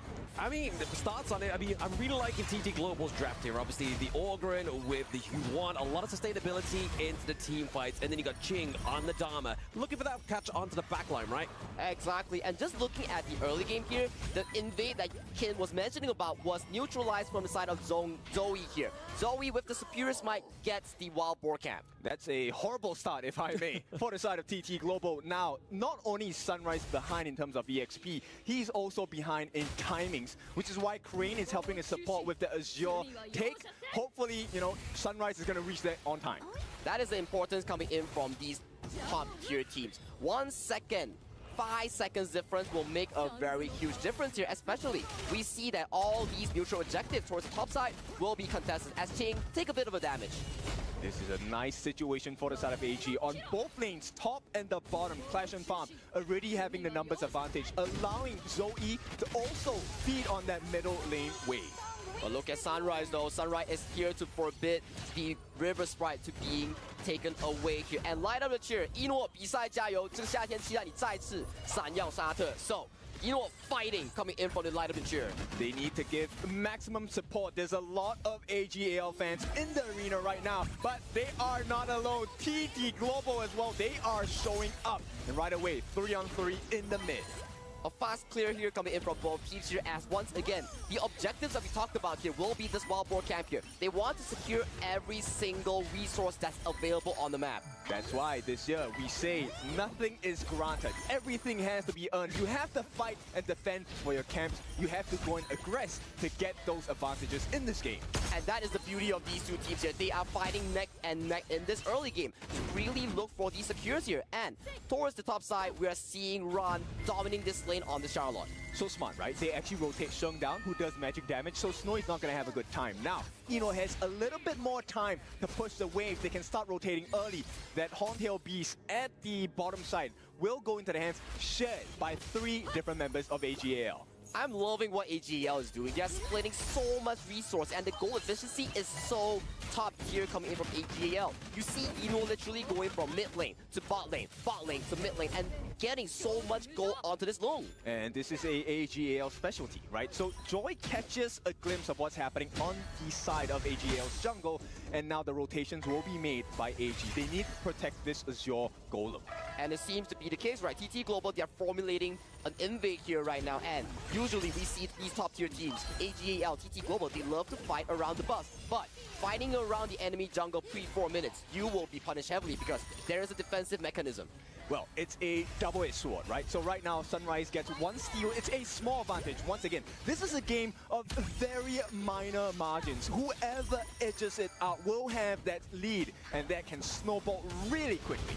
And that is exactly the case here, but we want to be looking at these win conditions here coming in from both teams here. TT Global, I am looking at Ching with the Dharma to look for these big engages here. Sunrise, to get enough gold to be this unstoppable front line here. So that is Ching's and TT Global's late game, right? You have Snowy as well. This construct view that scales exceptionally well. On the side of AGAL, you're banking on Ron and Eno to scale towards the late game so they can be this late game demon. Yes, the mind games have already started, right? On the side of TT Global is all about control, get the stuns, and hopefully we put you in the corner, which is going to be Ching's favorite situation to find himself in. And look at Ching right now. He's slowly looking for the flank angle here. He's behind Zoe. Zoe is forced to use the Dream Roam here. They do not have the position for this Tyrant.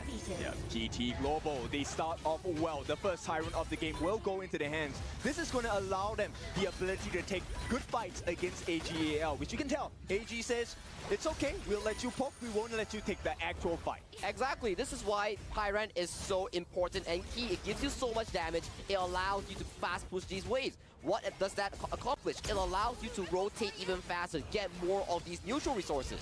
But exactly, AGAL knows this. So take a look at what they're doing, right? They're putting numbers as a defense. You have the advantage, we'll even that out with manpower. Exactly, and look at that. Like you mentioned there, manpower, making sure that Eno gets a safe laning phase, but Snowy and Joy, spell after spell, cannon blast after oak bolts. The health bars are just taking low from the side of AG. Yeah, this is a power spike you definitely want to have, right? This is why draft is so important. The BPs setting up situations to make it easier to play your game, and straight away, TT Global, they're looking for that advantage. And look at Zoe though, he's looking for a flank angle here. Sunrise, he's going in deep as the cannon blast has landed. Yeah, it's not going to be too much trouble for the side of AGAL, but still, that Azure Golem is under pressure. Zoe, forced to use the Dream Roam, actually turns around at this point. The refresh allowing him to be in a safe position if he moves a little bit too far forward. And look at Rondo, he's being surrounded by 4 members coming in from TT Global here. He's playing around his capabilities. He's making sure that he's stalling enough time for the side of AGAL to secure the Azure Golem. Not only stalling time, Ron is also baiting out skills. So this buys a lot more time for the side of AGAL to make those rotations coming in. Take a look at Joy's positioning. He wants to catch them out, but it's always AGAL that has superior positioning. I'm loving AGAL's play here, but Snowy here gets first blooded by Ron! And Ron, he makes it out. The stun does come in. He will be in the face, and they have to commit this big ultimate. Joy, he's going to run and try and get the chase, and they should be able to get this kill. Crane, a beautiful comeback for the side of TT Global. And let's check out a replay real quick on how the first blood actually happened here. I mean, yeah, this one was a difficult one because they actually forced out the flash from Snowy, right? A beautiful movement coming in, and there's another fight coming in. Another fight coming in here. Obviously, the Destructive Deluge has been placed down. Zoe got the kill onto Jing, so obviously playmaking potential right now for the side of TT Global is going to be a little bit less impactful for the side of their team. Okay, so a Clash Laner trade, not the biggest, but in terms of advantage, AGAL, they have taken the T1 at the top, and this is a very difficult situation because it means you need to double down your efforts to recover in gold and map as well. Talking about gold here, with that 2 kills on the board, AGAL is securing almost a 2,000 goldie as Ron once again goes in for the dive. Yeah, Joy looking here, use the think inside the box. It's not going to be enough to keep him away. Jai gets taken down again. So a cannon blast coming through. So impressive. The Motsu really serving his purpose. I mean, this is all about positioning. And once again, AGAL playing the very simple game. You can see it right away. Manpower advantage. You're never in a 1v1 situation, right? There's always one extra member putting pressure on you. And also, one thing's for sure, Ron is having an exceptional game on this Charlotte here. He's single-handedly finding these multiple angles, making sure that he gets to jump onto the backline here. He knows for a fact that, Joy, you committed your flash last fight, so I am going to punish you right now. Yeah, Green. Taking a lot of damage, man. Taking a lot of damage. I mean, I really enjoy how Zoe's playing this monkey, right? Like, he is always just at the front of the team fights, soaking a lot of damage, and just waiting for the prime moment for the rest of the boys on AGAL to come into this team fight. It's really just understanding, right? What is my strength here? What do I provide for the team? And Zoe, he's the attention seeker. He wants all of your focus. And when you're too focused, that's where Sheng, that's where Rod, they're going to have the freedom to choose and pick their appropriate targets. And look at mid lane tower though, as we see a siege here coming in from AG. They are not here for the fight, they are here for the mid tower. And once again, mid tower, a zero golem, a rotation towards the clash lane to further push down this tier 2. They can't do anything, right? At the same time, on the farm lane, there is no advantage for the side of TT Global. They are being pushed back. And this is due to the vision that Zoe is providing. And look, it's a 2-on-1 on the top once again. And this time, Crane, no defense. He has to back off. He has to back off, losing out the tier 2 here. I'm loving what Zoe is doing on this monkey here. Single-handedly marking 3 members coming in for the side of TT Global here. And check out the gold chart here, Ken. This is the highest we've ever seen. Ron is at 7,000 gold. There is no one he cannot touch. And this is a big problem for the side of TT Global. And we talk about this back into the draft, right? If you give Ron, this Charlotte, so much resources, your backline coming in from TT Global is just gonna have such a tough time here. Look at the goalie here. 3 minutes ago, we were talking about, just a 2,000 goalie. TT Global can manage it, but look at it now. 9 minutes in, 5,000 goalie for AGAL. And what this translates to, the pure sky, that blue color sword that you see equipped by Ron, very shortly will be equipped by Zoe as well. Now, this is a damage reduction item. So Zoe, look, at the damage charts, he was the one with the greatest hits. He dealt the most damage on the team. In fact, Eno is pretty low on that chart. But it does not matter. It means Zoe is providing space for AGAL. I have to agree with you, but look at Eno's build right here coming in from Long. Not the Axe of Torment, not the Starbreaker here. He's going for the most expensive build with the most damage here, but Chingo might be engaged. Yeah, the Dream Bomb does come in. It does obviously land onto Ching. He is forced out to use the flash for now. Cannon Blast lands onto Inua into the backline now. Oakford does land. A little bit of pressure here for the side of TT Global, but for now, they are able to bait them off. It's just a jab, right? And they can go in. They're trying to go in yet. The unending sorrow does come through here for Crane, but Ron is on the way back, gets the T2. So again, AGAL are just looking to just create more pressure with these objectives. So beautiful coming in from the side of AGAL, right? This is peak HOK. What they're doing is that throw jabs is not an actual punch yet. Once they buy you enough time, they burn out your common spells. No flash, no radiance. That is when they find themselves in the optimum solution. And this is what AGAL stands for. Optimization. Optimization, the best way of playing Honor of Kings here. It's not always about the kills here. Look at Zoe here. Man marking 4 members coming from TT Global, allowing AGAL to secure the Shadow Tyrant. That is game breaking. And out of blue, 7,000 goal lead. Zoe, he doesn't even care. Look, you can throw so many stuns, but until you deal with Zoe, the rest of AGAL are free to choose.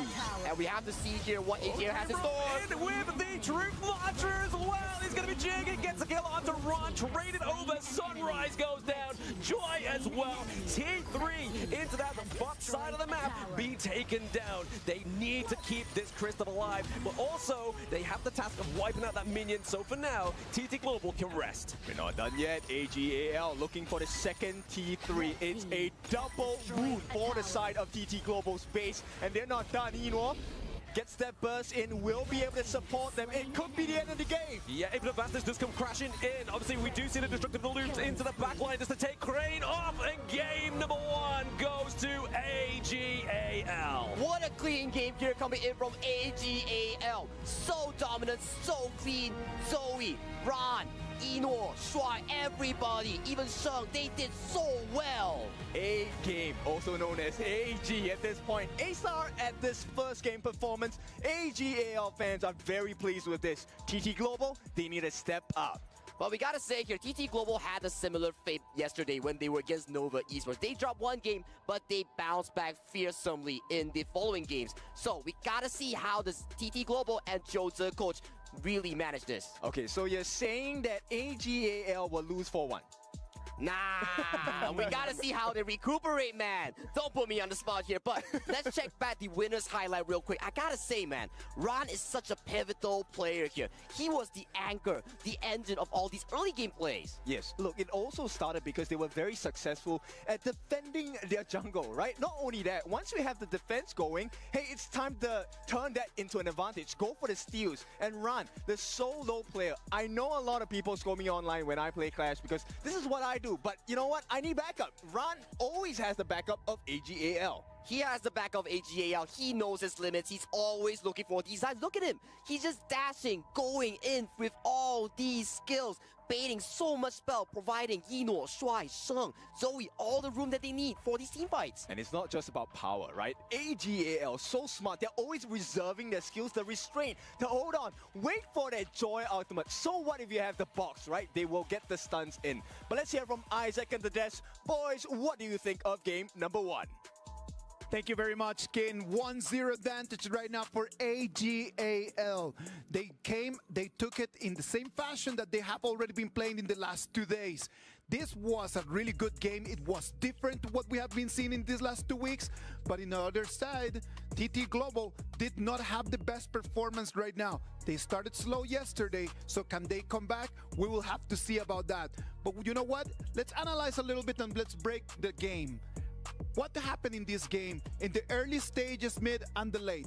This game is definitely very different, as you mentioned. The games we've seen in the past, there was a lot of combat. This game probably had the least combat we've seen all series. Every move was calculated. And what I mean by combat, I mean player versus player, right? They were always maneuvering around, getting the farm, getting the jungle, but never really going for these fights. They only fought when there's an important objective around, and both teams know well enough that, like, if we could win this fight, we get the objective. If we can't, we back up. Therefore, in the early mid game, there's not much kills going down. It was not only about 7 minutes and a half in the game that AGAL actually started trying to just to build that gap. They started to try to go in and try to start getting some kills, right? But when they got some kills, it's not because they want to fight, right? They're thinking about, like, how do I actually get the turret? So they go in, they get the fight, they get the turret, and then they actually push forward. Yeah, absolutely. And then when I talked to AGAL Cat a while back, he said the thing about AGAL that does so well is they focus on the tiny camp, they focus on farm.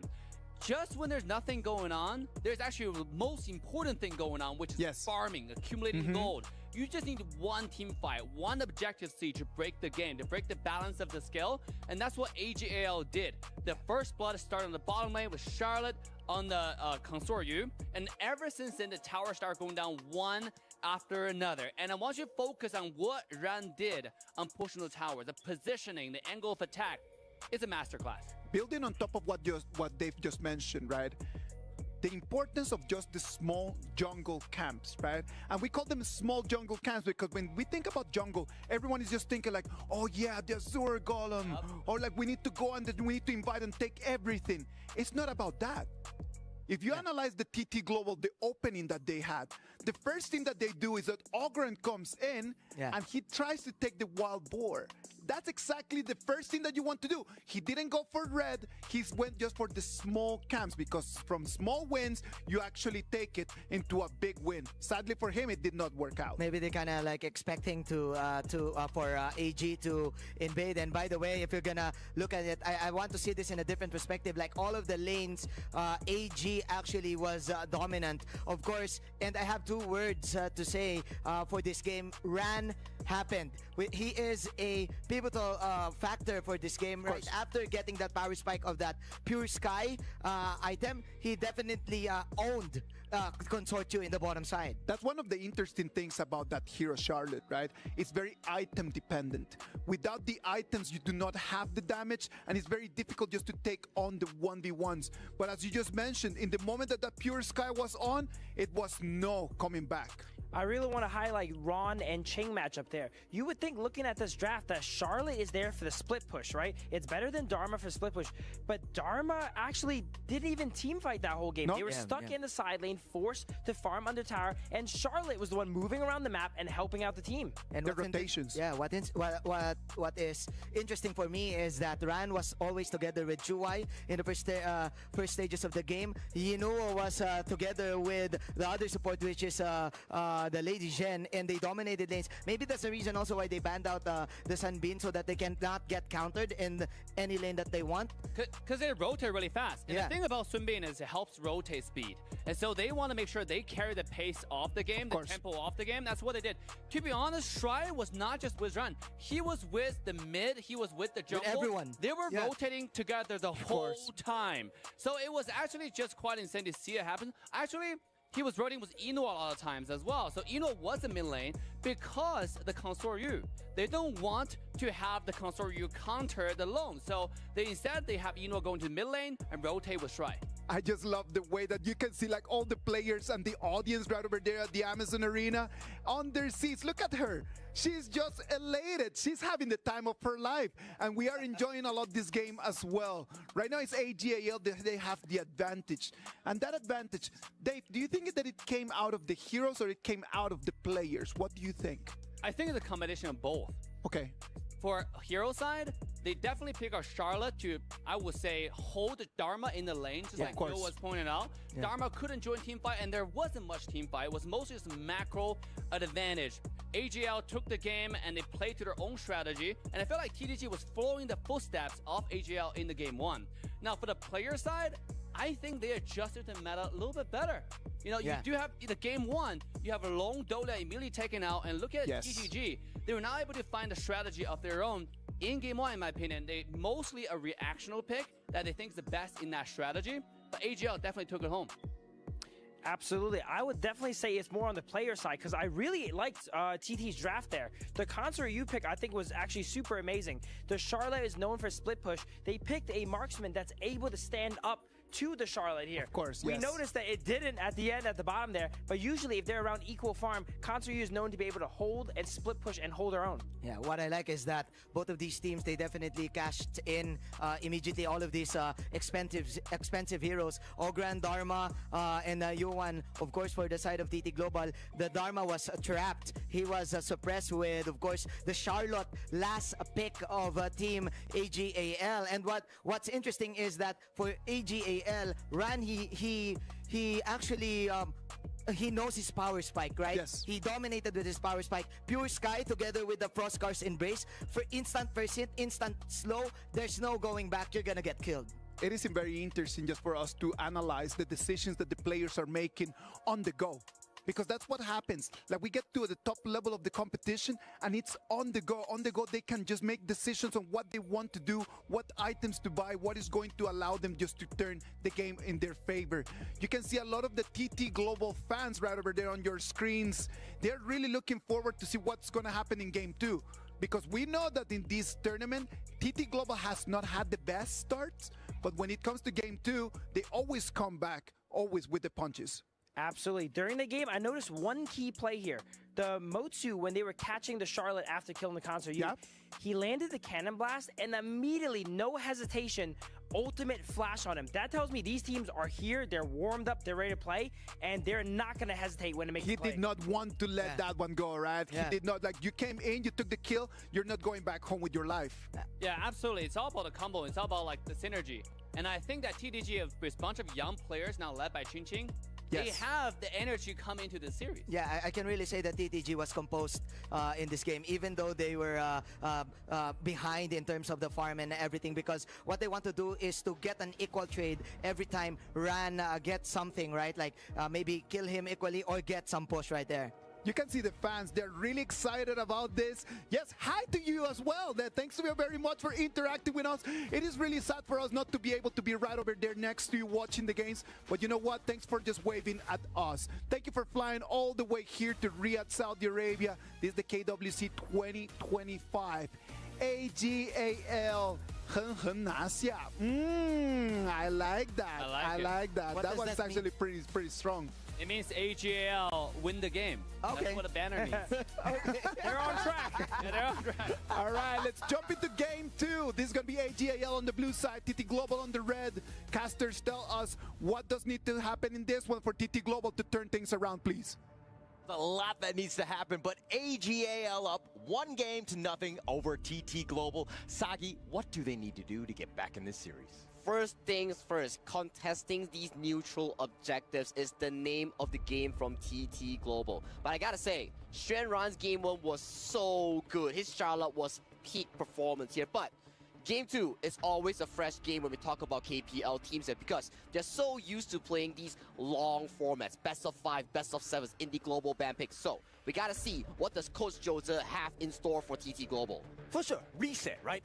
Right now, it is be the pressure, don't feel the pressure. TT Global, look, it's just one game. It's a best of 7 series. And right away, AGAL already has a good grasp of what TT Global wants to do. They want to group up, maybe pick up the Princess Frost and Liang combination, which AGAL pick up for themselves, which is why the Guan Yu is banned.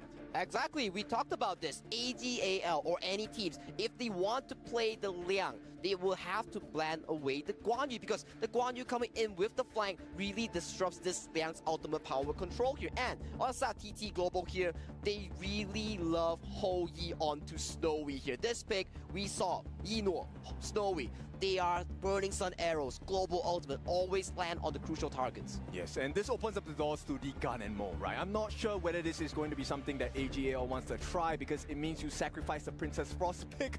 Holy! They actually sacrifice it. So Gun and Mo, they're looking for the perfect setup. AGAL, these are two engages that are going to be very scary to TT Global if they allow it. Number 1, the Jing is going to use that mirror domain. You have a mini stun when you dash onto that person, which allows the Gun and Mo. We've already seen Sheng do it once. He's definitely going to be able to do it today again. Especially so compatible with the Liang as well. Landing the javelins, landing the freshly forged, making sure that they always hit here. And the KPL favorite, the pick that they have a lot of success with, Flowborn Tank, has been locked in for the side of Sunrise. So smart, because if you take a look at the KPL region, this is normally paired up with the Da Chao. But AGL, do you really want to waste a ban on a Da Chao? There's no way you ban a Da Chao out here, right? Ooh, it's kind of hard to say, because, Kin, one thing's for sure, if you are altered by the Liang, you can use the Sea of Fate to send your tank back here. And a pick coming in with this the Xiao Qiao being banned by AGAL. Yes, not a common pick in the global server, but this Xiao Qiao pick has increased popularity and play rate in the KPL recently. Because she has good setup, she has good stuns, and big burst. 4 hits, you're down. And with that Flowborn Tank, we know the win rate hasn't been great in KWC, but that's why the Titans of KPL are here to show you how it's played. How it's played, how it's done here. So we gotta see what Coach Jose has in mind for TT Global here. They're banning out a lot of picks here. Yino signature early, a lot of picks going to the Xuan Ran pool as well. A lot of these side lane picks has been banned for both sides here. So right now, if you're TT Global, you're thinking a bit more on the burst side to pair up this Ho Yi. I believe so. At the same time, maybe provide a little bit more room, right? Because the Fatih is definitely one of the big win conditions coming out from TT Global here. We've already seen Ching's Fatih. Not bad, right? for KPL level teams, right? He is defeatable on the side of AGAL. But right now, I'm curious to see, because a lot of the disruptive heroes have been banned out by TT Global. This is not just to save the whole E, it's also to save Ching on this Fatih. Exactly the case, right? We talk about this Fatih, right? You have to get access towards the backline here. But right now, AGAL, they have the Liang. It can have total lockdown onto the Fatih here. So we have to see how Ching, with this Fatih, find these backline accesses. And we saw this combo yesterday for TT Global. The whole Yi into the Shi. Arrow into the pole here. Are we gonna see a Mozi last pick coming in for TT Global? I'm not sure. It's still a risk, right? Because they don't exactly have a very tanky lineup. Yes, you have the flowborn tank. Fatih can sustain pretty long, but he needs to be able to land his hits in order to do so.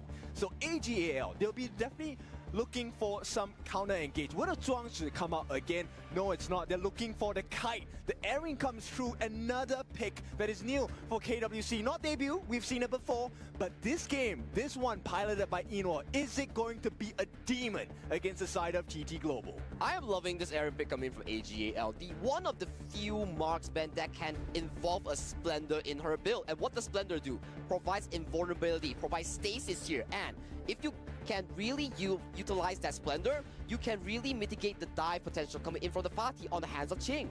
Okay, I know this is like a TikTok trend or whatsoever, but you can actually use the Eren's ultimate on Sun Ce's ultimate as well, and kind of like, you know, ride the ship around and shoot people around, so it increases your mobility and damage potential. And this is also why TT Global, they have picked up the Lianpo as the last pick. Another ultimate disruptor. You want to be able to stop the Liang, you need to stop the Gun and Mo. Eren, someone else has to care about him. Hopefully on the side of Snowy, he'll be able to, you know, dilute that damage coming out from Enoa. Exactly, and we talked about this. We saw from the past few series here, Snowy, when he plays the Hou-Yi, he doesn't go for the semi-tank build. He goes for the full damage build. He is the late game damage coming in from the side of TT Global because of how good he is in terms of positioning. So we know the drafts, we know the players, we know what they're going to be playing on. And going into the situation, TT Global down a game at this point. They were in the same situation with Nova Esports yesterday. Is this going to happen again where TT Global are able to run the tables and win 4 straight on AG? I truly doubt so. Today is a day where at KWC, many people will fall multiple times. It's not about how many times you fall, it's how many times you get up. And we want them to rise above. Rise above. Nothing is granted. Everything is earned for the side of both these two teams. If they want a shot at the title of KWC 25 champions, they gotta prove it with whatever they have. AGAL versus TT Global. And we're going to go into Game 2 Grand Finals. AGAL struck first. Going into this one, it's got to be key. TT Global does not want to lose this game and be behind at 0-2 at this stage. In fact, based on the draft, I think TT Global, they have a slight advantage because Ganemo is a very expensive mid laner, right? We don't need exactly too much equipment on the side of Shi. That's going to be played by Crane. He just needs to land the catches. That's all that is required. That is all that is required. He will utilize that resource, and we have to see the resource distribution coming in from the side of AGAL. That is their strong suit coming into the series. Curiously, they don't actually go for the initial pressure in the mid lane. They're looking for pressure on the bot side. So a very stock standard gameplay. No invasions by either side.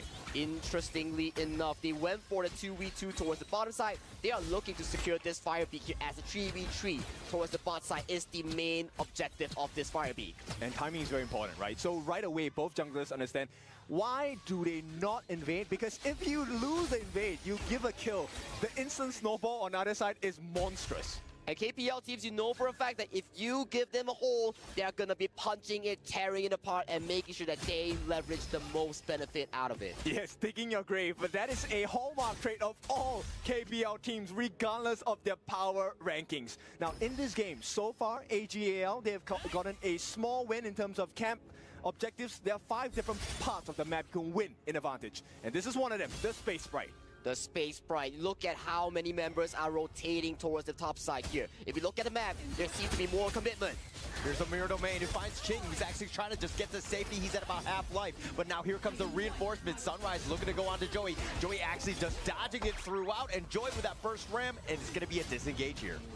And look at the bottom side right now. While this is happening right now, Stowy is getting punished for being in a 2v1 situation. Yes, TT Global, you secure the Space Sprite, the River Sprite. But Snowy, this late game potential that you have is getting pressured so hard. Okay, let me explain to the new players what just happened at the top side of the map. What both TT Global and AGAL were trying to do was not to actually win the fight. It's to force out your common spells, force out your ultimates, force out the flashes as well. And then they really want to fight because you're in a horrible position. Exactly, and when you expand the common spell, it's a very long duration. Yeah, look at bottom side. Yeah, it looks like they're just going to give up first blood, but will be traded away. So it's a 1-for-1, but still, with first blood here. It's a big advantage for the side of Inoa, right? Because he gave away that kill, but at this point, I mean, he took that first blood.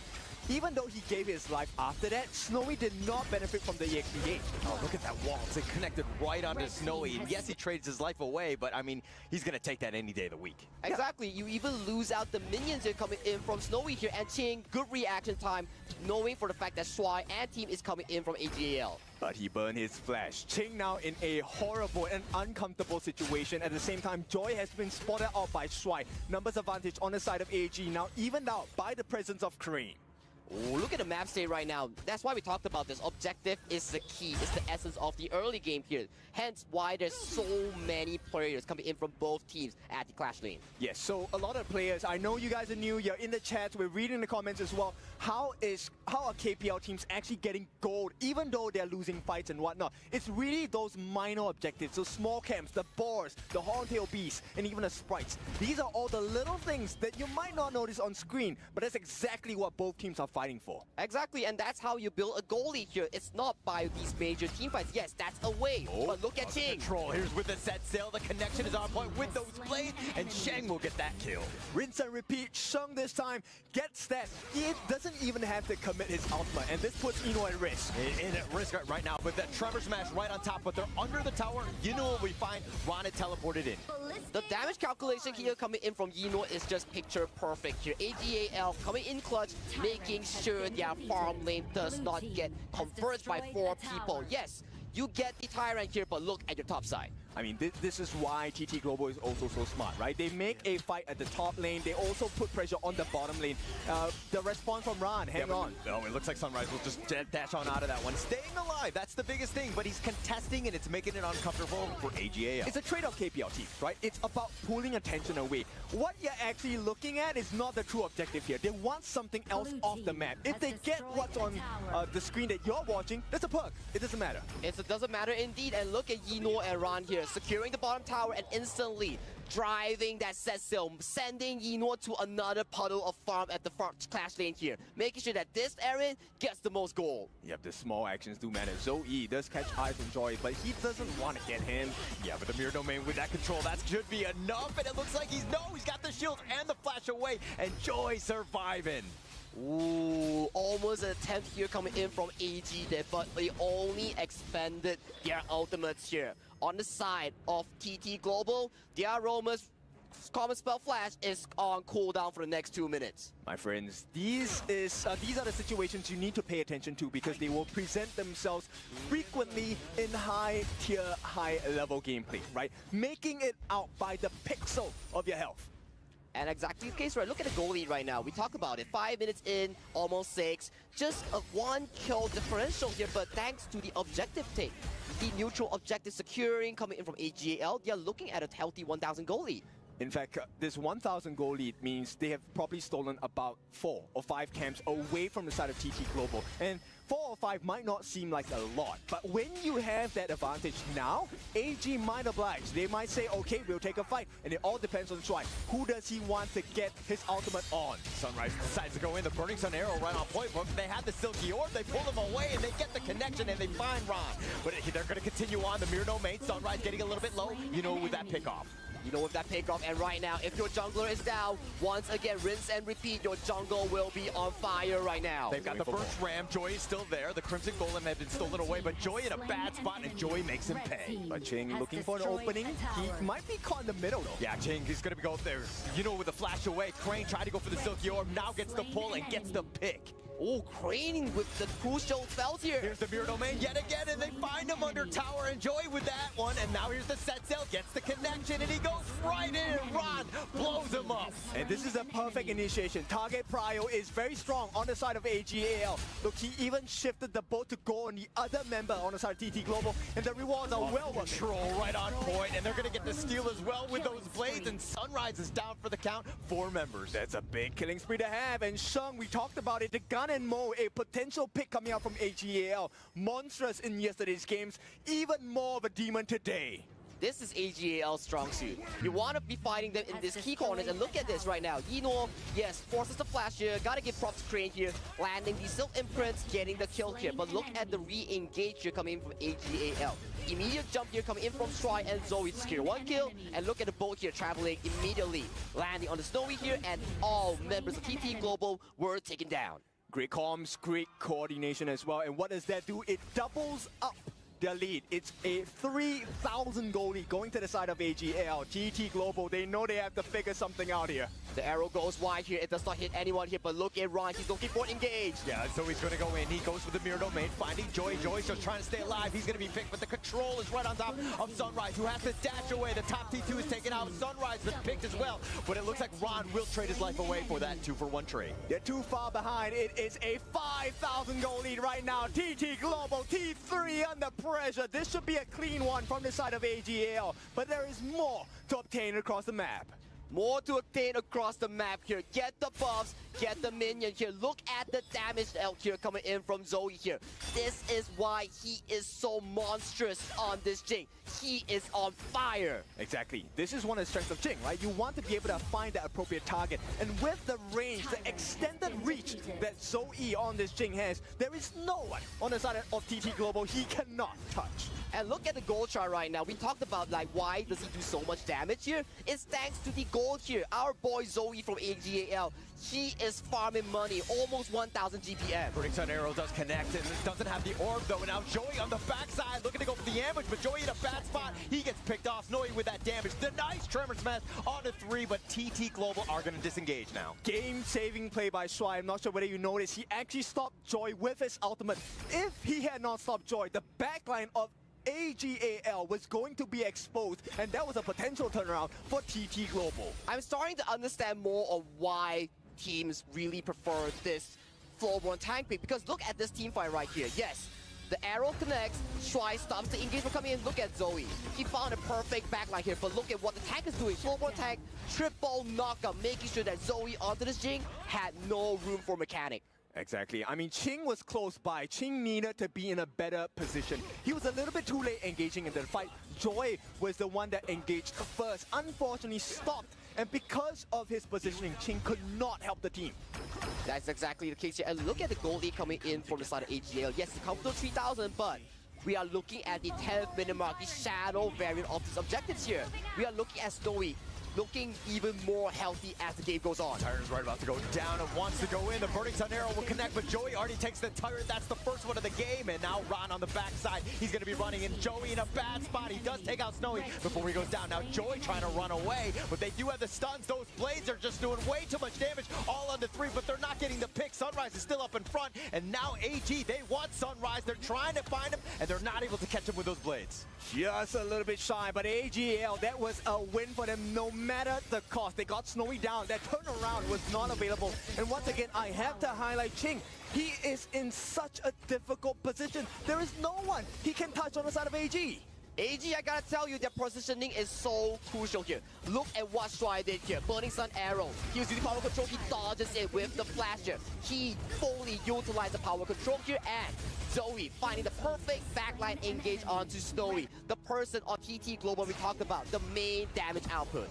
This is the choice, and right now, Qing under pressure. Yeah, he's going to be running away. I think he's going to be just fine. Nope, he will not reforge blades. My bad. And here comes the boat, and that's not really required. And the boat is going to be a scouting one. They're looking for that engage, because right now, they're trying to sneak it. That Overlord, Shadow Overlord, is going to be attempted by the side of TT Global. They will get it, but at the cost of pressure, flying down the mid lane. Yeah, they want to cut off the angle of retreat. The burst ram on forward. They're going to find Joy in a bad spot. He's going to go down. Shang's got that damage, and now the rest of TT Global on the retreat.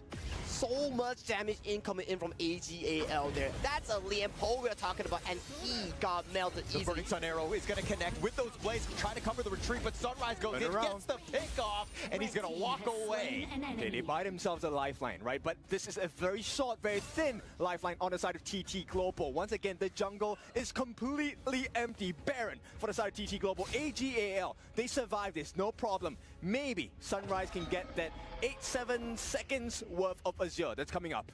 Well, one thing's for sure, guys. We are looking at TT Global's win percentage here. It's not looking good, but they have to rely on Snowy here. He's already 3 items working towards Succubus Cloak here. If he can survive in these team fights, he's gonna be a big deal. Also, take a look at the gold difference here. Zoe, number 1, a 3,000 gold advantage. But the player I want to talk about is Inwa. He already has the Savant's Wrath, the Void Staff. There's a lot of armor penetration, magic damage as well. And look at the lead here coming in from TT. They know for a fact that they have the location here.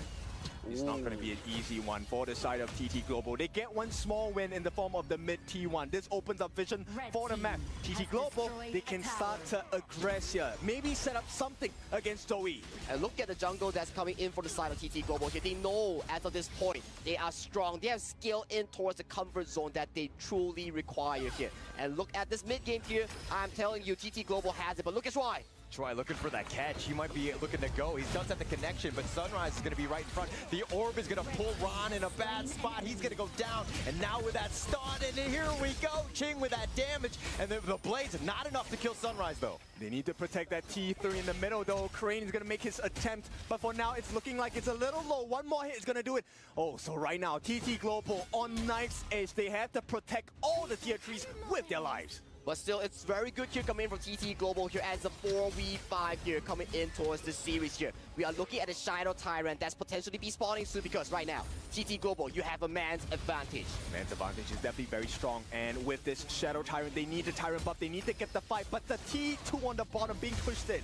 They're going to look to go for this one. The Tyrant is going to get a little bit low. They've got the connection, they've got the control, they do have the burst damage. Sunrise, he just gets instantly deleted, and now Ching is on the run, but Snowy got the Tyrants. Joy is looking to go down as well, and they've got Yinua. Okay, nice catch, but Snowy, he does the win. He will survive, gives his life, but it doesn't matter. Only one member on the side of AG is left. Shuk, legendary. He is going to bring this game for AGAL. But a quadra kill here coming in from Snowy, though. The late game insurance we talked about coming in from TT Global here.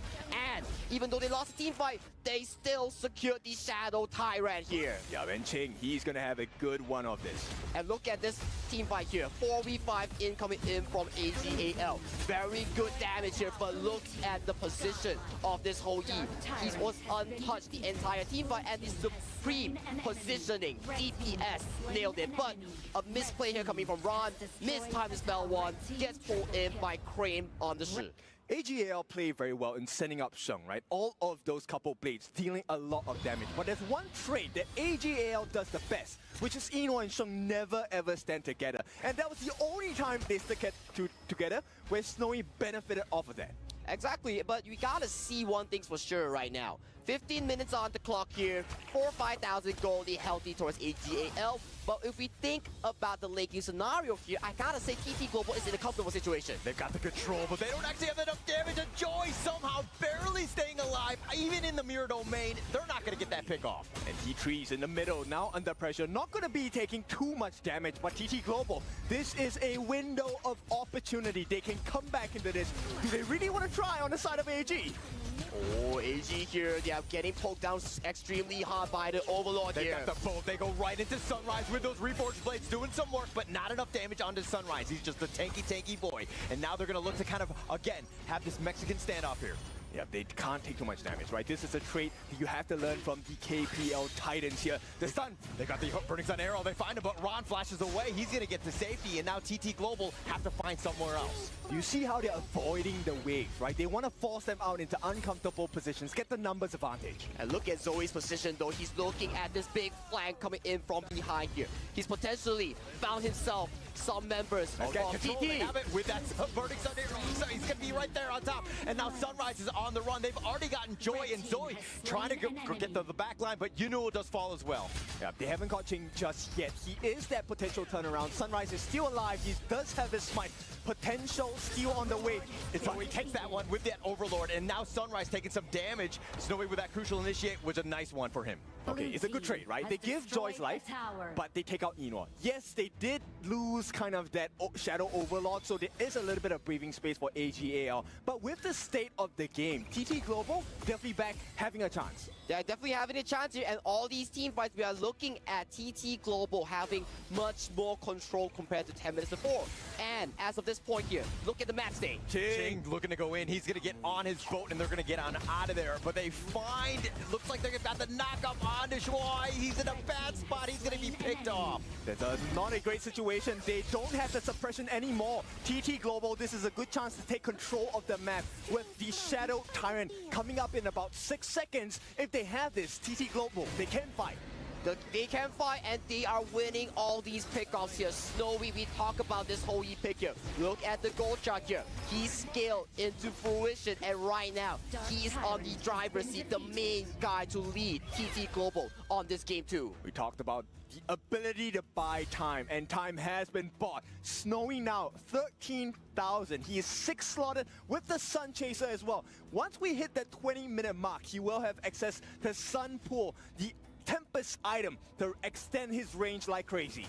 But look at Zoe here. He knows for a fact that he is the one to really take down Snowy in the backline here. So he has to find these flank angles here. And look at the positioning coming in from Zoe and team. There is no information. TT Global are hiding in the shadows.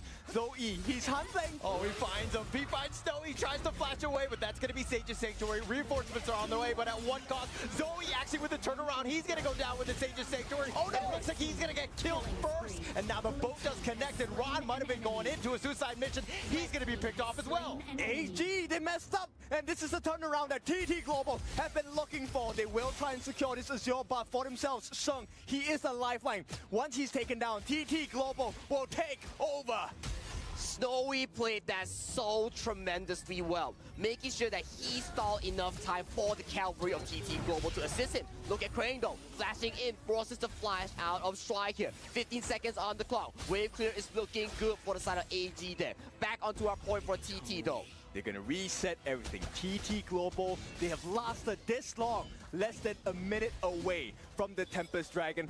Friends and fans of HOK, we are going to that final showdown. Tempest Dragon will be shortly spawned onto the Hero Scorch here. Both teams here, as of this point, goal lead is nothing as of this minute now. We are looking at how these two KPL giants formulate around this major objective. I want to point you guys in the direction of Joy. He was having a horrible game. 1-5 and 11. A lot of assists, but he gave a lot of kills as well. Now, fully recovered. TT Global playing the game as a team. And with this survival chance, can they take the Tempest? Or more importantly, can they take down Sheng? We gotta see how they formulate around it, because waves will be excruciatingly important as it will lead to backdoors of the minions. And look at TT Global. They have started Tempest Dragon. Where is AGAL? Completely blind. TT Global, they have to look for information on the map. Zoe, he's pushing the lanes on the top as well. They want to push them back. It's not about the fight. It's about wave management. What options do you have to explore if you're on the side of TT Global? There is an open wound on the middle, and right now the top is being pushed as well. And that top tier 3 might be just going down here. They sound the alarm here. Set Sail is looking for a target here. Zoe dancing at knife's edge, barely getting hit by the Burning Sun arrow. Yeah, but the Tempest Dragon, it's about half-life. This is going to be the potential one. Joy looking to go in with that Tremor Smash, trying to get in, but Joey actually gets the Tempest, and Shang with that passive just barely staying alive, but Joey's going to be killed. Ching is going to use his Sage's Sanctuary. Sunrise still up in front. He's trying to work on the Shuai just to take him down, but Snowy has to flash away. He's going to back off, but he's going to get focused down. Try to kite out Ron with that pull, and it looks like TT Global with a 4-1 advantage continuing on. They want to go for Yinua and they will get the ace. They survive, but it's not over yet. TT Global, all they need to do is to protect that wave. Coming down that middle, there is one more. Sunrise leads the charge for TT Global. They get rid of this Tempest Vanguard. Can they go for the win? The wave is crashing in. TT Global, they're doing it. They are coming back. Game number 2, 1-1. Game 2 goes over to TT Global. Snowy and Sunrise were pivotal in making this comeback come to life here. Beautiful game, right? If you're a fan of TT Global, this is the standards you expect. This is supposed to happen. It doesn't matter how you start the game, it's how you finish it. And now AGAL, they kind of quiver for a little bit. There is no easy path. Every king has to come at a sacrifice. This is the mountain that they have to climb to claim the trophy of being the KWC 2025 champion. So, I gotta say, TT Global, they played that mid to late game to a perfection, even after this disastrous early game. Look, it was so clean. AGAL, they know about the compositions. They know who to go for. They do not waste resources or skills, and that's the beauty of AGAL. But this is then becoming the strength of TT Global as well. Look, Ching, I have to highlight him. He had a horrible start to the game. His position was off. He wasn't able to catch the appropriate members on the side of AGAL. But at the end game, this is why Fatih is so strong. Him and Snowy standing side by side but far apart. Who do you choose? If you don't choose, you die. You don't choose, you die. Exactly the case here. And at the late game here, Snowy was just so crucial here. This fight alone, his Sage Sanctuary swap was so damn fast, baiting so many members of AGAL, further pushing the game towards the palms of TT Global. It's rare, but it happens. AGAL, Zoe made one wrong decision, got punished, got pummeled, and even with the Tempest buff, they couldn't do anything.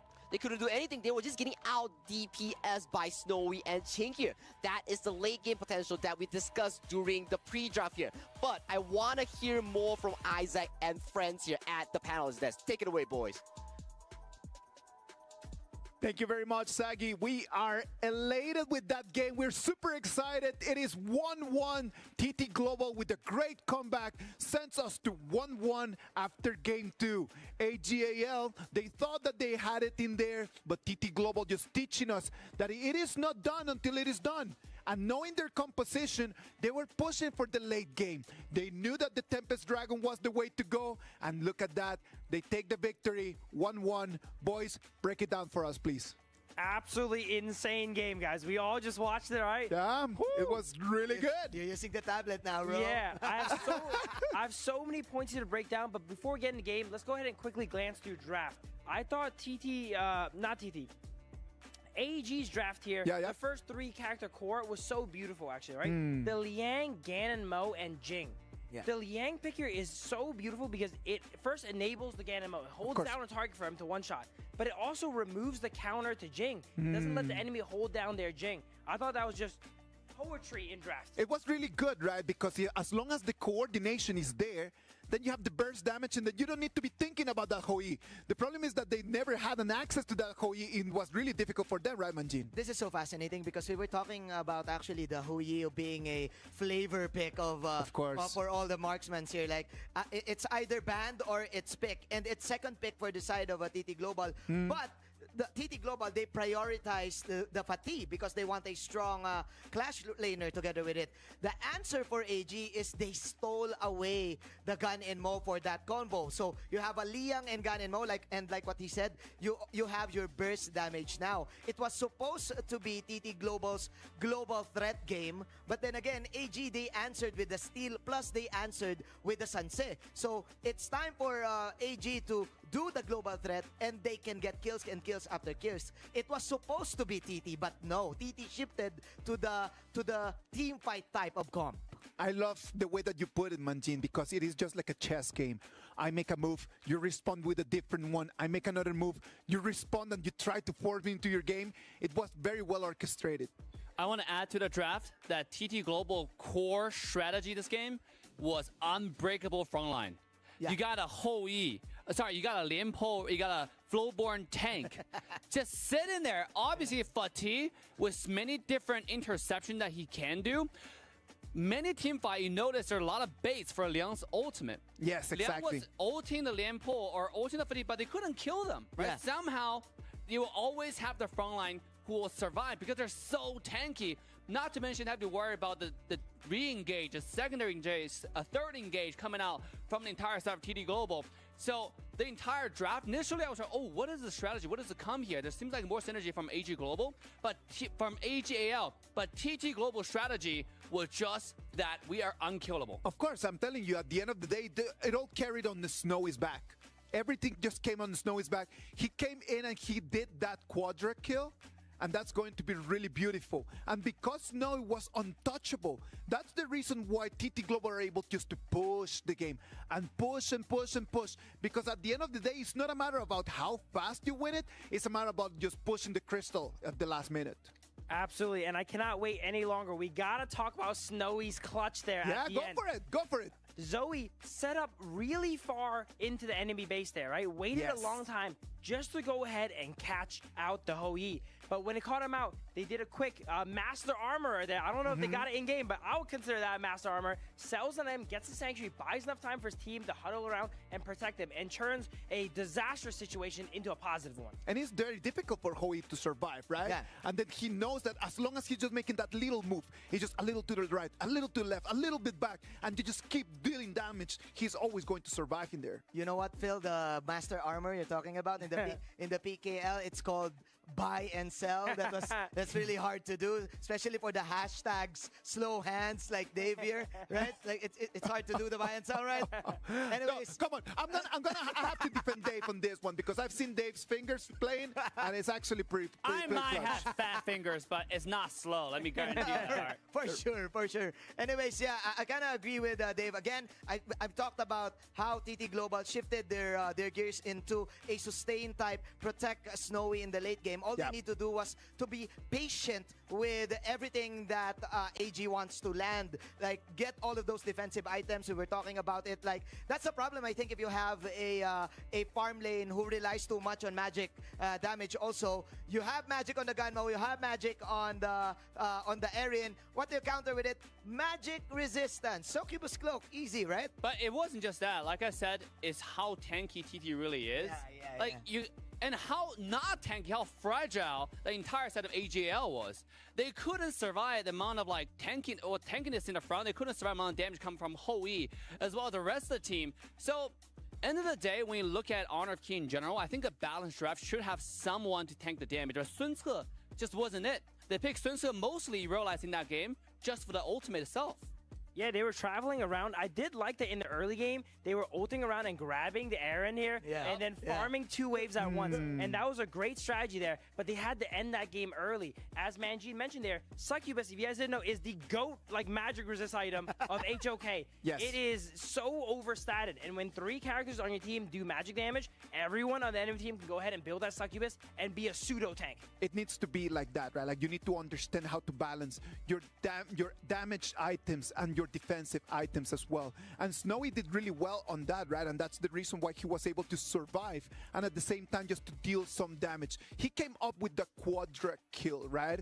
And as you know, we've been always tracking all the clutch moments since the beginning of the KWC. And thanks to Honor, we have our Honor Triple Tracker.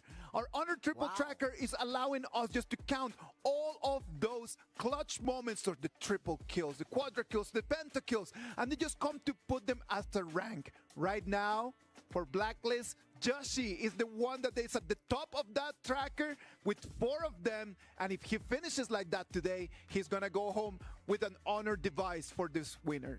Whoa. Whoa. Whoa. Yo, shout out to my boys, Joshi and Carl. Come on. I want to give credit to Snowy, though, because they just started playing the tournament. Yeah. He already had 3. Brother, I'm telling you. Like Joshi right now is watching this, and he's like, come on, Snowy. Please, brother. Like, allow a mana phone, please. Please. But yeah, absolutely. Snowy here coming in for just 2 matches, right? And he's already has 3. And we have a lot of games to go. And if he keeps up his current pace, he's set to take number 1. I am really looking forward for that, man. The same as I'm looking forward for this game 3. We already have game 1 and game 2. I know that for a lot of the players and for a lot of the fans that they're new to Honor of Kings and they watched that AGAL performance, they were just like, okay, yeah, AGAL got it in the bag. That's it. At 11 minutes, 12 minutes, they already had a good advantage. They were thinking about the fact that they already got the win, but TT Global showing us how to really push the game. It's not only about just trying to win quickly. It's a matter of understanding, if I do not have an advantage, I gotta push for the timer. Absolutely. And they got to the power spike where Hoi got enough item to be really relevant, right? When all attacks start hurting, not just like kind of chipping away your health, but really taking away your life. You know, that's when it really matters. And again, the front line was unkillable. I want to touch up on the magic damage thing.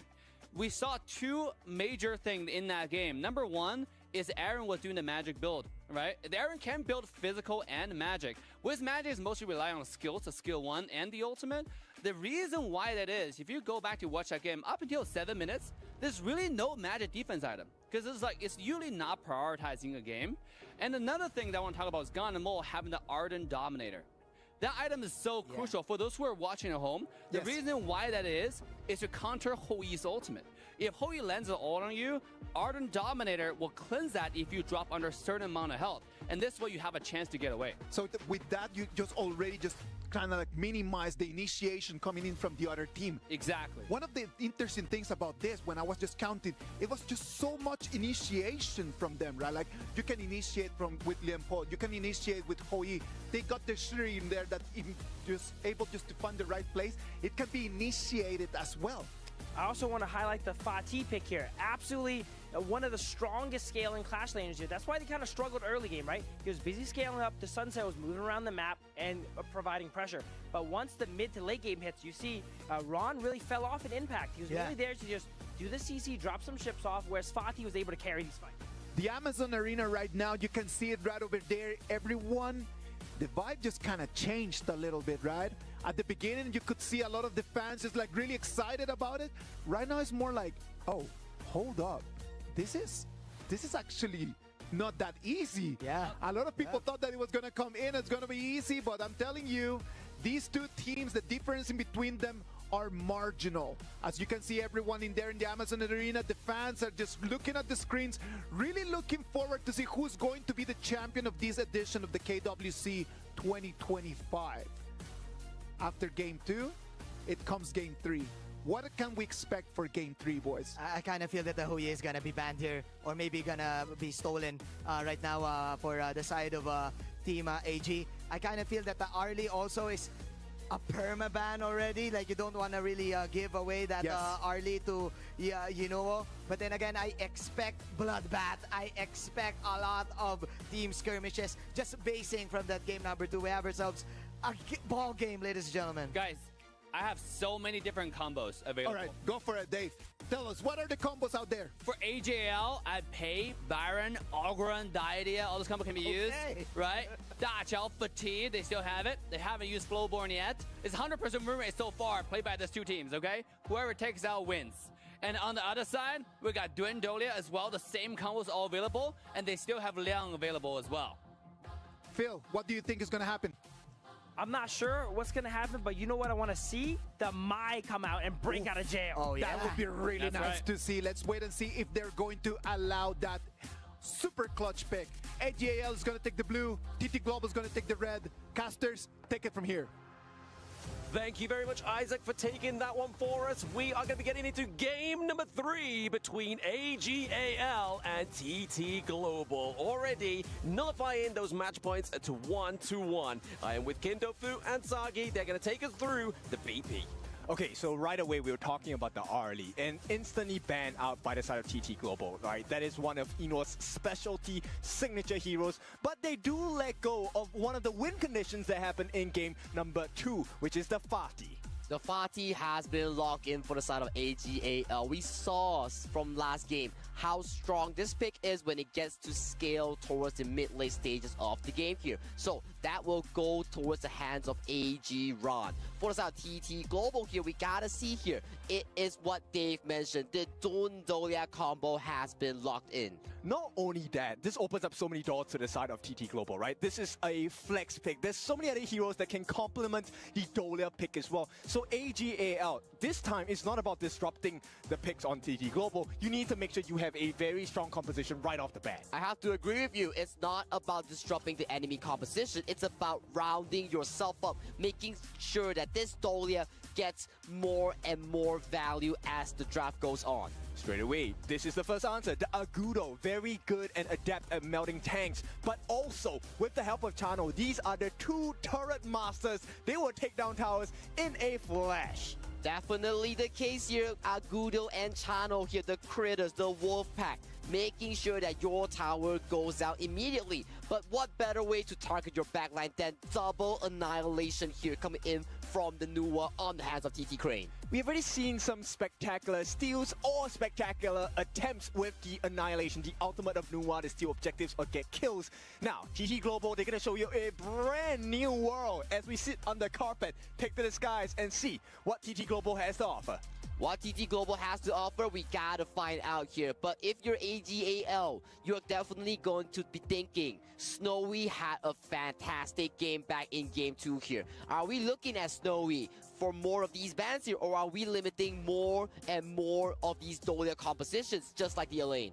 I think you can't ban everything, right? At this point, maybe just ban something that works against your lineup. I think Princess Frost is going to be a very good answer for TT Global, because this then, you know, when the emergence comes, the TP from Nuwa comes, when Dune jumps in, you can get the Frigid Prison, get that stun in as well. Extra damage for you. Guan Yu, great ban on the side of AGAL. Very great ban. You want to be making sure that Yino on this late game carry channel gets more room to farm and play the game here. So banning out all these backline accesses coming in from AGAL makes sure that Yino, their star player, gets enough space. True. TT Global, they haven't picked up the Charlotte yet, which I think Ran has already showed us how powerful that composition is going to be. And TT Global, they want to go for, this is a core basic in professional gameplay. Protect your farm laner, he's going to deal the damage for you. And based on how Snowy was playing in game number 2, TT Global definitely can play this strategy.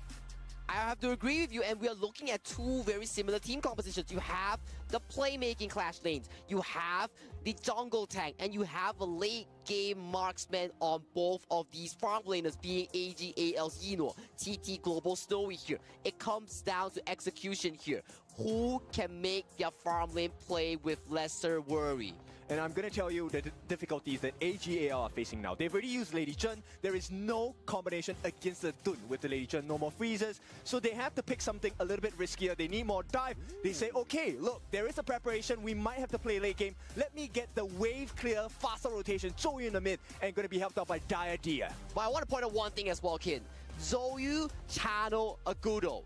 They melt down towers extremely fast. And you're talking about TT Global here. We want Snowy to scale towards the late game here. But if you have no tower, you're not going to be having this room to farm here. AGAL will look to hunt your turrets down. For TT Global, you need to play defense. Yes, and what this means, you need faster rotations, faster pacing, and if you get the chance, you want to kill them, lock them down, and that is the job of the Fuzi here. Ching, one of the godly players coming out from TT Global this time, trying to lock in that lead for TT Global. I'm loving this from TT Global here. They have played this before during the Nova Esports series here. The Dolia and Fuzi combo. Double lockdown here. Whatever frontline you have, if you go in the face of the Fuzi here, you're gonna be experiencing total lockdown. It really is giving your teams options, right? How many chances can you give your team to lead the game, to win the series, and get your hands on that lion's share of the $3 million USD prize pool, which is going to be $750,000. That's a lot of money, and also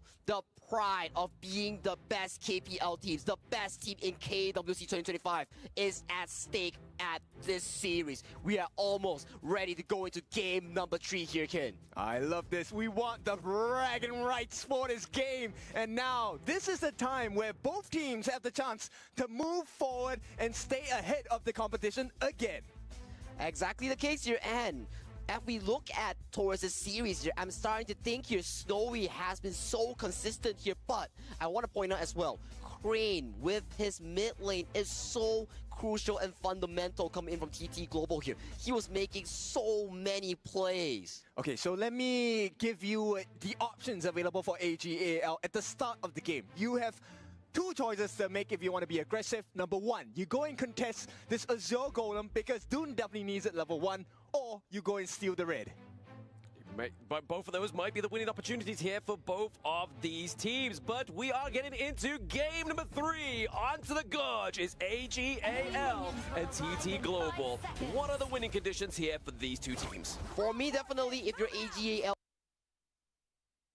you want to be looking at the early game here. Make sure that Zoe, Sheng, Yino on this try-push strategy gets value. For the side of TT Global here, your side lane will be detrimental in your mid to late game. Yes, look, I think we need to focus on Crane here. He's not going to have a good time. Sheng has one of the best wave clears in the early starts of the game, so Crane is not going to be able to clear as fast. He needs to then provide value in another way. Maybe help to take a few licks onto the buffs for his jungler. And just look at Sheng's rotation here coming in from AGAL. He knows for a fact that Yino is 1v2. He's coming in to force out some of these spells coming in from TT. You can see Sheng already being very aggressive, right? This is where you want to go, but Joy, not the best position to be in. Yeah, not the best position to be in. Ian the River here gets burned down immediately. Check out the trio real quick. Another Yinor cheer coming in. Yinor, go shine on the biggest stage. We're excited for your amazing performance. And definitely, but for now, it's not a good situation, right? They have already rotated their third member down into the farm lane. So TT Global, they get the fire beak on that bottom. This is, like you mentioned many times across KWC, a one-time chance to get the advantage. It's now in TT Global's hands. That is how you cement the early game advantages here. You steal the camps away, you secure the neutral objectives here. And TT Global is doing a pretty good job coming into the series. In fact, they've taken every single marker in the farm lane here. There is nothing for them to look forward to. Nothing to look forward to, but the engage goes through mid-side. Yeah, I mean, they're a little bit too thick here. The emergence just come through from Crane, and there it is. The Wind Slash, as well as the Unruly Blade, onto the back line of AGAL. Ooh, too deep there coming in from Sheng. He wants to use the Winds of War to push back Sunrise here, but Sunrise, he is so tanky onto this Dune, survives the push-up, and makes it out alive while taking down AGAL Sheng. Okay, before I make my point, I know you guys were asking for it. Clash for Fame, that's your code. Go and key it in, get your rewards. And of course, now, the reward for Sunrise, that first blood, extra EXP, extra gold, and he's going to be extra tanky. Extra tanky is the name of the game coming in from the side of the Dune Dolia of TT Global here. But we want to see the game plan here coming in from AGAL. Where is the push potential? Where is the pressure onto Snowy? It has to be from manpower advantage, right? Because there's nothing they're winning on the map right now. TT Global, they've defended their camps, they've stolen camps, they've taken every single objective across the map, across all 3 lanes. And now TT, they feel the advantage. They are looking at the advantage right now, and look at the bottom side. Yino is getting pressure. With more and more members are being committed towards this top side as the River Sprite is almost about to spawn. Once again, this is an important marker. This is a free gold, free XP. TT Global, they want to force this out. And the rotations. Now, we talked about Sheng having a good rotation, good wave clearing. They are behind. Even with that fast clear, he cannot do much. You cannot do much indeed, especially when you're against the best of the best 2 teams here. The map awareness, the rotations, the manpower, it comes immediately. It comes super fast here. So if you want to find mistakes that's happening on the map, you gotta be quick. Look at how Joy has rotated, achieving so many things at the same time. Number one, running through the river. You have a lead, you get vision, you know where they are not at on the side of AGAL. You are also able to back up Sunrise if there is an invasion on the Azure Golem. So many things just by walking down that river. That is the job of a rover, right? You're providing intel, as we mentioned from time to time. Intel is wintel. If you give information, you give it to your teammate. I mean, Shuai here looking a little bit worse for wear, using the Heartlink to get out. I mean, right now, they're going to need every man on deck when this neutral objective comes up in 1 second. It doesn't feel like they have a huge gold advantage. In fact, there is none at all. But TT Global, this is a great start for them. No steal available. First time of the game goes to TT Global. Very clean up here coming in from TT Global here. They force out Shuai's common spell here. Super low. Shuai is not able to precipitate the team fights. Hence, they have to give away this tyrant that has been spawned onto the map here. And right now, if you look at the map stake here, TT Global, they're invading hard towards the bot side. They want to make a trade. Right now, Ching, he's not in a position to contest. The information is given over. But at the same time, you know, I think what Sunrise doesn't care. They know about the the Crimson Golem coming up in 5 seconds, and this will be funneled into the hands of Snowy. It will be funneled, but look at the bottom side once again here. They are pressuring the red side. They are looking to pressure this tower here. Ron teleports to the bottom side, looks to defend this, but he will be met by multiple members of the side of TT. Okay, right now they want to match pace, but they also want to be ahead. Sunrise takes that buff instead. He rushes to his Azure Golem. So TT Global playing the map so well. Furball going to be dropped, but there's nothing that AGAL can do at this point. But look at the goalie here, Ken. 5 minutes in, we talk about how TT Global is amazing in securing these like early game objective. GAL is in the goal lead right now. I mean, that's how you keep on pace, right? Steal the camps, make sure you get a good fight as well. Right now, they're still poking and prodding. Oh, the Ruling Blade is going to be in. Obviously, the Celestial LED just used for the refresh here for now. Looking pretty low is going to be Zoe into the back of that T1. Team fights are looking pretty hairy. Sunrise is in the enemy jungle. Maybe looking to contest this Azure Golem. It's going to be Sunrise. He's able to get it. He claims it for himself. Not a good situation for the side of AGAL. Not the position they want to find themselves in. But you play the card you're dealt with, and TT Global, they're playing it well. So much damage here coming in from the side of TT Global here. The value coming in from a Fedun here, going in with the Unruly Blade, gets the refresh from the Doliak here, gets back out, and that provides so much mobility on this Dune. And I want you guys to notice something, right? We're talking about all the other members, and there's one member we don't really talk about, and that is Snowy. And that's a bad sign for the side of AGAL fans, because that means Snowy has been farming. And when you give him a lot of farm, and there's a big shield in front in the form of Sunrise and Ching, there is no escape. This goes back to the pick and ban that we talked about here. Wait there, the Unruly Blade is going to be committed once more. The Destiny encounter does come through for the side of AGAL. The Annihilation comes through. We do get the kill onto Sunrise. He got a little bit too close to the sun and got burned by Shang. And this is where Shang provides so much value. The wave clear. If you stay and fight in the domains of AGAL, you will be burnt alive. And TT Global, they're kind of licking their wounds. They might have to give away this Azure Golem.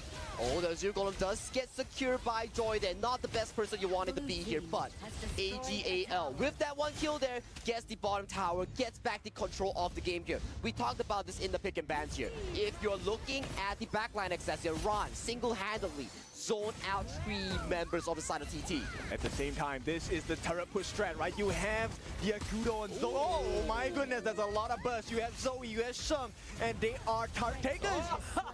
Snowy over the wall gets the takedown onto Shang. We have the artillery coming through here as well. Maybe a bit of a dive here from Sunrise. Looking to try and contest that Azure Golem. We use the Unbridled Abras to go in and just clear that team fight. So smart. Look, Joy had to protect the team by stealing that his own team's Azure Golem. So they made the call. We need a buff for the side of Sunrise. He needs the CDR. He needs the mana regeneration. And right now, TT under fire. Under fire indeed. Snowy is not looking too good here. He does get one edge by Inwar. And then it is the Annihilation. It's on the backline. Crane just going to be used there to push away AGAL. I mean, imagine that Annihilation landed. That would have been clean. But it landed on no one, and AGAL comes up clean, gets the kill onto Snowy, who has expended his flash from the previous fight here. And right now, we look at the goalie here. It's looking dead even, but slightly towards advantage. Oh! Rain from downtown. The Annihilation is going to just get that pressure off to that mid lane. And right now, Ron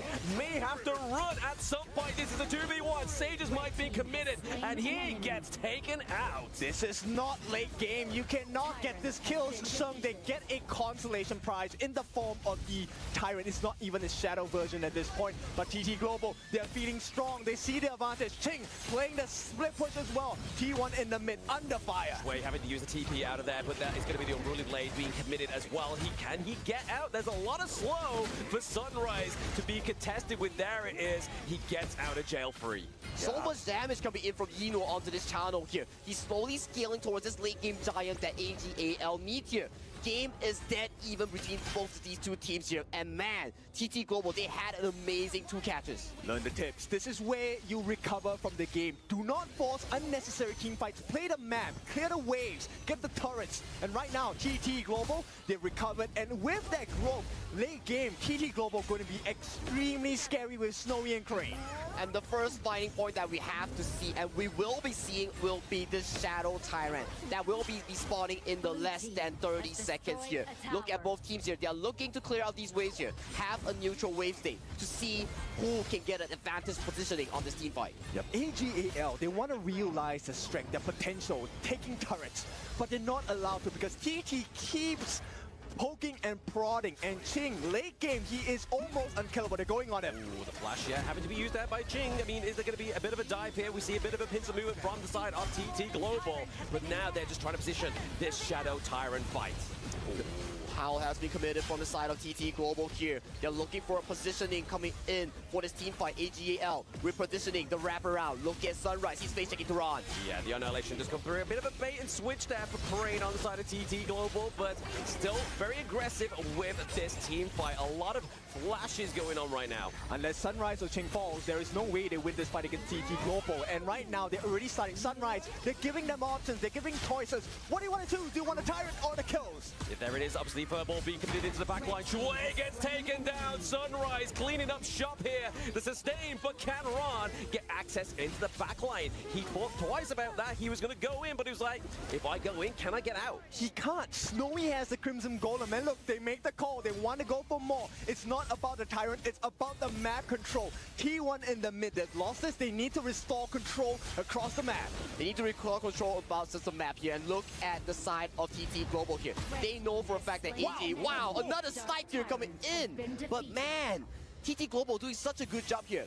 AGAL, they want to sneak away this Shadow Overlord here, but the positioning coming in from Ching and Joy, just neutralizing that potential. The shovel is in the hands of TT Global. They're digging treasures across the map. A Tyrant, a kill on a Shang, everything going in the way of TT Global.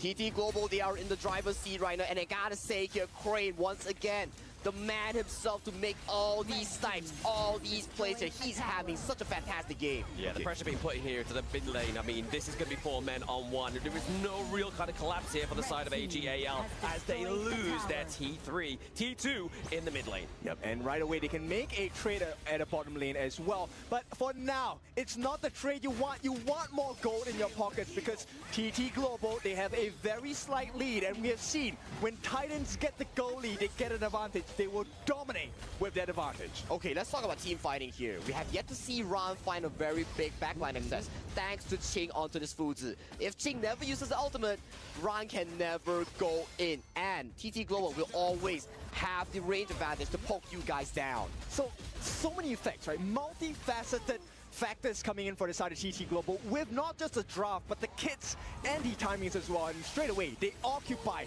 the territory of the jungle of AGAL. And they're working on that Overlord.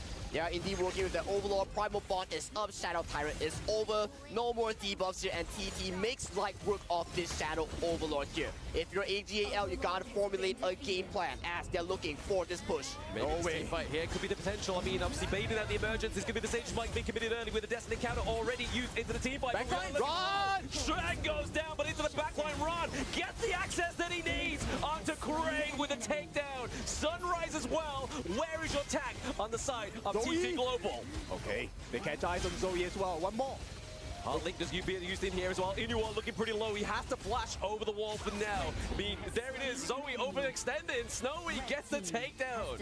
And look at this Fuzi pick providing so much value there. The intuition, the spell 2, damage reduction, tanking so much damage from the side of AGAL. Look at this replay there as we break it down. TT procs the Howl, looks for the engage there, gets the engage onto the members of AGAL. But the healing coming in from Strike is just too major. Ron looking for that 2-man backline access. In live though, I mean, we've lost 2 lives already, 2 for 1 trade for the side of TT Global as they're trying to get that T3 in that bot side of the map. These Vanguards are doing the work. We just need to make sure that Ron is putting the pressure on. It's a double whammy. Inuo gets taken down, right? They did trade the life with Joy, but who cares? Not that his life is not important, but Joy at this point, his value here is providing space for the team. Let's take a look at how that fight went down.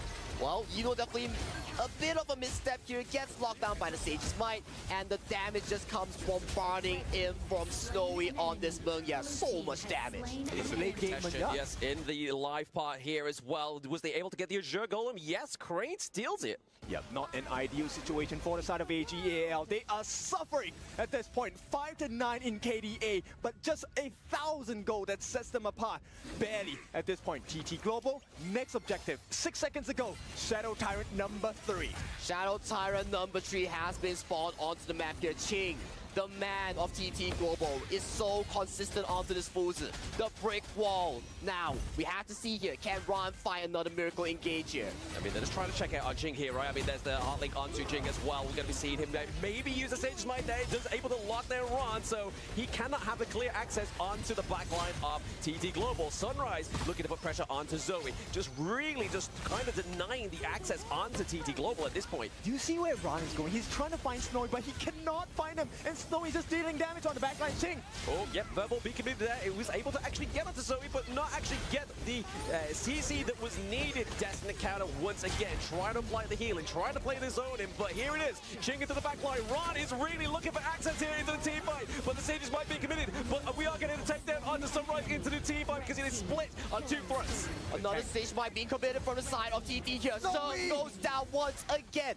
2-for-1 exchange in favor of TT Global. They know that Zoe does not have Smite. They're pushing the anti here. Ching looking for an opening on the backlines at the same time. Buying time for Snowy. He gets that Shadow Tyrant. And once again, AGAL, they're suffering at the hands of TT Global. Yeah, I mean, TT Global had the pressure into the top side of the map, right? We had the minion wave just giving that clear pressure, and it meant that AGAL was like, do we take the fight? Do we give them the Tyrant? And the question was, yes, give them the Tyrant, but now, is that T3 going to fall? That T3 is definitely going to fall towards the hands of TT as another Annihilation goes through mid lane. So much pressure coming in from Crane, coming in from Ching here. I gotta say, Ching on this Fuzi, immediate. So much constant lockdown onto Ron. Yeah, it's all about the options that AGL have to choose from, right? You have to go for Snowy, but you have to go for Ching as well. And this was how the fight went down. I mean, nice catch by the backlines on the side of Ching. I thought it was going to be a 5v1. They tried to get the advantage, but the Annihilation really changed the state of that fight. And once you get Ching back onto your faces, there is no way to run. There is no way to run indeed, and we see, even under the presence of Primal Bond here, TT Global so ahead in map control. Gets the second Shadow variant of the map here, and they are looking hands down strong right now. This is what you want to see if you're a TT Global fan. Crane and Snowy, the both of them over 120,000 worth of damage dealt to the side of AGAL, and there's going to be plenty more coming. Yeah, a lot of damage already been built up in the stock market for the side of TT Global. With the minion wave in the mid and the bot and the top, is this going to be the final frontier for the side of AGAL? It's looking like it. The T3s at the bottom are falling. There is no more pressure coming in for the moment on the side of TT Global. But that is a short-lived moment. Ooh, okay. Yes, Destiny counter be traded for the Annihilation there as well. I'm seeing 2 ultimates being expanded, but we do have the Dolio on the side of TT Global. And Shadow Vanguards are slowly marching towards this final tier 3 of the side of TT right now. TT is looking for the push here. Snowy is super fat, and he is full stock right now into this fight. Yep, he has the Crimson Golem looking for the opening. It's all about poking. They're going in. Ching into the backline onto Ron. Obviously just making sure that the Ron does not have the access once again. He got the takedown. Annihilation putting so much damage and so much pressure onto the side of AGAL. Zoe looking to be the next victim come down. And the Crystal gain number 3, 2-1 to TT Global. What a way to do it. Even at Death's Door, even with his death, the mid laner on the side of TT Global, Crane, he got the kill on the Enor, and there was no more chance. AGAL fall for the first time.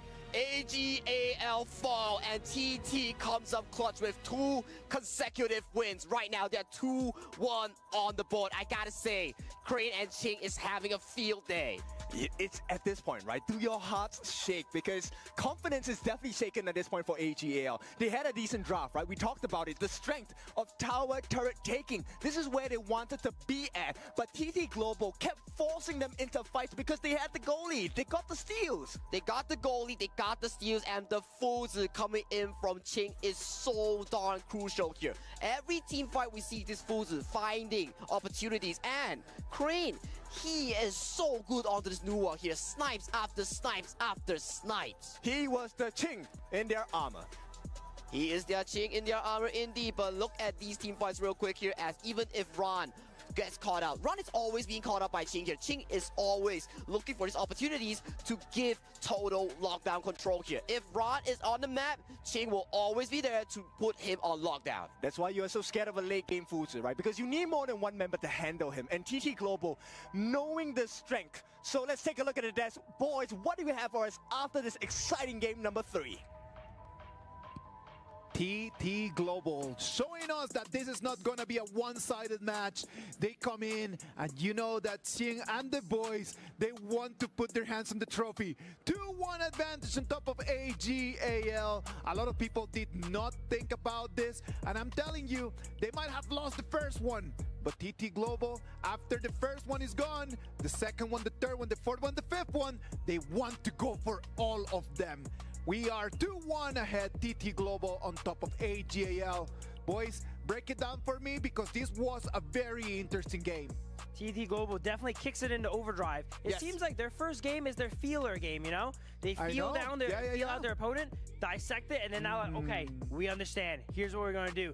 And me and Dave were talking about the games afterwards, and as we're watching it, we're noticing, wait, this composition, we thought it was kind of bad at first, and then we're seeing it work, and it's all clicking. And we wanted to nominate the MVP if we could to the coach. The competition for TT Global was insane. It would be lovely if one day we can just give the coaches MVPs, right? But talk to a little bit about that. You guys thought that the composition was not gonna work. Why did you guys have that feeling? This is a 2000 IQ draft. Initially, when you see the Mengya, you're like, yo, this is new, right? It's not a KWC 2025. Right. And initially when you saw the Nua instead of mine, you're like, oh, wait, this is different. And then it all makes sense. The entire push comp from AGAL side summons a lot of monsters. You got Channels Dogs, you got Zoe, summons a lot of different jungle monsters to help you push. Guess what stops all of that? Nua and Dolia, right? On top of it, you also have the Mengya throwing bullets in a line, killing everything all at once. Man, 2000 IQ, Coach Jojo is on a different level. I'm telling you, that's why he's called the best coach in KPL, right? Like, he's one of the top persons in Honor of Kings, not only in KPL, but I would even say worldwide. This is so interesting. I think that the game that we saw was so sweet.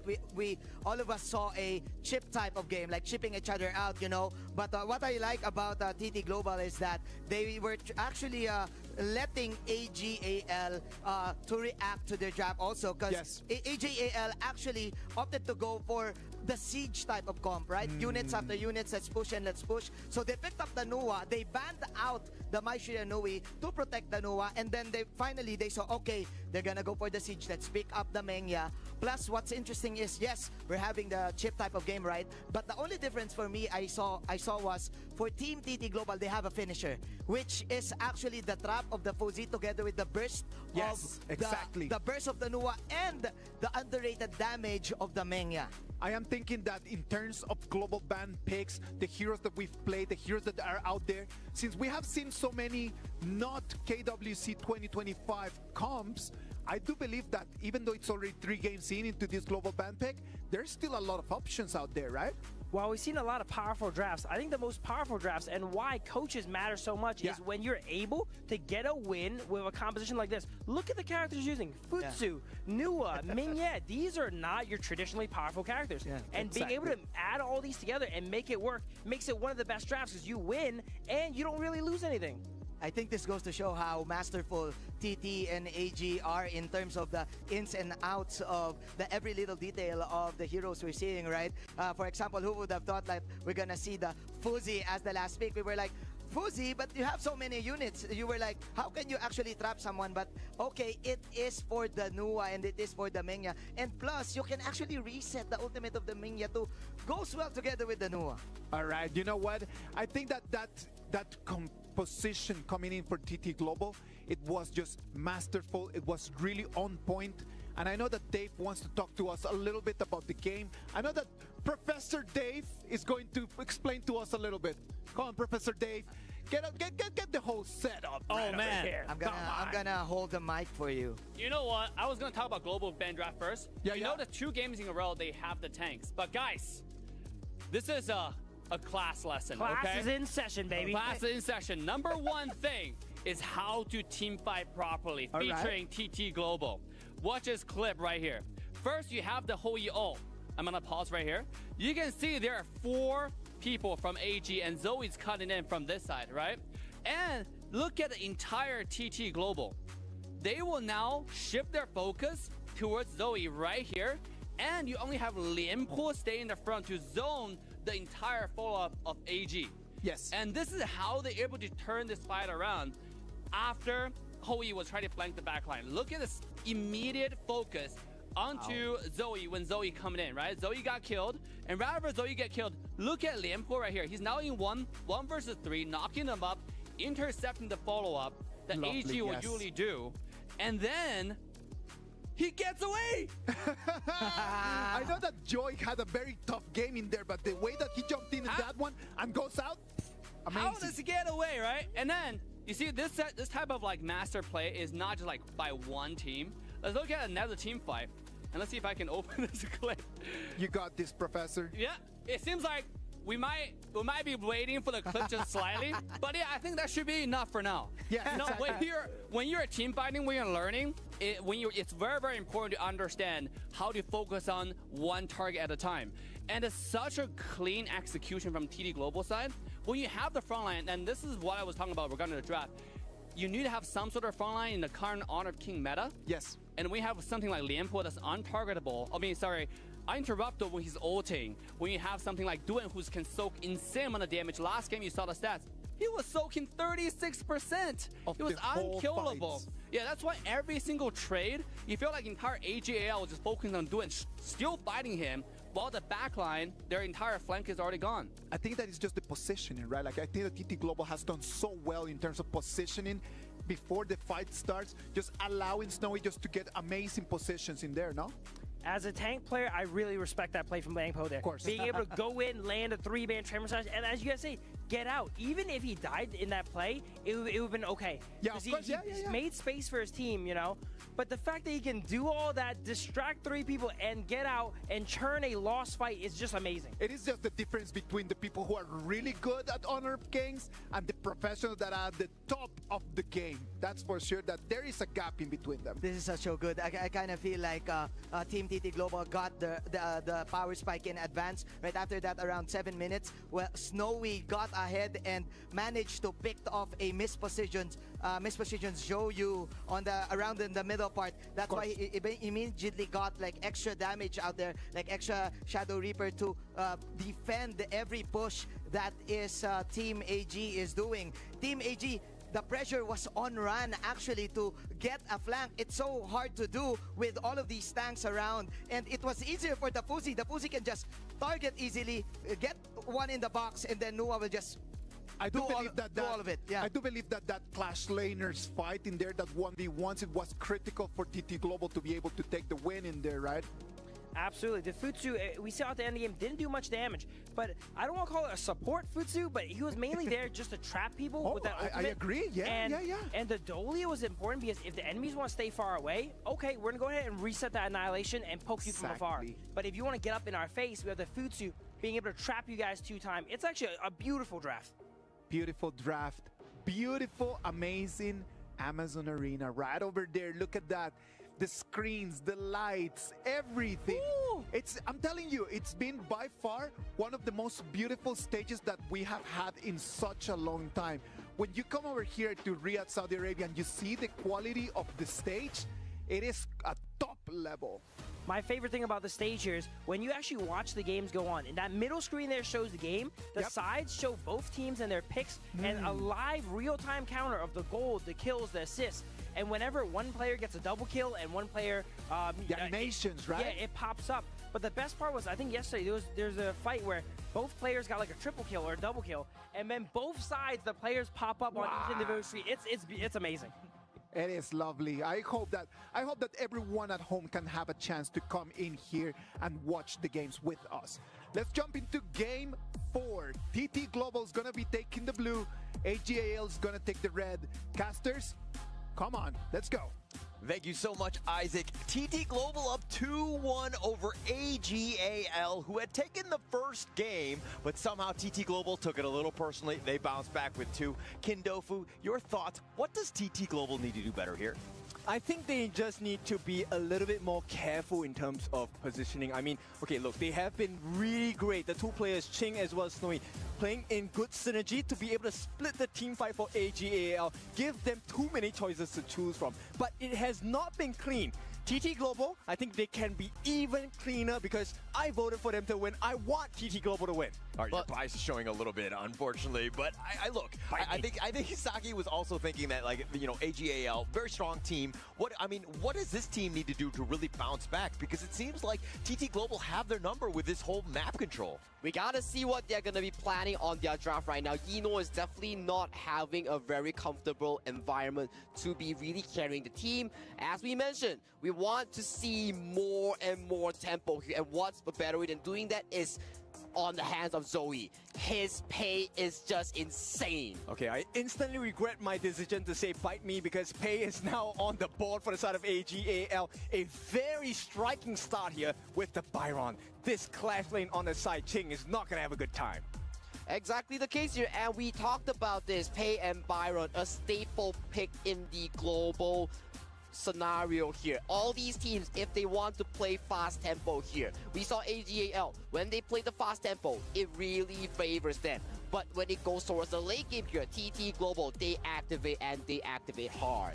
Yes, now AGAL, they will pick up one of the most disruptive mid laners here. Haino in the mid lane, meant to protect against the Mai's aggression, also save and recover those towers across the map if he can activate his ultimate 5 seconds within its takedown. Exactly, and right now, if you look at TT Global's draft here, I'm especially wanting to put my focus onto TT Global's player called Crane here. This guy in the mid lane here, he had so many fantastic and key plays here coming into game 2 and game 3 of the series there. He was always the anchor, the player to make key plays, ensuring Snowy and Ching had the environment to play in. Yes, and with that space he is able to buy for them, TT Global, I think they can actually finish this draft up with a big tank coming in for the side of TT Global. They can consider the Lady Sun as well. Actually, it's a double-edged sword, right? Does well against Pei if she's ahead, but also gets destroyed by Pei because of his mobility as well. I have to agree with you, and we talked about mobility here. My Shiranui as well. High burst potential. Can instantly look for the assassination here. And what's the anti-burst hero coming in for the mid lane? It gotta be Haino here. Yep, the Guiku Japan, very smart against AGAL. It's a one team that suffers against crowd control and, you know, even make it safer for the team. The Sun Bin comes. We talked about it. Dave, thank you for that insight into Sun Bin. Number 1, rotations are faster. You get a rebate on your health bars when you get damaged. And that ultimate, the ultimate silence. Speak no words, we will let the actions talk. We will let the action talk. And one more point that we can add on to Sun Bin here. If you time your spell to time flux correctly, you refund HP back to your teammates here. It is a very good anti-burst mechanic here. And also, key point here, Sun Bin's rewind is not affected by heal reduction like the Venomous Staff. Yes, this is a very important marker here, which means Sheng is going to be a player of choice. AGAL, their win heavily depends on the success of this Haino. And what does Haino hate? He hates a burst, and that's exactly what TT Global offer. Number 1, that lockdown by Diadea, no skills to use, and so yeah, big burst. And you want to see something interesting? AGAL's team composition. They are running it back. They are making a double side lane team composition here. I am looking who gets the Byron, who gets the Baiti here, because, man, it's been a while since we've seen this composition. Look at Eno Small. You know for a fact that he is going to get the Baiti on his hands. And that's going to be a very difficult lane because he's aided by the Sun Bin. If you know one thing for sure, Yino used to be that man in the clash lane there before role swapping to the farm lane here. So, talking about hero mastery here, Yino as a player, he definitely has the experience, has the fundamentals on this hero. I really like this AGAL draft, right? It looks very strong, very sustainable, and also they have decent damage because they have burst in the form of the Pei as well as the Byron. So, very big, strong lanes coming in for the side of AGAL. But execution needs to match the BP. It has to match the BP. It's not an easy hero to pull off, let alone an easy draft here. I believe that is our first ByteZ of this KWC 2025 tournament here. I gotta see how one of the best KPL teams, AGAL, pull it off here, because it is not gonna be an easy feat. We are in for such a treat to see this sort of lineup. The ByteZ being pulled out by Yinuo of all people, and to pull it out on a game 4. This is gonna be pivotal. You lose this game, you're gonna be down 1-3. You're gonna be in a world of hurt. Yes, it's going to be series point for the side of TT Global if they can take this win. But AG, this is one of the biggest lineups you will see. I'm not sure how you're supposed to break through. There is no Ching in the armor here. Yeah, grand finals, game 4. I would say that this has got to be a must-win for AGAL. Do they have the draft? Is this going to be good enough to really strike back into TT Global? I don't know, but the audience, 现场的观众们，声音借我一点好吗？ Wish your best team luck, TT Global, AGAL, let's go! Let's go. Game number 4. This one decides the destiny. You can carve your way towards the trophy of being a king. You gotta be a king, and as you mentioned here, Yinuo gets the head onto the ByteZ here, but an engage goes through. They find Shang. He's in a world of hurt right now, in a bad spot. He's gonna give up first blood to Crane. And that's not the only painful experience. They also give away the Azure Golem. This is TT Global Sunrise's dream here. But AG relying onto this pace mobility here. They get a trade across the map, making sure that they lose as minimal as possible. I gotta give props to Joy here. He was the one who found and punished Shang heavily. They knew that they will have their jungle side cleared on the right-hand side, so they actually make the call on the side of AGAL. Let's follow up as well. Now, he should be able to do well in this lane for now. It's really just about sustaining. Stay safe. Staying safe, sustaining. Once you hit that 4th-minute mark onto this hero here, you're definitely gonna be online. But look at the cheer here coming in from Jiang Beibei. 青青加油 ，TTG 加油，一路来不容易，希望你们发挥满载而归。 Oh, beautiful. Give it your all. I know it has been a tough road, and truly it has been.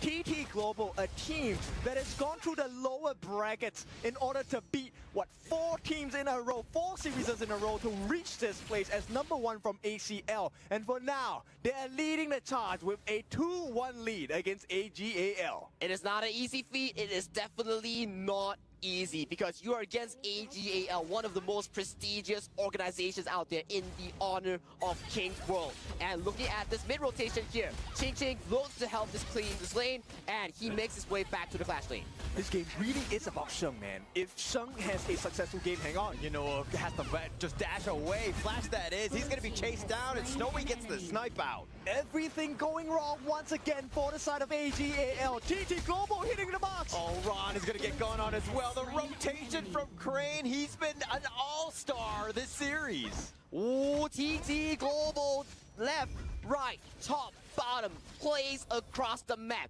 Check out the replay of what happened here. It engaged with Ching, getting the lockdown here. Immediate CC chase. No room for a flash here coming in from Ron. And look at the timing of this, right? In Chinese, we call it 五马分尸. You are pulled apart by 5 different horses in 5 different directions.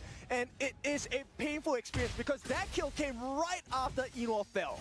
Right after Yinuo fell and the waves are sacrificed towards the tower here, they suffer a very big goal gap, a 1,000 goal gap. This is not usual for AGAL. Not usual at all. TT Global, they are facing a power spike and they're showing that they are here to contest at KWC 2025. Nice little knockup onto Shang here. He's going to have to just use his Fate Rewind. He will unwind and take away all of that damage. But let's talk a little bit about Zoe here. He's that pay. He's got that fast-paced timer in terms of just farming, but he's kind of falling behind in the sense of the overall team. Well, I gotta say, if he falls behind, that's gonna be a big trouble coming in from AGAL. They need this pay to be the secondary marksman here, but looking towards the farm lane, looking towards the clash lane right now. Zoe is making sure that he gets as much goal as possible as Sheng gets engaged on. Engine right on point. They find Shang, they have the knockup, but he's not able to survive. He's gonna go down. It's all about the timing at this point, and this could be TT Global's time. They know that Sheng doesn't have the ultimate, and what a time to get it as well. The first tyrant of the game goes to TT Global. I mean, they knew the ult was on cooldown, and they went directly on him. They ensured that they got those knockups and they got the stuns right onto Shung, and they've turned it into the first Tyrant of the game. Perfect execution here coming in from Crane. We gave him so much praise, and look at this bot side as a potential fight might break out, but Swai really gets caught out. Oh, they find Shuai. They do have the connection. Crane making moves across the map. Another knockup, another kill. And a great trade. They get the Zero Golem. What do they have to trade for? The T1 on the top. Does TT Global care? They do not. They also take their own Zero Golem. Exactly. That is the only job they need to care about, because if they do not get a lead with the double fighter, double tag team composition, you're going to be falling much more behind here. Goal lead is similar in both team comps, but Eno is getting further and further behind. And also, Crane is getting further and further in front, right? Success begets success. Crane now already has the insatiable tome. That is the full core lifesteal item. They find Yuno. They're looking to pull him back. He's going to actually dash forward. Zoe wants to go aggressive, but Crane has to get back with that heart link, and it looks like TT Global, again, avert all this. There's not enough damage. They're too far behind. 2,000 at the peak of tournament in HOK is a big marker of difference. And AGAL once again find themselves trailing. We have to see if AGAL Zoe can find more resources here. They need to make sure that this page get more gold and get more of these items here. But TT Global are not allowing it to happen. But how are you able to get all that farm? Your Crimson Golem is going to be contested. Everything that you move or you do around the jungle is going to be very uncomfortable. Very uncomfortable. They want to force the skills out, right? This is why TT Global, they're not really exactly pushing too much. They want to force these common spells out, the flashes, the ultimates, but it's not working. But they find them. They get the little taunt onto Joy, who heartlinks back to safety, but AGAL not able to find the pickoff. They're going to have to retreat yet again. But still, one thing's for sure, AGAL team composition, the double fighter with a pay, it activates extremely well towards the early, towards mid-game here. But if TT Global can really expand this lead, this team composition coming in from AGAL is just gonna be outscaled. It is very difficult because at the late game, AGAL, they also have some late game compositions, right? It's gonna be very hard to kill Inoue. But at the late game, they have an answer. They have Snowy. Nobody wins a late game Soyue. Exactly the case here. Shouyue has one of the best late game coming in Honor of Kings here. Once he hits that Daybreaker, he's going to be hitting hard, but Engage goes in. Looking to go in for that one. Not able to get the charge, not able to get the connection or the hook back. Crane is on the run, and then looking to turn it. Joy, that is. He tried to go in and just slow everybody down, but he sacrifices his own life away. All right, that's a present for the side of AGAL. They recover one kill. They have a score on the board, but they find Shuai, and they have the connection. Crane with that damage, but now it looks like he's going to turn.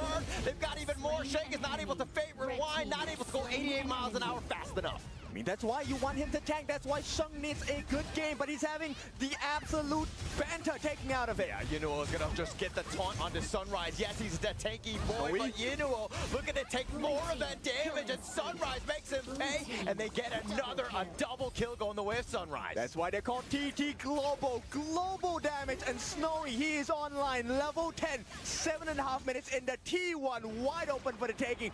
Jungle also open for exploration. TT Global is online as they are looking at the series point here. They are looking extremely well for 5,000 gold lead as they knock onto the second tower. Shung cannot save this. He does not have his ultimate. He's taking too much damage, and once again, Azure Golem, a present from the future for the side of TT Global. 8 minutes in, we have another Tyrant for the taking. We are talking about the mid-game here being more rewarding for AGAL, but look at how proactive Ching with these engages here.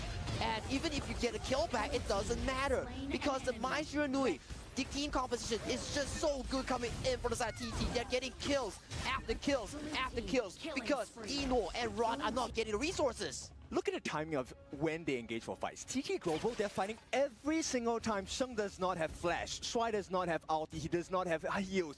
Everything in accordance to advantage to TT Global, they then strike. And AGAL have been caught multiple times. Total 9 kills, but about 4 incidents throughout this 9-minute mark. And that's the danger of KPL teams, that they always know when you do not have the flash. They know your exact buff timers. That's why they get to pick the team fights when they are ahead. But do they know how how much money I have in my wallet right now? Maybe, I think they do. I mean, yes. Definitely they have more than you, right? Look, they're very comfortable. They have a 3-1-1 composition, right? We have Ching split pushing on the top, you have Snowy split pushing on the bottom, and then you have Sunrise, Crane, and Joy having the time of their lives. This is not a jungle exploration, this is a camping trip. This is indeed a camping trip, and all these towers are slowly going down one by one.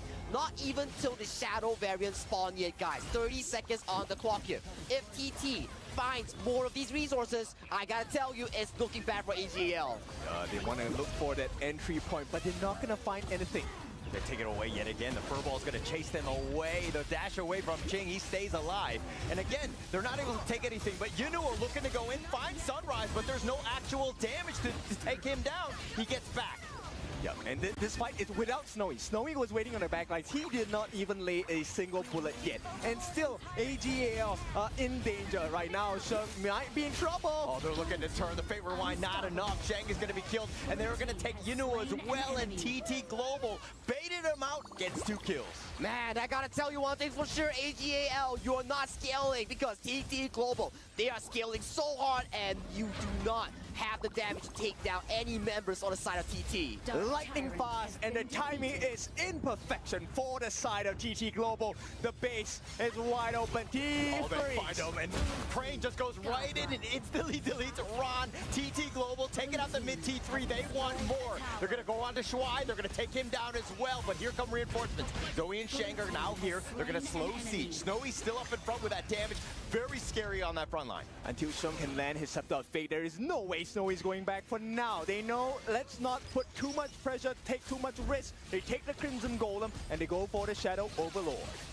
They are so ahead, they can do anything they want because Zoe, as of this point, he does not have enough gold to out-damage Snowy. He does not have enough damage to take down all these pseudo tanks here. Coming in from Ching, coming in from Sunrise here. TT are in absolute control.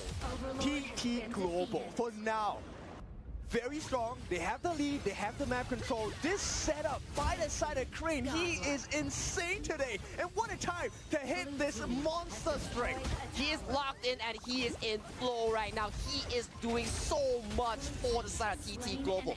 Every single engage is by Crane, and Crane is on fire. They don't even care the fact about the T2 in the top lane. They just went for his life. And right now, with absolute control, a vice grip over the map, TT Global, they have the Shadow Vanguard and the Overlord flying down on the top. Only time is the essence right now for the side of TT Global. Your AGAL, they are running empty on this time because looking at the current map state right now, they are no longer in control.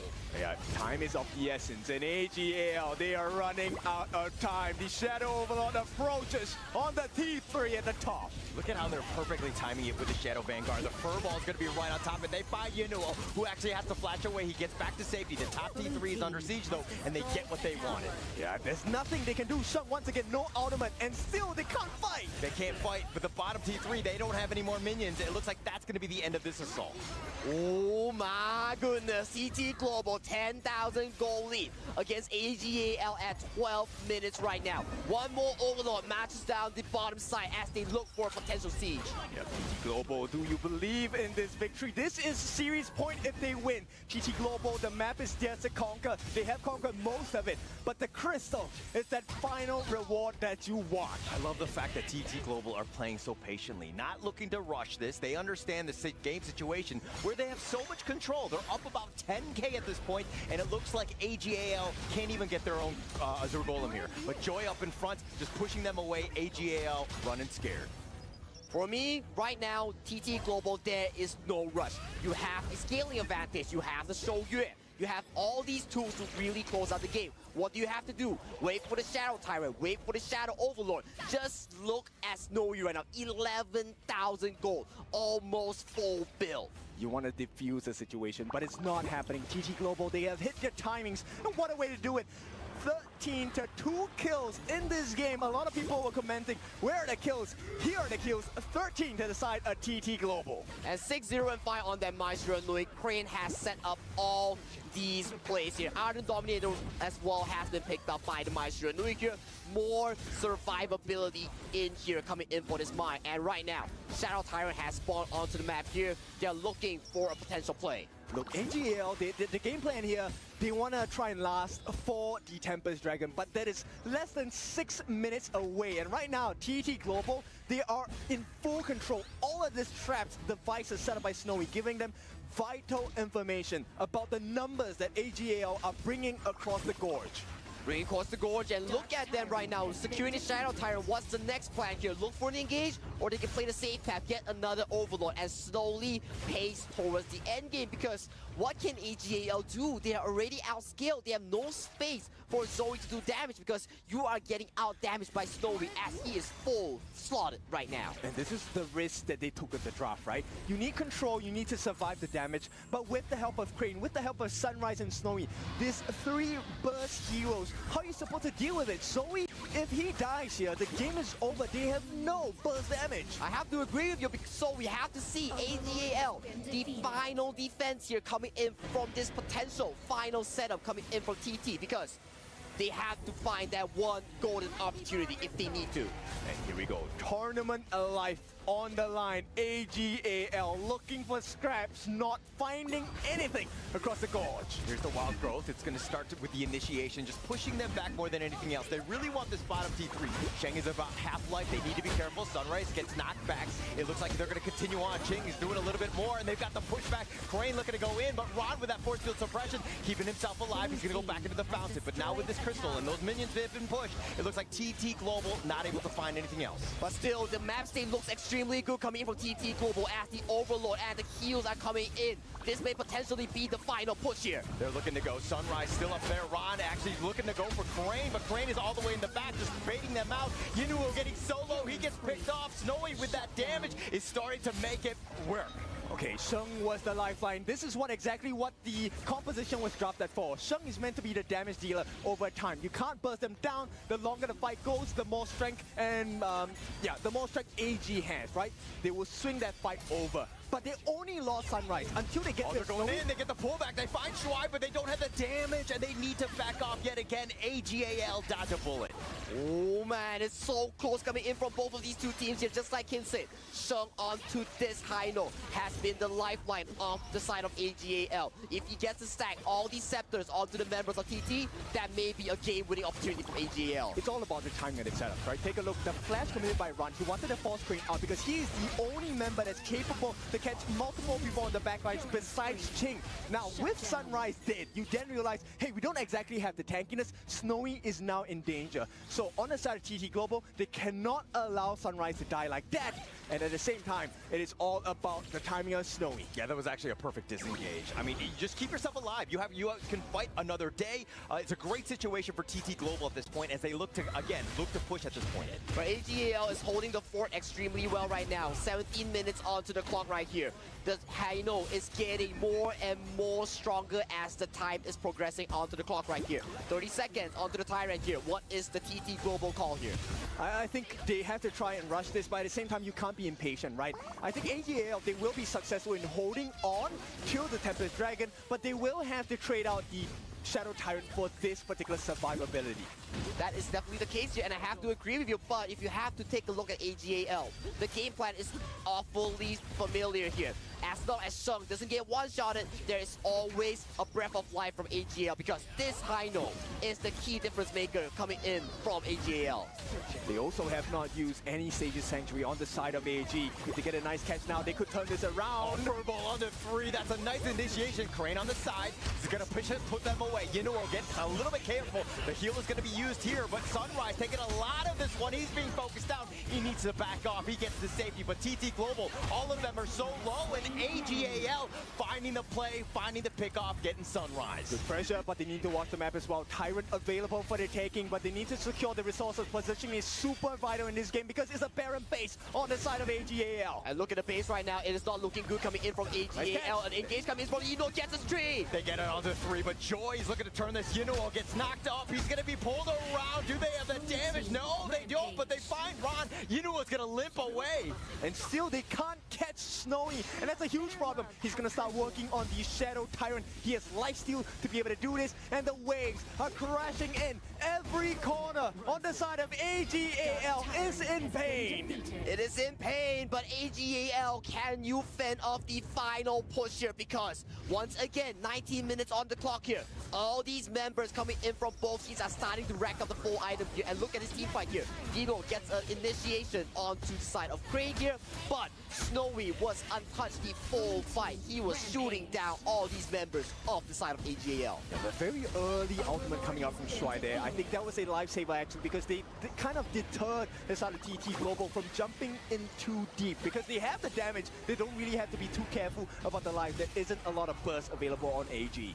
But look at the wave state right now, as we talked about. Once it hits the 20-minute clock, these minions will start getting progressively stronger as the time goes on. But they are not allowing that to happen as the waves are slowly crashing from all 3 sides. Oh, Zoe is falling a bit low. This time it's a pressurizing situation. Yinuo gets knocked up. Ching is looking to just start this. They've got the pullback. Yinuo is very tanky though. The heal is going to be used on this one, keeping him alive. They're still going to stay under the tower. The Vanguards are there, but the Tempest Dragon is up. The Scepters are hitting extremely hard coming in from Sheng right now. This Kaino has scaled towards the late game. 20 minutes on the clock. Tempest has been spawned. All these upgraded items, the Sky Dome, the Phantom has been clocked in for both teams. Yes, this is a time where Sage's Sanctuaries are very important. You don't want to waste them unnecessarily. Eno does have one on his hand. Joy also has it. Snowy here needs to find a good positioning for the fight. I have to see Eno here. He may be the key difference maker coming in from AGAL. If he can find the ultimate flash onto Snowy, that may be game-breaking, as Snowy does not have the flash. Yeah, Flux is going to be used. They're going to be speeding up, just kind of, again, sticking together, which has been the biggest thing. AGAL not getting cut off one by one. Right. Sheng is going to be able to land those scepters, right? Every scepter is an additional advantage for their win probability, but Crane is hiding in the sidelines. Nice furball on the 4. Yinuo still up in front. He's going to go back. Sunrise has these blood rays, trying to out-heal most of this and just stay alive. Yinuo taking so much damage, and he's sticking around. He's underneath. The passive is keeping at least Ching alive. They're going to be back. No, needs to be careful. He's got that heart link. That scepter barely missing on that one. Yep, they don't need to over-aggress, right? TT Global, they have the map advantage. They just need to take this slow. Be patient about it. Eno has not burned his Sage's Sanctuary yet. Snowy needs to be very careful of where he's standing. But this Bai Qi, this Sun Bing is coming into fruition right now. So tanky, so little damage now coming in from TT Global. Yes, you have to show it, but it's a singular damage output. Who can realistically take down this team if Ron gets engaged on? Yeah, Ching finds him, but it looks like Ron will get back to safety. He has that time flux. He's going to group up the rest of his team here. Okay, so take a look at the positioning on the side of TTG. This is very vital. Crane, if he gets a very nice knock-up along with Ching in collaboration, they will be able to kind of burst down the lineup of AGAL. But for now, AGAL, they have good positioning. They will push them away from the Tempest Dragon. And Tempest Dragon has been started by the AGAL. They are under a ticking time bomb because look at the bottom wave. It is Super Minions pushing in, but Engage goes in. It looks like they're going to go in. He gets a little bit serious. The favorite one is going to be used by Sheng. He will get back to safety, but Yinuo so low as well, but he's so tanky. He's sticking around TT Global, realizing that Tempest Dragon is still at risk. If they're going to continue on, at least poke and prod here. The reset is going to be available. It's not a good situation. AGAL, they have to figure something out. They need to clear the waves. This is, if they don't get the Tempest Dragon, it's a horrible situation to be in. There is a wave pushing in on the bottom side. They have sent Ron to try and deal with it. Yeah, but TT Global, like, kind of on the lower side, but they find 3. They're going to have a numbers advantage. They get the knock up. They find Sheng. That's going to be Sage's Sanctuary. He's going to come right back up. You know who's going to be there as well. Sunrise is at half as well. With those scepters, it looks like they're going to back. Yep, it's a 4v5. They did manage to survive. Ron in charge of saving the game from the Winions at this point. but still, it really is about positioning because it is not about timing. AGAL, they can't survive a long drawn fight here. Exactly, the minions will be so strong as of that point, and Ron will take so much time to clear them. Right now, 23 minutes onto the clock, Baron base for AGAL. Goal lead no longer matters as of this point. Sage Sanctuary will be the key difference maker coming into these fights. That's going to be happening real soon. Tempest Dragon steps out of his lair. Sunrise is going to provide that vision. Yuno gets knocked up. He's going to go in for this one. Gets the taunt on, but do they have the damage on to Joy? No, they do not. Crane is going to be here. The Fate Rhyme is going to be used as well. Ching now on the run. They find Crane. They get the pick, and this is a numbers advantage for AGAL. They should be able to do this if they play the cards right. Sunrise is still alive. He does have Smite though. He wants to take that Tempest Dragon out of the lair. Buy some time with the reset. Yes, Snowy has been caught out from the vision right now. AG has the superior map state right now. They have started this Tempest Dragon, but it will be a 50-50 between Sunrise and Zoe. Ching looking to get serious, goes in, finds a blow up on the Ron. They get the kill on the Shang as well. What an initiation.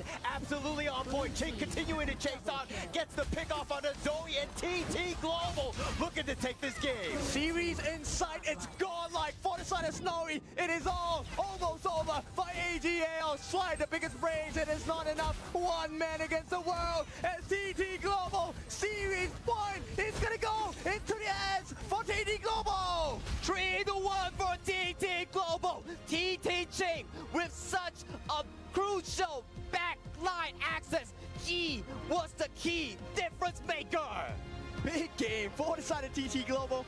Now guys, did you expect that? I did, but for AGAL, what a surprise. They need more. And the confidence, like I said, game number 2, game number 3 has been shaken. This time, they need a quick recovery. Something needs to change. Something needs to change, and the primary thing that we're looking at potentially has to be the draft and the early game, because Crane, my goodness, this man on the Maestro is so deadly in the early to mid phase. Such an impact. He was always up in front, getting so many pickoffs, and the reason why they took down those T3s very early, they had a huge lead. All of that pressure made it difficult for AGAL to even leave their base, and they couldn't even contest on that Tempest. Exactly, and one of the things that you notice about the composition on the side of AGAL is the fact that they like to group up, because that's where their strength comes from. And TT Global, they said, I understand this is your strength, so let me turn it into your weakness as well. A double-edged sword. If it goes well, AGAL crushes the entire team of TT Global as a death ball. But when you're caught out like this, wow, Snowy, so much space, even though he got taunted, Eno, he can't do everything alone. This fight, Ching decides to initiate 4 versus 5. Crane was down for 30 seconds, an absolute maestro in terms of initiation, but let's see what Isaac and the panel have to think about. Woohoo! We've got ourselves such a great game right over there in the game 4. TT Global coming in control of the game since the early, mid, and late. But as we jumped into that Tempest Dragon, it was a 50-50, boys. I told everyone that if we moved over there, we were gonna make it to AGAL. But TT Global, they did not allow the Tempest Dragon. They did not allow the fight. They just went in there and they want to take the trophy. Right now, it's a 3-1 advantage for TT Global. We're seeing AGAL being put in a corner, and we're not used to this. How do you guys feel about all this after that amazing game, boys? I don't think AG is also used to getting put in a corner like this. Being down 2 games, they're kind of getting flashbacks because last time they played, TT won, so they need to really start switching it up here. Again, it's a different meta for them, right? But man, amazeballs. All I can say is that TT Global is playing it simple. Like, of course, you have AG with an interesting farm lane pick, a fighter farm lane pick. We were questioning it, but you kind of see it in the late game. Like, okay, they want to sustain game. It does make sense. They want the defense, right? Yeah. But for us, it was too late because Crane in this game, Crane was insane. Yeah, of course. It rhymes. Yeah, of course. Right? Crane was insane. Crane was insane. 6-0 and 5. That rhymes. 6-0 and 5. All he needs to do was dive. Man, bro, that game, Sun Bin is such a crucial pick. Absolutely. It got to 20 minutes where Isaac were in the back. We're like, oh man, like we're talking about how crucial Sun Bin is. People are understanding like Sun Bin's engage. The key of a Sun Bin is ultimate and skill 2. the skill 2 allows you to engage so fast, and then people are worried about like the Baiqi pick or thinking about why Baiqi for Ino is because of engage timers, and you have the high note dishing out damage. The issue that I see in this game overall is that AJL reached their power spike way too late. Yeah. If they got to this point with one more high ground up, of course, this could be a completely different game. And I think that was the problem, no? The problem was not like, okay, yes, they played for the late game, and then we made it to the late game. The problem in here is that since the early and the mid, they were very behind. There was a moment they were like 11 or 12,000 gold behind, and you cannot expect that you're gonna get to the late game with no waves, with no turrets, and still have the advantage. Yeah. I'd say that game here, let me break down the Baiqi pick a little bit more here. A lot of people are at home probably confused why Yinoa picked up the Baiqi here. From my perspective here, it's because they don't want to give TT a target. Look at TT. They have the Mei Yin, they have the Mai. You don't want to pick someone squishy, right, a traditional marksman, to just, give them a target to go ahead and assassinate. They pick the Baiqi, which is a good matchup. They can get the taunt on them that are melees and such. But when you pick a fighter in the marksman role, you really hamper your late game. Sure, this game went on really late, but I'd say they kind of lost it at like the 15, 16 minute mark. If you don't win the game by then, you don't have a marksman, right? They have a Shoyue Daybreak in hand, nailing you guys down from range, and all they really had was Heino, and there's not enough firepower in the late game. I think that was one of the big problems in here, right? That Heino pick. That Heino pick, like before he could actually proc his ulti, he was already gone, burst out. Yeah, that was the problem. Like it was a problem not of sustainability, it was a problem with not even existing right over there. Not being able to use his ultimate just took away one of the shields that AGAL was trying to capitalize on. And I do feel that's the dilemma of this type of lineup that AG has. You got a lot of a laundry list to actually check for you to execute the early game advantage that you want. We get it, like the sustain and then the damage that they want. But then again, it was simple. It was simple HOK for TT Global. Get your marksman, tank jungle, and just snowball from there. Their problem first was Crane, right? Then again in the late game, you have Snowy, who is for me like so masterful with this type of backline type of heroes, like the Shoyue, perfect example. Right? He doesn't need the snipe, he just needs the critical and the normal hits. The Renji, for example, that's why it got banned also. Like masterful usage of positioning yourselves to outplay your opponents. It was a very interesting way how TT Global just played this game. And I know that Professor Dave wants to introduce us a little bit more about this, right? You got your tech ready right now, Professor Dave? Ready, bro? You ready, you know what? May not be for exactly last game, but we have so much things to share, okay? Go for it, go for it, Professor. Go. This entire series has been a master class to learn everything about it. And the first clip that we want to learn from is actually how it's a masterful of like tactics.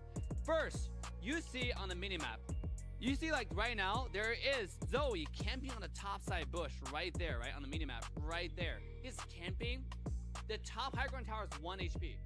There are many different things that could have gone down here. If there's more vision for AGAL side, he could have just go straight for the high ground tower and then just secure the high ground tower to get a team more advantage. But what he decided to do was to camp and find a better flank position for Hoi, because they know the win condition for them in this game is somehow breaking to Snowy. So that's the plan. And let's quickly speed up, how he decided to do it. You can see he waits, he gets some kind of vision for the team, he took a look. The patience in there, right? Patience. And then here she finds him. But this is what Phil was saying about Master Armorer. Yes. Buy and sell. Instant buy and sell, right? Get the Sage Sanctuary, and he baits Zoe. Because he know like Zoe's gonna get to him, so he waited, and he used a flash towards the team, right? So this way, Zoe, he eventually didn't get to find the kill. Nope. The team had to come in for the help, but at what cost, right? This is a 2-to-1 trade just to get to Snowy on the Hoi. Snowy right over there, just in that moment that he just comes up like it's again immediate blood weeper immediately just to come back and then you start just restoring health as well. Absolutely. So, man, this is just like when you play and when you're behind in ranked game, you have to find those sneaky plays. And that's how you can possibly come back. The next play I want to talk about is how to juggle aggro.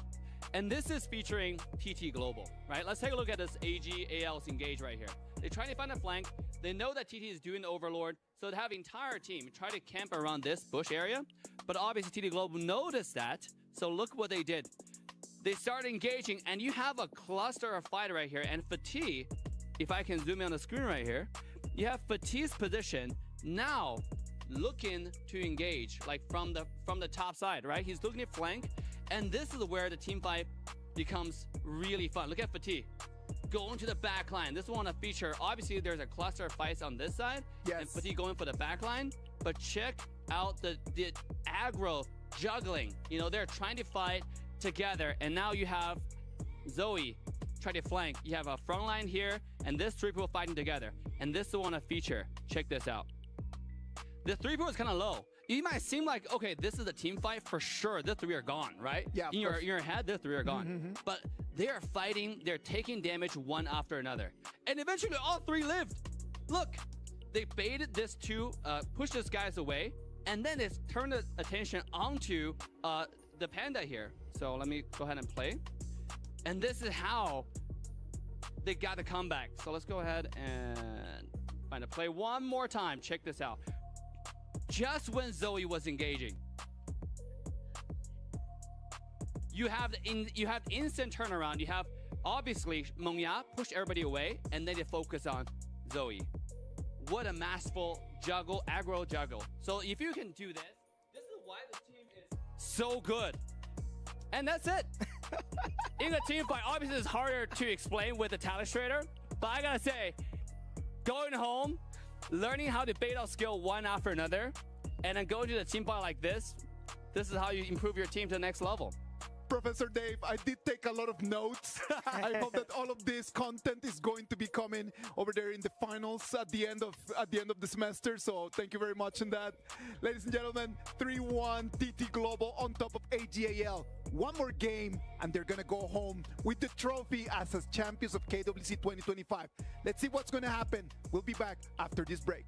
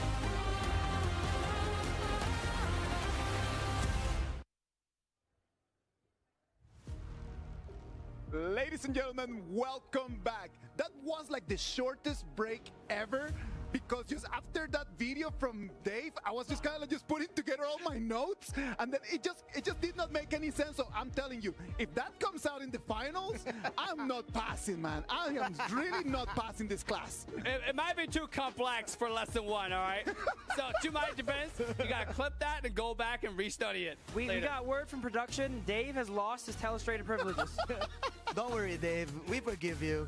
We forgive you. It's all right, Professor. Not everyone has a great lesson all the time. But to be honest, the top teams, how they juggle aggro is such a masterclass. I'm telling you, yes. Like, you can see everybody escaping with 1 HP, how they're able to survive that. That was insane. Look at that, man. Like the whole people at home and in the arena are so excited about this game because of what you just explained, right? Like it's just the details in there, the quality of the game, like how they run and move around. Even for the players, look at her. She's going to lose her breath, man. Like she can barely just stand in there.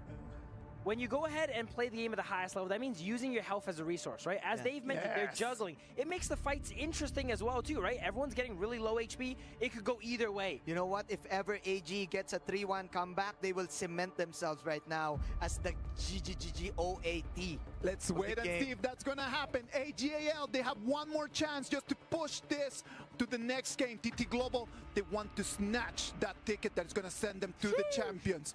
AGAL, TT Global, casters, take it from here, please.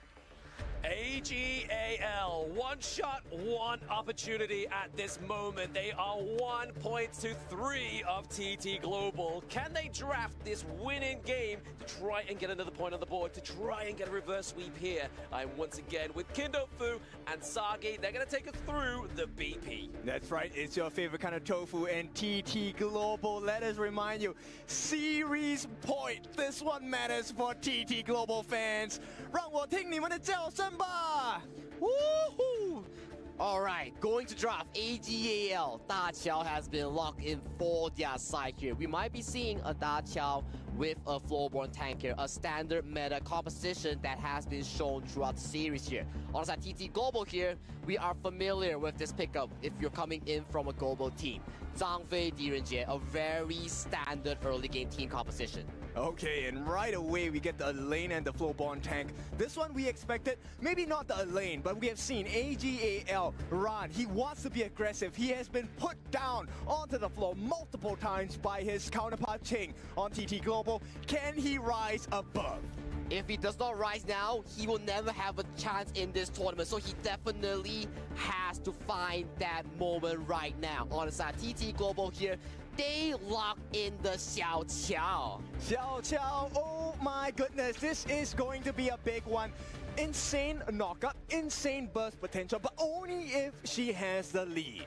Only if she has the lead. Well said, she needs so much items to be that front core carry that TT Global needs here. And going into the second phase ban here, TT Global, they are so targeting Yinor onto this draft here. Fuzi being banned out, they are aware. Yinor has the potential of playing this Fuzi farm lane. Not only them, AGAL also places Ching now in their eyes. The Miyu has been banned. Actually one of the perfect answers against an Elaine. Both of them have that invulnerable ultimate to exchange, and they want to make it unfair advantage for Ran in that clash lane. Exactly the case here. And Ching, from the previous game, he is on fire. He has had such an amazing performance here. We have to see if Ran can really get back the momentum onto this Elaine pick. And furthermore, as you mentioned, AGAL bans another clash laner. No more Ching in your armor. AGAL, they want to strike back. They want to strike back strong as well. TT Global gonna have that second last pick before AGAL gets a lock in their prior picks. Their prior picks right now might be on the focus of selecting a jungler or a clash lane right now coming in from TT Global. They might be lacking a form of engager, be it the Monkey, being another clash lane, maybe potentially the Charlotte that has yet to be picked up by TT Global.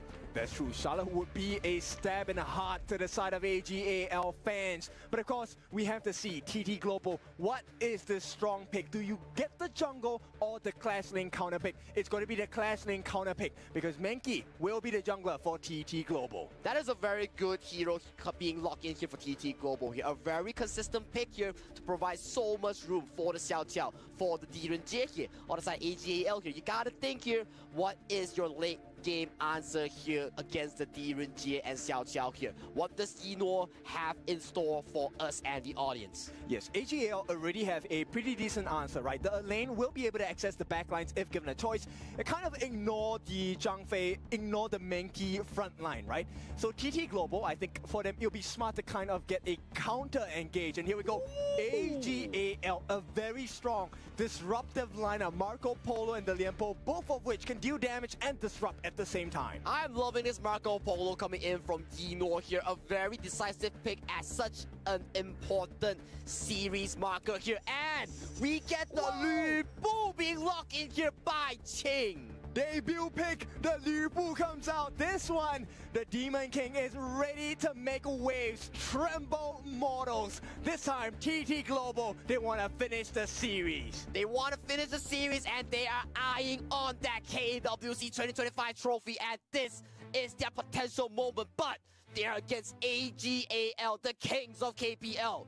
This is their only shot to do so. Yes, and this one, Liu Bu is going to be a very big pick because he deals true damage. And against a Flowborn tank, it doesn't matter. Against a Lianpo, as long as every cleave hits you, it is one chunk of your health that's going to be gone. That is so true here, but that is the good and bad of the Lu Bu pick here. If you do not hit your spell one, you lose out the bonus true damage here. So that's gonna be key here coming in from Qing onto this Lu Bu pick. Okay, so the whole roles, you have to deal with the thorns. Can they deal with the thorn? That is TT Global. That's exactly it. The BPs have been locked in. A lot of aggression, a lot of disruption between these two teams. But who is going to disrupt the best? Will it be the AGAL or will it be TT Global going into what potentially could be match point? Okay, so stock standard from both teams, right? They will play that farm lane matchup, the clash lane matchup as well. This one is a very skill-based, positioning-based matchup in the lanes for both teams. But what's not normal here is Yinor being swapped towards the mid lane here, mitigating the laning capability from Snowy on this Direnjie here. And to add on note to that, Zoe has decided to start from the farm lane here, and a lot of pressure has been confirmed onto this Flowborn tank. Okay, they need to get this Fire Beak at the bottom here. This is where it's so important. The Smite not going to be available. Oh no! It goes over to Snowy here as Zoe does not get the auto attack here, but Yinor on AGAL still gets a lot of farming tempo, a lot of room to scale on this Marco Polo. So he did steal that ball, right? So this ball camp is actually feeding Yinor quite a bit. He does have an advantage, slight one, albeit against Snowy. So for now, Snowy straight away boosts a 40 deal to make sure he has physical defense. Oh, you gotta see one thing for sure here. Sunrise is slowly going towards level 4 here, and Zoe yet to clear his Azure Golem here. Sunrise is definitely going to look at this invade. Yes, he's going to be 4. He does have the Dream Roam, but no need to take extra risk, right? We already have that slight advantage. Actually, it's not that slight, it's about 600 gold. Ooh, big poke here onto Zoe on this Flowborn tank here. So, spectators, if you're watching this game in the in-game map, check out and get that spectator gift, the KWC Recall. The poke potential of the Xiao Qiao, man, it's just so crazy. Like, you think you're safe into the backline, like Shui there, and he just gets chonked down. I mean, Lianpo at low level is definitely going to be taking a beating here. And good Xiao Qiao players kind of maximize the range, right? Because at max range, it does the double hit on you. And I think that's going to be a big game changer for the side of TT Global. For now, I think they can't catch Yinor out, you know, that much for now, but I think with the goal lead, they can kind of secure a couple of advantages across the map. 1,000 in the lead for TT Global. That is a very healthy lead here coming in from TT Global, but good news here for AG fans, Tremble Mortals has been expended by Qing towards the clash lane here, so Ran on this lane has more room to breathe towards the mid game. Okay, look at what Joy is doing. He's buying time by moving into the jungle on the side of AGAL. He now knows the timing of that Crimson Golem. So let's see what they do with that information. I'm liking what AG is doing here as well, right? They are making so much room for Yinor to farm here. Ultimate has been popped towards the mid lane. Live from Yuyan on that screen here. Fans are cheering for TT and AGAL. All right, put up your hands. And take a look at who is watching as well. BTK, they are looking to be the new kings. But for now, TT Global, well on their way to be on that throne. On that throne, and look at Joy and Sly as they are looking to get control of the map right now. Crane steals away that Fire Phoenix camp. Right now, Snowy, Crane funneling farm towards each other, making sure that they have enough gold. Shun gets caught out. Oh, the Bridal Air versus Wallaby. CFA is going to come in clutch. No! Shun gets taken down as well here. Shui maybe a little bit too late, but that 4-minute mark is going to keep that T1 alive. Not exactly the best situation. Shui did burn out his flash as well. So this is a fight I think AGAL might not be in favor for the Tempest, for the Tyrant. Snowy is so on point right now. That flash ultimate coming in from the Diren Jie really caught Shun off guard. And the follow-up damage was just so clean coming in from TT Global. Okay, positional advantage for the side of TT Global. Joy does not have his passive yet, so there is a chance for a steal. Chance for a steal here. We do see Zoe into the backline. Dream Rogue does actually commit onto it, but it's going to be stolen by AGAL. The crucial kill theft is going to give AGAL that extra damage in the early game. Yinor comes in clutch, gets the Resplendent Revolver, steals away the crucial Tyrant of this potential elimination game. Look at the potential motivation coming in from Shrine. He's looking to give rotational advantage towards Yinor. And it's a double whammy, because Yinor did not have to burn out his Purify, right? So he still gets to keep his common spell, and now AGAL in fighting shape. In fighting shape, indeed. Look at Yinor here. He is scaling so well. He's already finished up the Doomsday here. He is gonna be a menace. So much damage onto Sunrise and Ching because they are building HP. Smart choice, right? Most players on the Marco Polo, they go for the Spot Forge Dagger first because they want to clear the ways faster. But Yinor knows that TT Global wants to fight. And fighting against Ching on the Liu Bu as well as Sunrise on the Menki, you need percentage health damage. I have to agree with you. And once he gets that Doomsday, he's working towards the Spark Sword. He's gonna be getting this Crimson Golem here. More damage goes towards his first spell, Resplendent Revolver. All about the fighting. The first itemization core item coming up from Shun as well is a Mass of Agony. Also, hang on. Okay, Joy having to use the Unbridled Outburst there just to keep away the bot side of the map. But I mean, we kind of see here that Jing and Crane are looking to try and push that T1 as well. Sunrise waiting in the wing, using the Dream Row just to maybe try and push away Shun. They don't want to put them away so they can put pressure on the T1 on the top. But unfortunately for them, Ran is already there. So AGAL, they survive. They survive, and they are looking pretty decent in towards this early game here. Look at damage from Yinor right now. Doomsday with the Crimson Golem. He's hitting hard right now as AGAL. They're looking mad confident in looking for this Azure Golem take. Not ideal for them. They jump in from the side of Zoe as well. They're looking for the opening, right? Because Joy is so low. Yeah, Solo as well as obviously, Joy here, obviously having to use the Leaping Saber into the T1 territory, but we are getting a fight on two fronts. Tremor Smash having to be used here by Shui to actually get out of that team fight.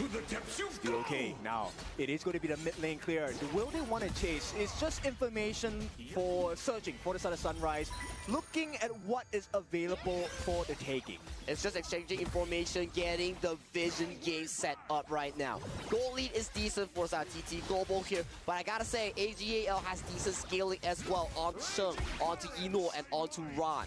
Okay, they need to protect the T1. I think Ching might not make it there in time. But in exchange, they get the T1 at the bottom, which is great for Snowy. And look at how they're trading maps right now. They know for a fact that both sides are looking to exchange the turret. They exchange the Crimson Golem as well. But look at the top side right now. Liu Bu, ultimate's in. 1v3, the backup's coming. Yeah, backup is here. Obviously, the depth, the down Sunset is going to be landing in onto Crane. He does get taken down there by Ran, but intercepted into the back line is going to be Sunrise with that Dream Roll. A lot of damage coming from Snowy here. Shui goes down. Zoe, Shang looking low, but it's going to be the Sea of Fate that saves Zoe for now. The Sea of Fate bails out Zoe. It's a 1-for-1 trade in favor of AGAL as they trade the Roamer for Crane, the Xiao Qiao mid lane here coming in from TT Global here. AG's Yinor looking Hitman strong right now. He has a lot of gold in his pocket. Totally agree. That's the best trade you want if you're on the side of AGAL, right? At the same time, Snowy is out of mana. He does not have anything besides the Crimson buff, and he can't exactly fight here. And we're looking at the goal lead real quick coming in from both teams here. It is just a small marginal difference here, especially towards the mid lane only here. So I would say both teams are dead even as of this point compared to Game 2 and Game 3. I think it all comes down to this mid T1, right? Whichever team gets the T1 first, which, TT, Global, they're looking for an opening. They want to get the kill so they have some space. The 4v5 advantage, that's what both teams are looking for. And I'm loving this Marco Polo here. He's having so much side lane control here. Ultimate has been popped by the Da Qiao here to transport Eno towards the mid lane for this potential fight. Okay, Sunrise, he gets information. It is more important to get the neutral objectives. They can clear the wave at the bottom T1 as well. Joy, keeping eyes. And the call from AGL so clean. Let's not give a care about the war about this Tyrant. Let's split push. The split push, but right now they have to put focus back towards this Crimson buff as Eno, look at where he's going. He's looking to secure the top one onto this map here. Zoe gets a smite in, bails out with Sea of Fake here. Double value coming in from AGAL. They secure both of the Crimson Golems. They're blocking them. They want to get a T2 on the top. It is all about Ran. How much damage can he do to this T2? At the same time, TT Global caught in between, lying in wait. And he may be hunted this time if there's not enough support. That is a very beautiful rotation and macro play here coming in from AG. Utilizing the Sea of Fate, utilizing the ultimate coming in from the Da Qiao here, getting so much value onto the map, getting so much mutual objectives. He's melting Sunrise. This is the benefit of having a Marco Polo with the Doomsday as well. And he does have the Crimson buff, so there is a potential of a great fight for the side of AGAL. And they are looking to knock on this tier 1 tower here. Eno puts so much damage onto the side of TT members here. Rotation goes towards the chain here, but TT Global, they're looking to assist their clash lane. AGAL, they're so smart, right? TT Global, they always give them the choice, hey, who do you want to kill on my side? And AGAL now poses the same question, but with turrets, with the map. Which lane do you want to defend? I mean, for AGAL, they're just utilizing the map stage so well. Eno's roam and gun on this Marco Polo is paying dividends, and it is paying well. But Shadow Tyrant will be spawned on the map here, but Shin gets forced his ultimate out. Treble Ball has been committed, and the door to the depth is going to be through as well. Depth on Sunset, if we are trying to get the kill here onto Ching, but then the lockdown is going to be going onto the opposite side of AGAL. Ron picks up the kill. Once again, they're looking to contest this Shadow Tyrant into the back line. It's going to be Shuai, just keeping them away. But Sunrise is just there, but it resets, unfortunately, for the side of TT Global. It's a 2v5. They can't win this for sure. TT Global, they have to be really careful. Ran, he might be able to jump in. Oh, using that dream roll defensively, that's going to be scary for the side of TT Global. I mean, Inoa is going crazy, he's online, and the damage is really hurting now. Inoa is definitely feeling extra confident right now. He's doing so much, making so much room for the side of AGAL in this team compositions right now. Sunrise and team, they're looking to contest this Shadow Tyrant. Yeah, the CFA being used there to take Shrong back to base as they're just trying to make sure they can maintain the provocation from the Tyrant at this point of the game. It is the Shadow objectives that are on the board right now. Zoe, Shrong, and Shui all in that bot side of the pit. Yeah, but they're playing the map. AGAL, look, it's so smart. Once again, this play was what got them the win against TT Global in their own server. And right now, it is a lost cause for the side of TT Global. And look at the top side right now coming in from Ryan. He's looking to push down that tier 3 here. Once the Lubu spawns on his top side, we will be seeing an ultimate coming in from Sheng to spawn him onto this map right now. We are looking at an exceptional map play here coming from AGL. They're pulling them in every single direction, and TT Global, they look lost. And what happens? Helping to secure this 10-minute Shadow variant. Hang on. There's the ultimate from Xiao Xiao. He's going to do enough burst damage onto the back of the AGAL, but no run into the back line there. It's going to be the depth, to the depth as well onto this back line of AGAL. TT Global right now are looking a little bit worse for wear. Ching goes down. This is not looking good.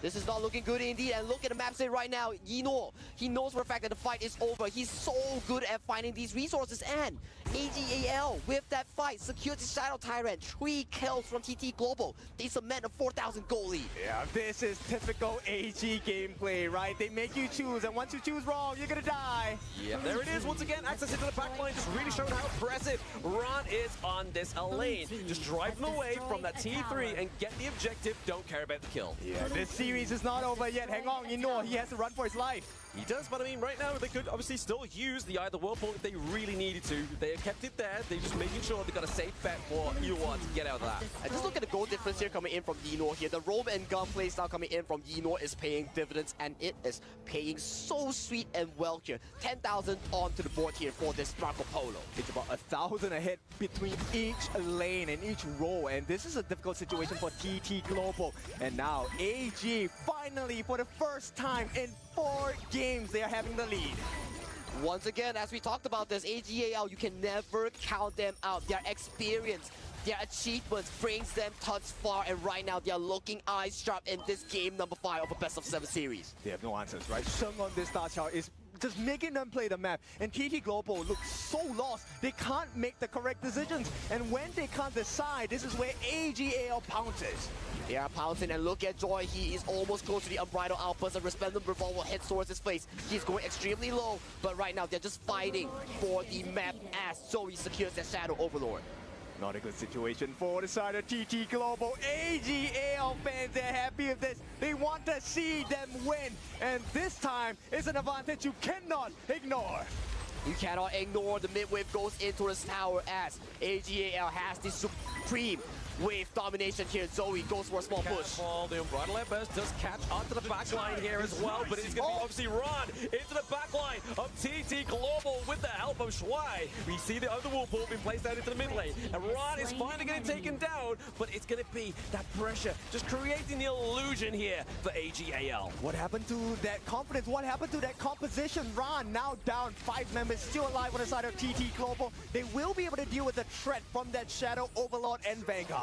That is a good defense play here coming in from TT Global here. Snowy surviving the insane dive coming in from Ron and Shuai without even burning the flasher. That is good news for TT Global. Yeah, TT Global, they make that recovery. Snowy now catching up a little bit, still 1,000 behind Yinor, but Yinor already at 12, close to 12,000. He should be 6 slotted. He has the Crimson buff. This is a great fight. If AGAL can recompose their positioning. They are looking to recompose, and they force away TT Global's attempt onto this mid-tier 1 here. Look at the map state right now. Shadow Tyrant is about to be spawned another time onto the map. If you look at Yinor, he knows for a fact that he is so strong onto this side, and he is bullying everyone coming from TT Global. AGAL, they need to be very careful about the timings here, right? If they allow this game to go into a Tempest Dragon game, it might be that 50-50 chance that TT Global are looking at. I have to agree with you. Look at the damage down here coming in from Snowy. 110,000 on this D-Ring. As long as he doesn't falter towards AGAL's dive composition, he will always out-damage Yinor. But looking at the map composition, AGAL, they have definite superior map control. They're going in.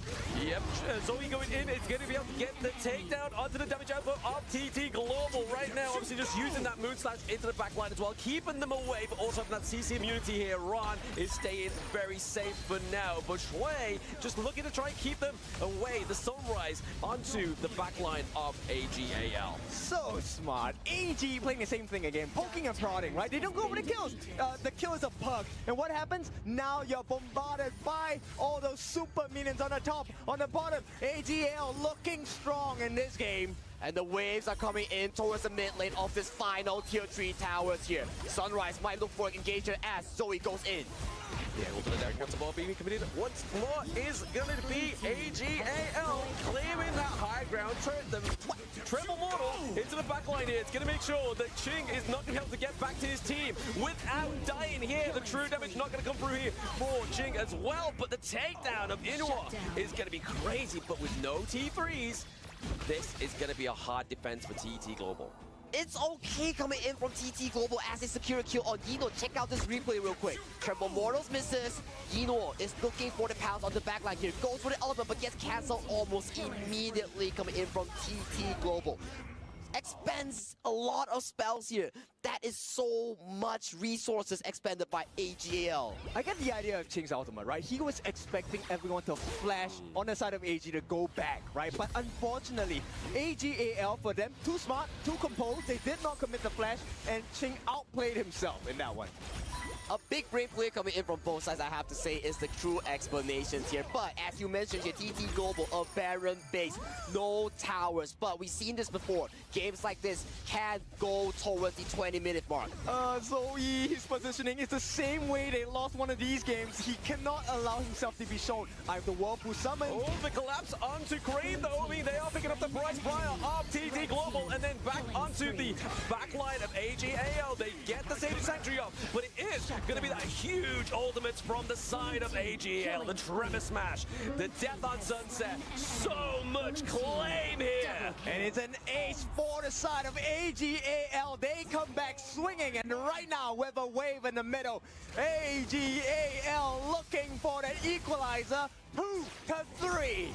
Minions are marching in, and they are eye-strong in bringing us to a pivotal game number 6. Ladies and gentlemen, we are going to game 6. Woo! I mean, all the fans wanted this. AGAL, it looked like they had a lot of trouble adjusting to the playstyle of TT Global. But finally, we get this. AGAL, bang your drums! This is why you can never count out AGAL. They are such a strong team, so experienced, so many achievements here. They are calm, composed, and these are the moments where they show up the most. It really is about the map control, right? The KPL Titans are showing you how to play peak HOK. Number one, you don't have to do all the work. Let other people do the hard work. Come in for the crucial kill theft. Yeah, I mean, the thing was that really kind of set the pace here for AGAL was that crucial kill theft, right? I mean, you are getting that just meant that that early game had so much damage going over to their side, but it's then just down to the draft as well, right? Like the fact that Marco Polo is just so combative against Monkey Pig is crazy. And obviously Crane Buff as well, they were claiming it's going to be a 4-3 to AGAL, so that's what they want. That's what they're looking to get here. And that is what our viewers want as well. They want to see the ultimate battle potentially being unfolded at this stage, at the grand finals of Amazon Arena for this KWC 2025. Yes, it's something that's so beautiful, because if you watch KPL, they have a saying, right? They say, 让山追四, which means to give you 3 games and we'll win 4 in a row. And if AGAL are gonna win KWC 2025 in that fashion, can you imagine the eruption in the fans? I mean, speaking of eruption, he's not on the analyst desk, but we're going to throw it over to them anyway and see what they think of this one. AGAL in an AGAL fashion, taking one victory that puts them closer to the comeback, right? Everyone thought, you know what, it might not be their day, but they came in and they proved us wrong. They came in and showed us how AGAL can take control of this. They have played so many best of 7s, and they know they're not strangers to being behind, and they're going to come in and they're going to show to us how it's actually done. AGAL taking that victory, amazing. We saw Dave just taking the chef's kiss right over there. It was actually, that last fight was insane. Absolutely here. As you mentioned, this is a marathon, not a sprint, right? While TT had that really good momentum going, now AGL is kind of finding their footing here. I would like to mention, though, TT did a pretty economical draft there. You know what's economical? Because there's a lot of characters I like on their team, like the Lubu. Yeah. We haven't seen Lubu right in this whole KWC 2025. That was the first time. First time that we saw that Lubu in there. I kind of want to say it's kind of like the key to the victory also for the side of AGAL, because their lineup was faster, actually, rather. And the lineup of TT Global was super slow, maybe because of the Lubu plus the Xiao Kiao combination. We fully understand why they chose this, but then again, look at this. Yinuo, guys, he finally got the chance to play his game with the dashes and everything of this Marco Polo. Dead staring, like locked in to do the clap back and the comeback of this game. You know, but have you seen, just as we look at the screen, have you seen that the most critical fights always come at this time? 17:30, 18, 18:30, because nobody wants to push it for the Tempest Dragon. They decide, you know what, it has to be right over here. Man, in this team fight, Zoe's position was next level. Yes. He had next to red buff bush for like, I don't know, a good minute. And then let everybody pass through, Lubu pass through. Nobody noticed he was there.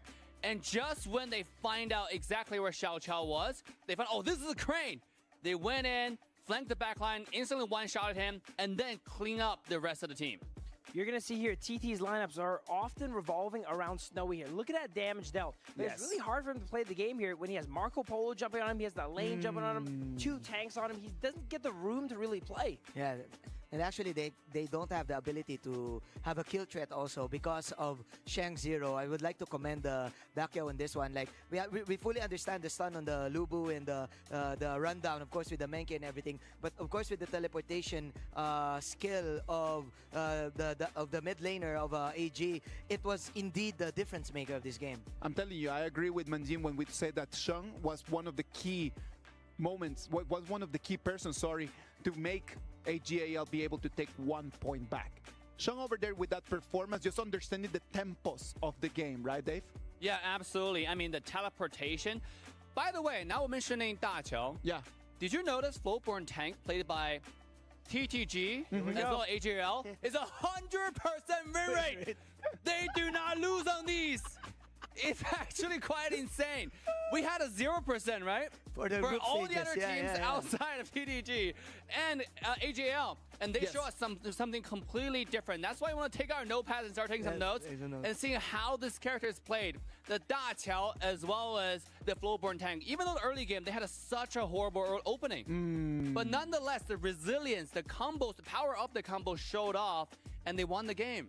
They won the game because at the end of the day, it's about it of decisions. It's a matter of the communication. Just being able just to have the synergy that would allow them just to fight as one. And I know that Phil has a point on that from the previous game, right? Oh, absolutely. Here we go again, bro. Okay. Oh, let's go. Dave has lost his telestrated privileges. He has returned to his rightful owner as we go ahead and all right, let me hold this for you. Thank you very much. Here we go. Let's get started here. We're on here. This is going to be a very simple concept, all right? Nothing complex, nothing to get confused on here. Look here. This game drawn out really long, 22 minutes. Tempest is up. Everyone knows Tempest Dragon wins games. Let's watch what happens here, all right? Because of the early game advantage that TT has created here, you see, look at the base of AG here. They have no towers left. Because of that, we see all these elite minions pushing up. That is moving this Byron all the way towards the bottom side there, and they're forced to not have a favorable position for the fight. And once they go ahead and have the Byron go ahead and clean up the wave, TT goes here and forces the fight with the Furball. That moment over there. And it's just that simple. You know, it's nothing too complex. This is just goes down to, it's a numbers game. It's a matter of communication, right? Because in the moment that they have eyes on the Byron just being in the high ground, that is the moment when they say, like, just push. Go for pull it. the trigger. Yep. And it's a win-win for them. If Byron doesn't go, those minions will chip down, maybe even take down the crystal of them. And if he does go, they get to force a favorable fight here in this 4v5. Now, I want to also give credit to AG. The amount of resilience, although it's a 5v4, and then to Phil's credit, that's a really important point. Honor of Kings is all about number advantage when team fights. And AG somehow hold their ground in that specific team fight. And just in the very last game as well, despite the horrible early game, they stay cool and collected, right? With Marco Polo, Ino stealing that crucial Tyrant. I think that turned around that swung the game. That swung the early game for sure. Yeah, for sure. I would like to commend of course, the endurance of AGAL and the mindset that they have in this game. Again, this is not new to them. They're champions for a reason. And again, going back to my point, if they manage to actually push this to an ultimate battle and probably like get the victory or just push it to the limit, they're gonna.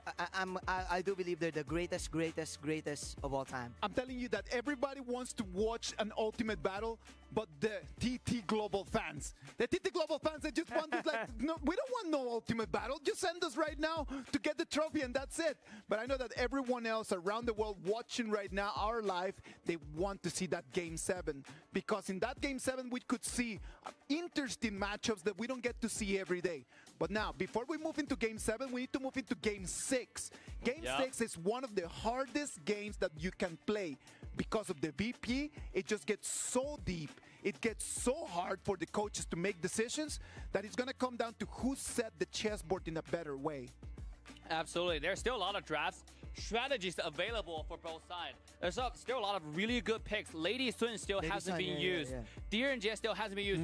And by the way, the signature hero for Eno Arlie still has not been used. I doubt it's going to be used, though, to be honest. I don't think that TT Global is going to allow it, right? I kind of feel it really depends on the side, though. Like, if TT Global has the blue side, they can actually, like, steal the Arlie pick, if I'm not mistaken. Like, Snowy hasn't got a chance to use it as well. Even the Loong, if I'm not mistaken, is still free for TT Global. So the side selection here will definitely matter.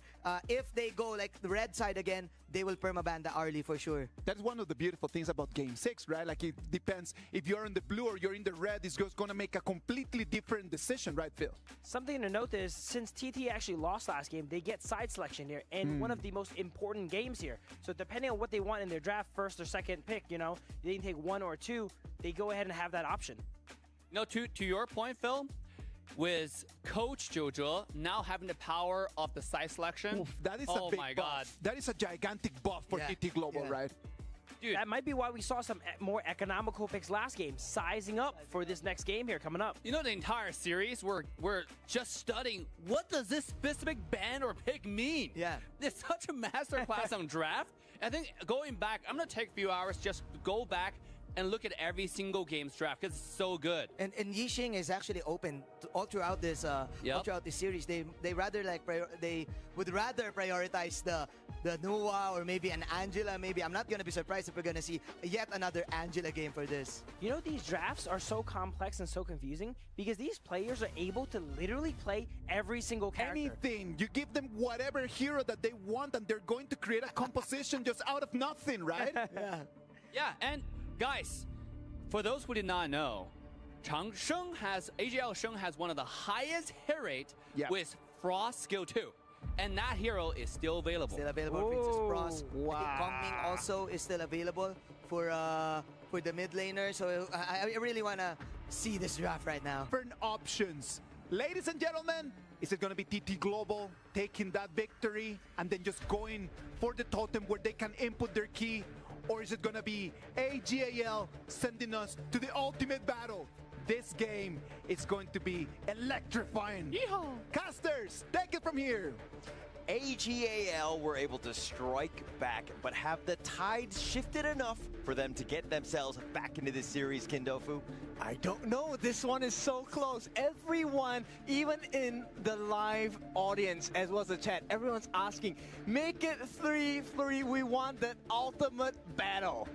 The ultimate battle is what we want to see here, but TT Global does not want that to happen. If they have a shot, they have one more shot at here to close out the series in a 4-2 fashion here. So, coming into the pick and ban here, we talk about their Arlie. That hero is not getting the daylight it deserves. Oh, this one is so painful. You have a Long on the side of TT Global. There is a big burst potential, but AGAL, I like this response. The Dharma and the Yuan, two of the most picked heroes in KWC, and maybe this is their ticket into that ultimate battle. For our KPL teams here, it is not just about the experience, it is also about the adaptation because this meta is entirely new in terms of the drafts and hero power towards them here. So being able to pick up this Dharma and Yuan on the side AGAL, that means a lot. But that Zhuangzi from TT Global. I just got punched, dude. It's a Zhuangzi pick. This silences and mutes the Dharma. We've already seen how well this pick goes. And AGAL, they say, okay, never mind. We will back it up with a Musashi. We're going to try and chase this Long down. We're trying to chase that Long down here. We're looking at so many engaged potentials here coming in from AGAL's lineup here. If you have only one butterfly effect coming in from the side of TT Global Zhuangzi here, you cannot mitigate two engages coming in from AGAL. Exactly. AGAL, very smart band here, taking out the Jing. They don't want that instant burst potential because that's still available for the side of TT Global. So one big burst hero in the form of Lung. What else do they have in their pockets? They still have the Charlotte in their pockets here because we know for a fact that Ching, in the previous few games here, he has been so crucial towards the team here. If he can get his hands onto that Charlotte, that could be big. And also AGAL, they actually have a hidden strength in the first skill of Musashi. The illuminating slash will be able to cancel things like the Lady Jun ultimate, the flaming palms from Lung, and even that first skill from Zhuangzi as well. So a lot of potential of turnaround if AGAL time their skills right. That will be a very heavy responsibility here coming in from Zoe's Musashi. If he times it well, that's going to be mitigating a lot of damage output coming in from TT Global here. Look at the bans here. A lot of the focus here from AGAL is towards the jungle, is towards the farm lane here. Same goes for TT Global here. The mid and farm lane has been targeted as well. Okay, so do you pick up the Hoi if you're AGAL?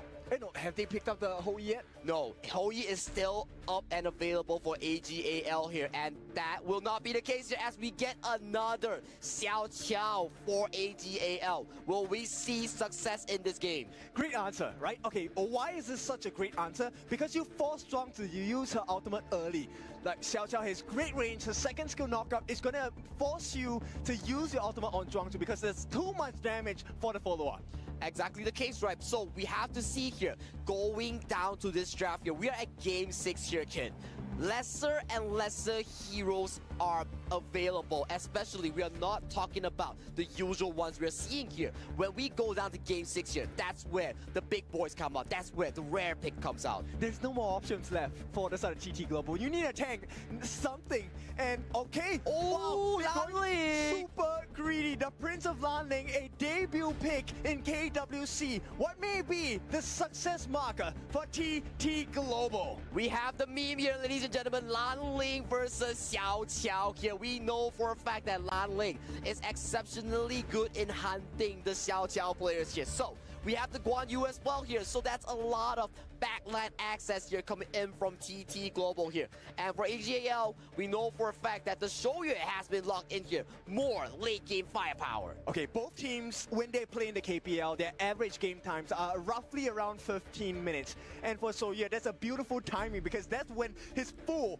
power spike comes. So TT Global, they've equipped themselves with what they feel is the best. AGAL as well. Who is going to come out on top?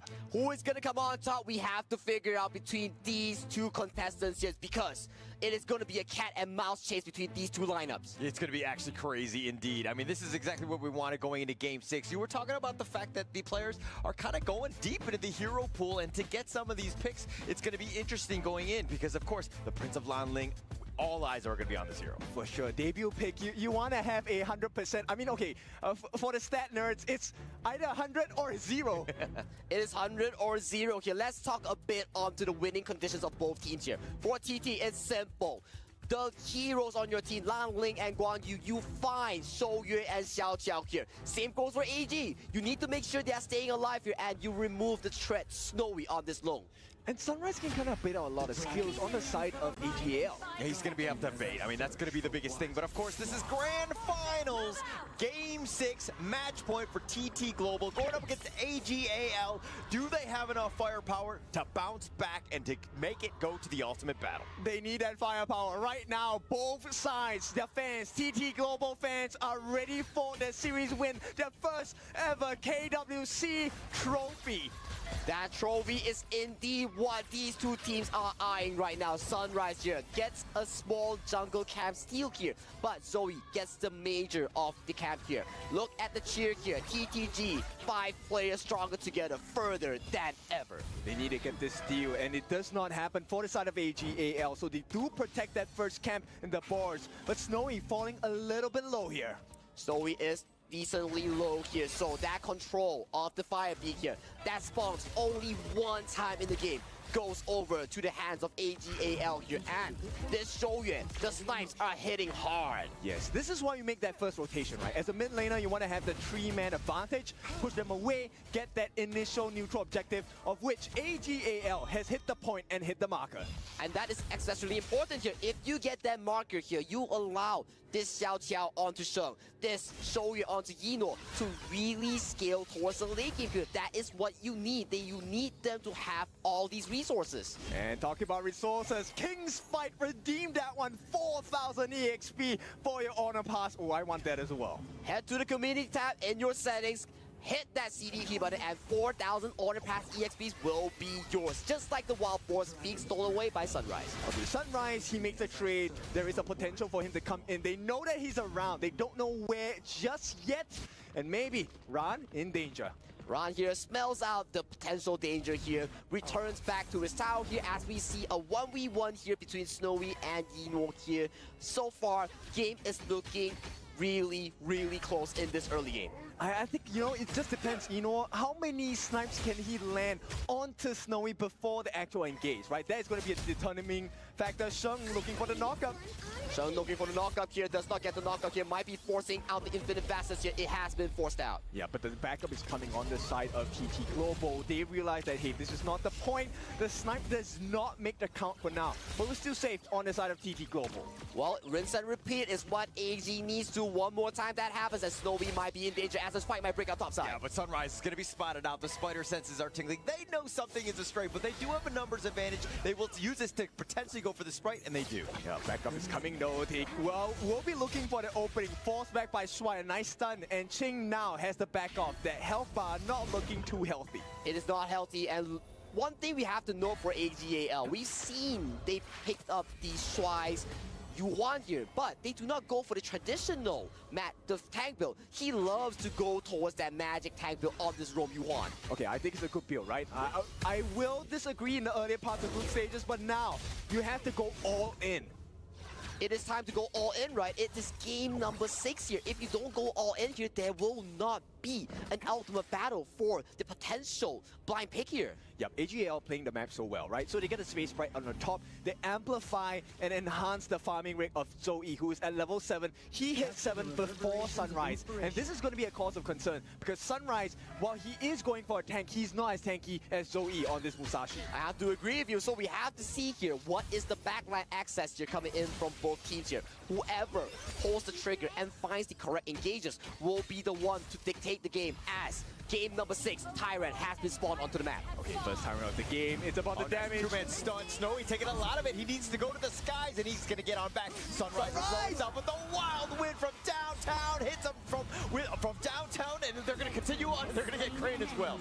It's a double kill coming in. A third one maybe. They might go for it, but ride the wind, pushing them back. It will create a little bit of space, but the Tyrant, again, still the next big target for AG. Yinor comes up huge with the smite here, getting Sunrise out of the map here.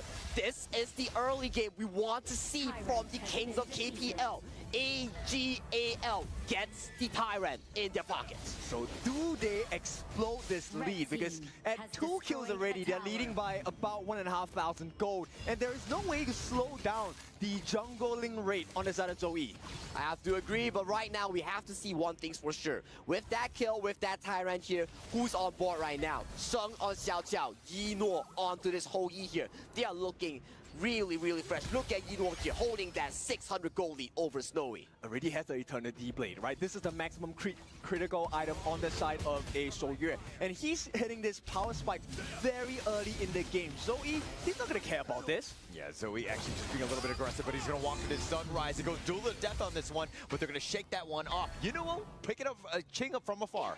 It's a difficult position to be in because you know you can't stop him, and when you can't stop this guy, he's gonna reach that late game itemization so quickly. They have no answers. They have no answers, but we have to look at TT Global's chain here. He might be the solution that TT Global will be needing towards the later stages of the game here. But as we mentioned here, AGAL fans, they are exceptionally happy right now as AGAL holds a 2,000 healthy goal lead. Yeah, they all come from all these little camps, clearing the waves early as well, and the turrets, right? So the turret T1 on the bottom already taking a fall, and TT Global has not responded well at all. Take a look at the T1s across the board. AGAL in the pink of hell. Yeah, but the teleport in the bottom lane, Ron will be there to deal with just Snowy. He was kind of chipping away at that T1. Right now, it's all about that space, taking advantage of what AGAL are giving you. Yep, AGAL, they need to push and make sure that TT Global does not hit that growth. Right now, they're stifling their growth. It's about a 2,500 goal lead for the side of AGAL. But AGAL, as we mentioned, this team knows how to make their economy work, and right now it is working for them exceptionally well. Look at the difference between these two jungles here. Zoe is so far ahead of Sunrise as of this point. I mean, it's a huge deficit for Sunrise to have to come back from. He's the main target on getting to the back line and to get on top of. It's not going to be easy, especially since you're so far behind. And the main concern here is Joy's not going to be able to tank too much. And when that is a problem, it means there's access for Sheng, access for Ran, more importantly, access for Zoe. That is the case here, and look at the potential catcher towards the mid lane here. Butterfly effect has been expended from Joy. Yeah, the Unending Sorrow all the way up in front, but the Infinite Vastness will be used as well, so Altar being expended, but in the end, nobody's really dying on this one. Ran, he's looking for an opening. Sunrise gets...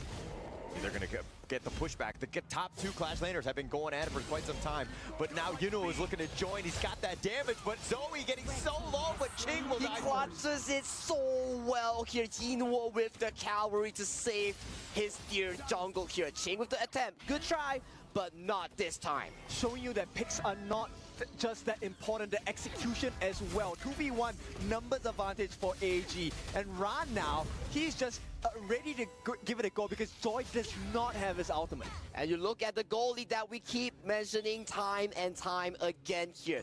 3 kills are the side of AGAL, but that goalie is just ever so slightly glowing as every minute passes on. It's tough. TT Global right now don't have that map control. They've been pushed back. I mean, the 3 kills have definitely helped, but AGAL, the way that they're moving across the map, they're taking advantage of everything. And it's so hard to choose, right? Because on the side of Sunrise, like you said, you definitely want to go for Sheng on this Xiao Xiao, but at the same time, you need to deal with Enoa, so they're never standing together.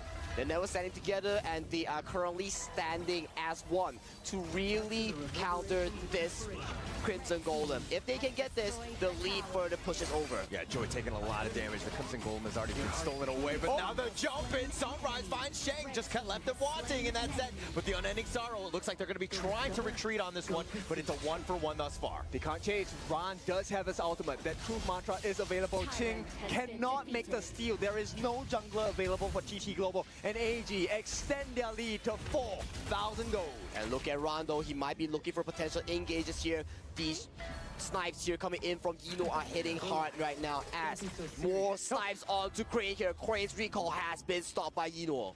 Not the ideal situation. Crane has to walk back to base. That is time wasted, and that is time bought for the side of AGAL.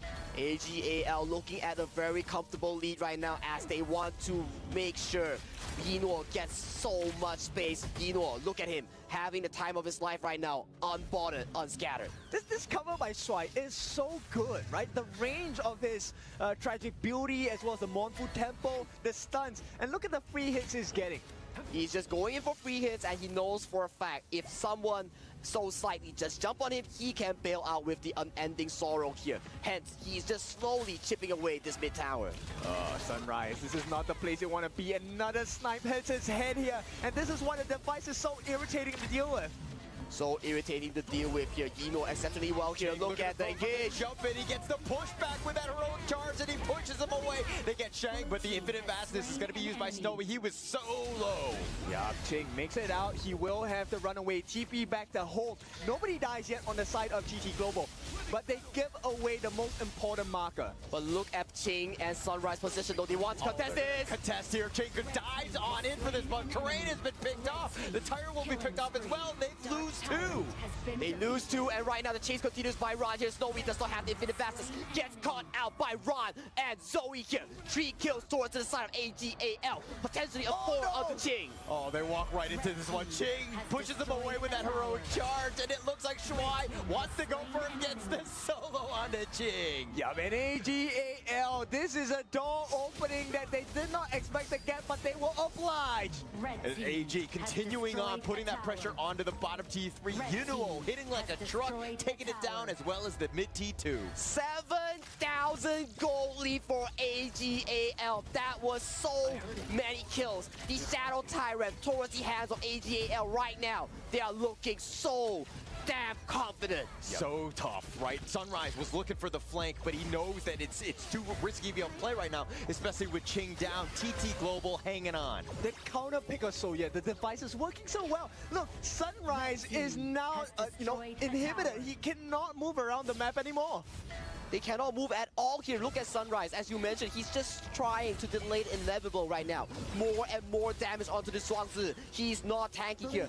He will have to back off, and this tier 3 will be in danger. AGAL starting the siege on that top T3, easily taking it out. But look on the other side. I mean, TT Global took their first tower. The bottom T1 might open up the map, but man, it's been tough for TT Global thus far. Sunrise, maybe he can get a steal here. He is appearing. They know that he's here. They see the marker. They're all chasing in. Yeah, they know the spider senses are on point. They're trying to just survey the area. They're not able to find him, and it looks like Sunrise will recall back. He will recall back, but the Shadow Overlord has been fallen towards the hands of AGAL. The last tier 3 tower stands for TT Global in this game 6. Look at the top 3 gold charts. All of them going the way of AGAL. They've played this game perfectly. And with these Vanguards looking to crash into the middle lane, it's going to be less and less space for TT Global. No more lifeline for the side of TT Global. They were looking so good at the start of the series. They're looking for something. Yeah, they go in for this one. But the Infinite Fastness, he's going to look to try to go aggressive. They want to go, and they find Yino. That's a huge play for them.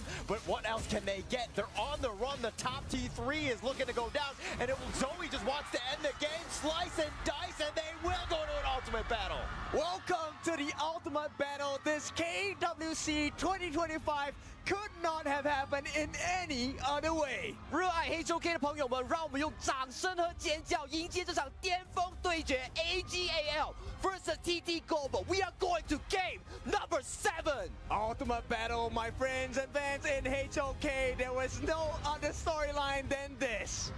Man, what a series we got in our hands here, kid. We are going to ultimate battle here. We were questioning, are we going to see a clean 4-1 from TT Global? But no, the resilience, the gameplay, the mature, the experience coming in from AGAL is just too strong. This is why they're a championship team, able to have that resilience to bounce back, know that no hole is too deep for them, and they can climb their ways out. Yes, they still have one more game. They have not crossed that finish line, but they've gotten themselves even with TT Global here. So with this, you know what makes me really happy? Ultimate battle, we will get to see the early. I want to see that hero so bad. Yino's early will be unlocked in this game 7 here. That is a staple pick, the FMVP Eno. His early will be unlocked here. So, game 7 here, we will no longer have pick and bans. It is just blind picks. Yes, you work in silence and you let your results make the noise. AG, 真的是让山追势吗? We have to see, kid. We have to see. Will it be a reverse of what just happened here? Because, man, what a series we got on our hands today. Because right now, we are looking at both of these coaches. They will have sufficient time for the first phase of the ultimate battle, which we will start with the side selection.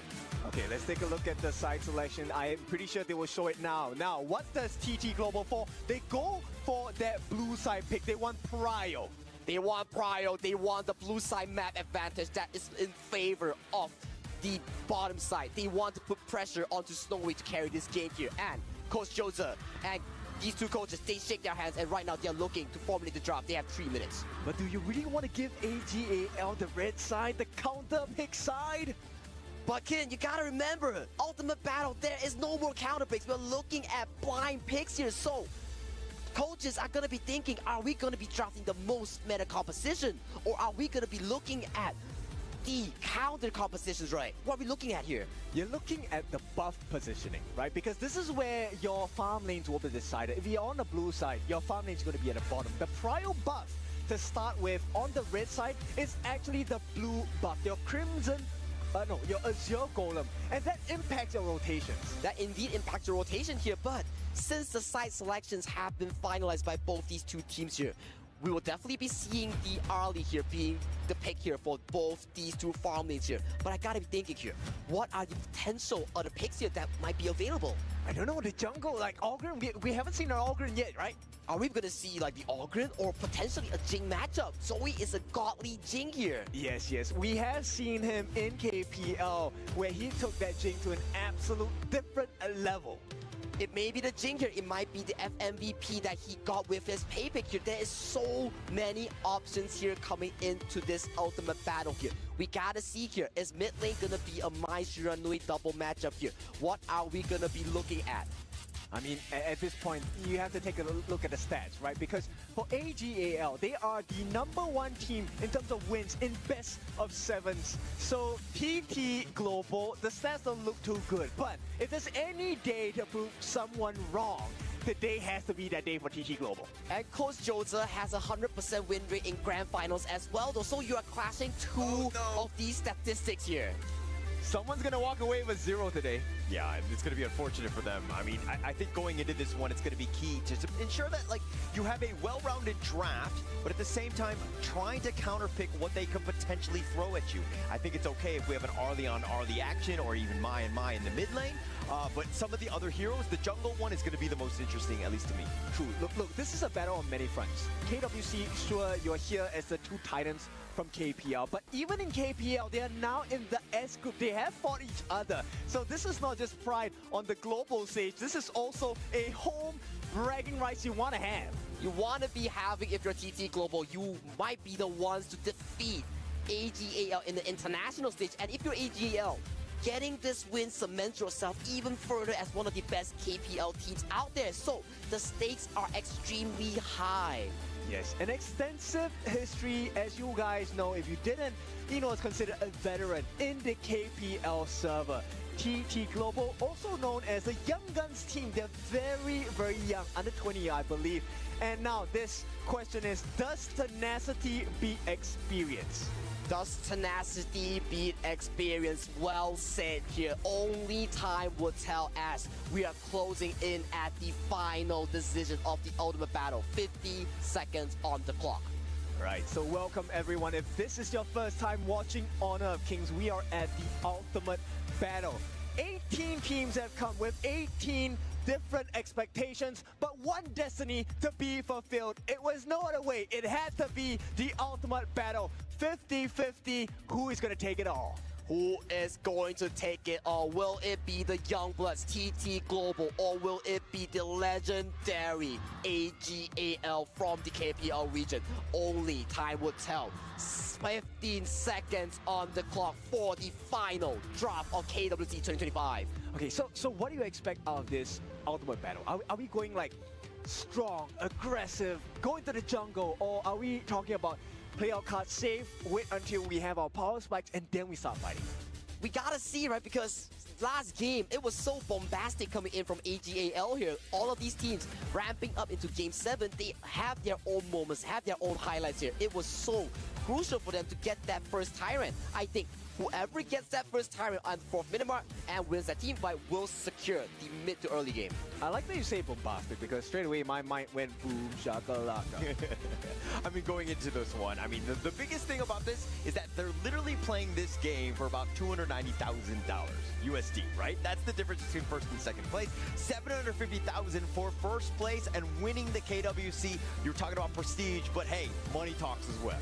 Money talks and money is earned for those. It is not given, it is not given, it is earned by yourself here. We have so many fans in the Amazon arena and we are excited with them as well. Look at the AGAL fans, they are wishing best of luck for their team. That's right. We have made the decisions, or they have made the decisions. They have brought their destiny to this critical moment at KWC 2025. And you are all invited because as we enter this final stage of the ultimate battle, only one will come out. But let's hear from the desk. Isaac, what do you have for us? What do I have for you? I have Game 7. It is exactly how everyone dreamt that it was going to be. When you woke up today and you said like, oh, I'm really looking forward to this AGAL against TT Global, you're expecting the kind of action that you are having today. And I know that I was not the only one that wanted this to go all the way till the 7th game. If you're new to us, we're coming into the ultimate battle. That ultimate battle where everything is up for grabs, every strategy is out there, and all we're here is gonna come down to the players, to the coaches, and it's gonna come down to the fans to give us some noise and be able to allow them to get stronger and stronger. Boys, let's talk game 6 before we go into game 7. What happened right over there? Oh my goodness! It's a mastery of ban picks, okay? Yes. Oh my god. Now, we talk about this all the time. Yes, you do. Yeah, we do.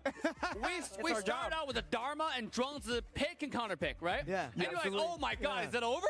Yeah. But then the Musashi get taken out. And we're like, okay, Musashi, well, what do you do? Zhuangzi can cancel that. But it turned out he's a bait. He goes in, bait out Zhuangzi's ultimate, and Dharma goes in, right? So that's a strategy. On top of it, what AJL did is they have Shoyu have the poke comp. Poke comp, They have a lot of vision. They have Xiao Qiao, they have Shoyu. They constantly poke the other side. So they're low on HP to begin with, which allow AJL even better chance at team fights. That's why they're able to secure every single objective. What a game to bring us to game 7. AGAL, they put in their hearts out like every time, every game. They want to prove to everyone that, hey, this is a championship. We need to go prime time. This is going to be ratings for everyone. Then again, I kind of feel like the Long first pick was a wasted pick there for the side of TT Global, because Long was actually already been picked by AG in game number 1. So I kind of like want them to go for maybe a different order in those picks, right? Yeah, a different order, maybe an S tier, another tier in the Clash lane, but then again, they're the pros. They're not me, so I think that they already had an idea of what they wanted to go for, right? Like they already had a composition in mind, and they already could predict exactly what AGAL was going to do on the other side. But you know what? That's the main difference in between the good ones and the professional ones. The good ones would just go and stick to the script, but the professional ones can just turn things around and try to find a little bit of an advantage. Phil, tell me. Absolutely. Following up off a little bit more of what Manjin mentioned there. Yeah, I do agree. They could have picked the long still, but a little bit later on, so that they don't have to give away the Dharma. Dharma, one of the most contested picks in the tournament. And every time it gets picked, it almost always wins, right? It's probably one of the statistical highest win rate picks there, which is why I think maybe instead of the long first pick, grab the Dharma and take the long a little bit later on. You know they can't take it, and they can't remove it before you get it. Dharma, it is statistically the highest win rate character in the entire series. We're talking about characters being picked out over 20 different games, okay? That's why there are a lot of stats behind it to support that this hero has performed extremely well in KWC. Yeah. And in esports, a lot of times, it's not about how good you are with a character. Yes. Or whether a character is meta or not. It's just about whether it fits or not in a specific tournament. Yeah. And Dharma does that. Well, Dharma was a meta pick in the whole KWC 2025. Of that, I am completely sure. But what about if we just come in and then we explain a little bit about this ultimate battle to everyone watching at home? So all the band picks, right? All the global band picks, all of the heroes refreshed. You can pick anything that you want. And the coaches get to blind pick, which means that they get to, each one of them, just pick without knowing exactly what their opponents are going to do. Then after we come back, what's going to happen is that each lane, one at a time, is going to show us what is being picked. Boys, what about if we try a little bit that? We're going to go lane by lane. Imagine that you guys are the coaches. Imagine that. Imagine that you need to be thinking about the meta. And then when I say 3, 2, 1, then you guys are going to show me exactly what you got. What about if we go for Clash lane, all right? Clash lane, one of the most important ones here in this meta. Clash lane, 3, 2, 1. Fatih! Fatih? Dharma. All right, so Fatih and Dharma. What about jungle picks? Jungle, 3, 2, 1, go. Ogran. Jing. Okay. Mid lane. We've seen great performances in mid lane, and we need to check what you guys are going to pick. Mid lane, 3, 2, 1. Mai. Okay. Wait. Mai for your thing. Mai for AG, but Ganon Mo for TT. Oh. All right. Thank you very much. Okay. My for AG, Ganon Mo for TT. Hold on. Who is Jing for? Both. Oh, okay. All right. Okay. Good. Let's come back. Boys, let me take the game, all right? What are you doing? All right, farm lane. 3, 2, 1. Arlie. Arlie? That was, no-brainer, right? And then last one, support. I also roamers. do have an adaptation there as well. Phil, But you I'll can come let back it with go. an adaptation after I'll we let come it go. finish with the I'll let it comps. go. All right, roamer. 3, 2, 1. Idea. Wait. The idea for TT, you won for AG. Oh. Okay, Diadia. I said Liang. And it's Liang for Po or Liang Liang? is for okay. TT. Okay, Because good. he has the Gunmo. Because What? You know what? We will find out if we are correct, if our analysts are actually accurate with this after this very, very short break.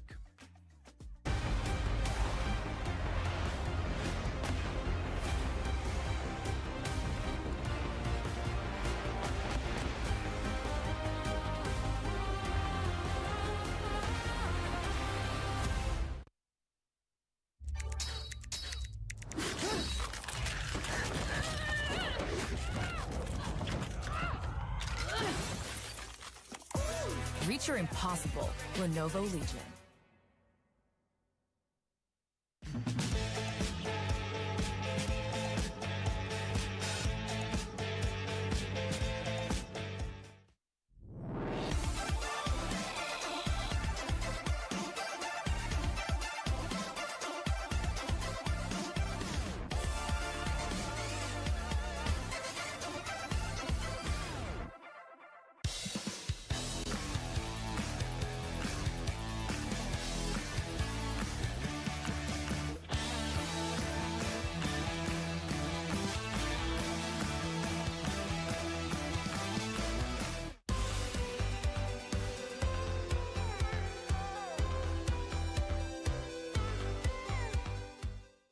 The human body was built to move. Not trapped at a desk in one singular posture for 12 hours a day. It's time your chair evolved. This is Secret Lab Titan Evo.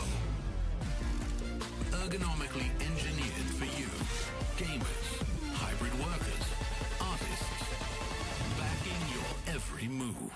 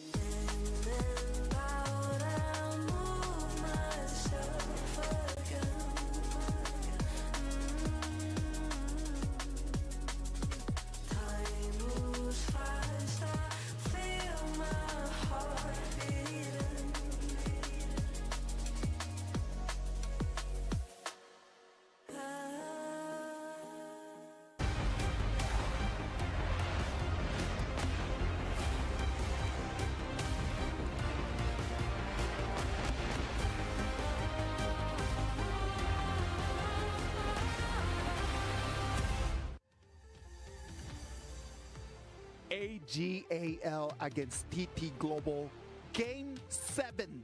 This is the KWC 2025. This is the grand final. A 3-3 draw right now is sending us to the ultimate battle. Ladies and gentlemen, here in the Amazon Arena, I know you're waiting for it. Boys, what can we expect out of this last game? I expect bloodbath. I expect rumble. I expect 5-on-5 outplays. I don't know, man. I just want to go crazy. Oh, please let it go crazy because it's going to go nuts right over there. Look at the people. Just they see themselves on the screens and they can just amazingly just go AG43 TTG over there on the screen. Man. Some predictions live. All right. Woo!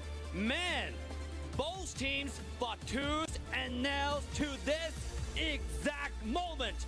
If you're watching, doesn't matter where you are on the globe, I have only one question. Are you not entertained? We are entertained, bro. You cannot ask for a better final. You cannot script a better final here. We're 3-3 going into Ultimate Battle. We mentioned how Yino will never get his Arlie. He's going to be banned every game. It was banned every game. Guess what? Ultimate Battle, there are no bans. If he wants the Arlie, he's getting the Arlie. The drums are getting ready right over there, my guy. It's ready to hit on those. Yes, sir. You know it. Oh, you know it. You know it. Everyone over there just said they're ready for this to go, Manjin. It's Saturday. It's dinner time. It's probably morning in the other regions. But welcome to Saturday night. Hawk down. They're gonna lay the Hawk down, ladies and gentlemen. Oh, here comes the drums. Here comes the drums. Thank you very much right over there to everyone watching at home. Say hi to them. Thank you very much. Thank you, ladies. It's been really nice being here all these long hours, just getting ready. You can see that Ino is locked in. He's locked in. He knows that. Like right now in his mind, blank. The only thing in his mind is the trophy. The only image that he's got right over there. If you're a fan of TT Global, you need to send them your energy right now. If you're a fan of AGAL, you need to send them the energy right now because this next match is for all the marbles. If not right now, when? If not right now, when, ladies and gentlemen? Exactly. For everyone watching at home, it's time to share this with your friends, share this with your community, have them come in and support the team that of your favorite. 对现场的观众，你们准备好了吗？Seems like they are excited. For the group chat, for the chat out there, press 1 if you want AG, press 2 if you want TT Global. Regardless, drop a like and subscribe. I'm telling you, since day one that I started playing Honor of Kings, up until right now, I have been waiting for a game like this, in this exact place. You see, this is just worldwide stage. It's been years to make this happen. What about if right now we send it to the casters? They're gonna bring us the energy, the action of this Ultimate Battle Game 7, TT Global against AGAL. Amping us up, Isaac. We are live and loving it. We are in the ultimate battle between AGAL and TT Global, and we are going to be seeing the pick reveals come through now, guys. Take it away. Let's see what's going down. We're going to start with the Fatih on the class lane, mirrored by both sides. Fatih, the main key hero here, and Ogren for the two junglers here being locked in here. Further tempo for these two junglers, so pivotal. Yep, instant executes available for both sides. Let's take a look at what is next between the mid laners here. I am expecting a Mai, but it's going to be Princess Frost. Wang Zhaojin comes into the gorge. Changshen's Wang Zhaojin has been locked in here, ladies and gentlemen. This is the crucial pick that won them the KPL Spring Season 2025.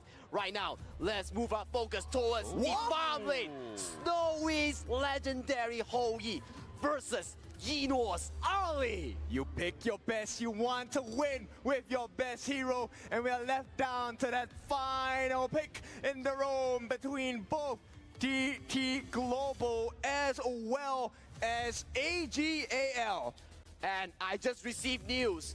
Both of our roamers will be playing the Liang Roam. All right, perfect combination that goes hand in hand with the Princess Frost in the mid. And yes, it is not KWC final without the Ultimate Battle. Ultimate Battle, game number 7 between the two legendary teams hailed from the KPL region. This is the perfect way of ending the KWC here, Kin. That's right. Ladies and gentlemen, you are now in the presence of masters. presence of masters, these two teams, one will walk away with the trophy, one will walk away with the bragging rights, and be the best team of the world. Okay, so they're locking in now. I mean, we would not have it any other way. Blam, any expectations for this game? I mean, it's got to be just ultimate battle to the T, right? I mean, I want to be seeing this just composed by both teams. Like, we've seen a little bit of disparity within the ultimate battle, but only the marksmen, right? Only the farm lane are picking their big picks, right? They are looking in the Ali and the Ho Yi. And those are the picks that they have done so well in this tournament here. Eno, his legendary Ali here, always there to clutch and save the day. That's why he is the FMVP user of that Ali skin here. Snowy, his Ho Yi has been so crucial in this KWC. A lot of different winning moments available for both sides, right? You have the Burning Sun arrow coming out from Ho Yi, which can kind of set up from afar. And this goes very well with the Princess Frost and Liang combination. But with Eno, he can make those solo outplays for the side of AGAL. And that is why the audience love Eno and AGAL so much, because he is one of the brightest stars in Honor of Kings that we have here. We are almost ready to get into this ultimate battle here. Almost ready into the ultimate battle. We are just waiting for the players onto the gorge. It's been locked in. Your ultimate battle drafts are here on your screen. Take note of the main difference here is flash for Snowy on his Ho Yi, but it is frenzy for Eno. He does not need that flash at all. And ladies and gentlemen here, we are going into game number 7. Ultimate battle between TT Global versus AGAL. 荣耀就在前方，让我们一起见证谁能登顶。 That's right, your glory is in sights. Let's see who is going to be at the peak of the mountain of the competition of KWC. And already starting off with a Frigid Prison, the lockdown on Sunrise! The flood goes to AGAL. And right away, they punish them hard. AGAL looking for their first snipe. They get the steal on that Azure Golem. And right off the bat, AGAL are swinging. They are swinging, and they are swinging hella hard right now. They already secured such a comfortable early lead. It's not only that, they also take the entire jungle camp away from the side of TT Global. Not the best fight you want to see on the side of TT Global, but once again, this is something you want to see. Fight for KWC. Log in, draw that Blossom Aquanite chest for free. Get that into the CD code and try your best here. And right now, both these two teams, we talk about TT Global here, they always manage to find the comeback potential here, so we can never count them out into the series. Okay, so it's not the best start, and once again, you know, they lost their space right on the top, so the aggression, rotation, very fast coming in from the side of AGAL. That is definitely true here, and right now we are looking at the level 5 onto Zoe here, and Sunrise, only level 3. So I'm curious, right, what does Snowy build here? Does he go for that Doomsday first, or does he go for the Spark Force Dagger first? I think coming to this game 7 here, everyone is looking eyes sharp onto Snowy here. He definitely will go for the critical build.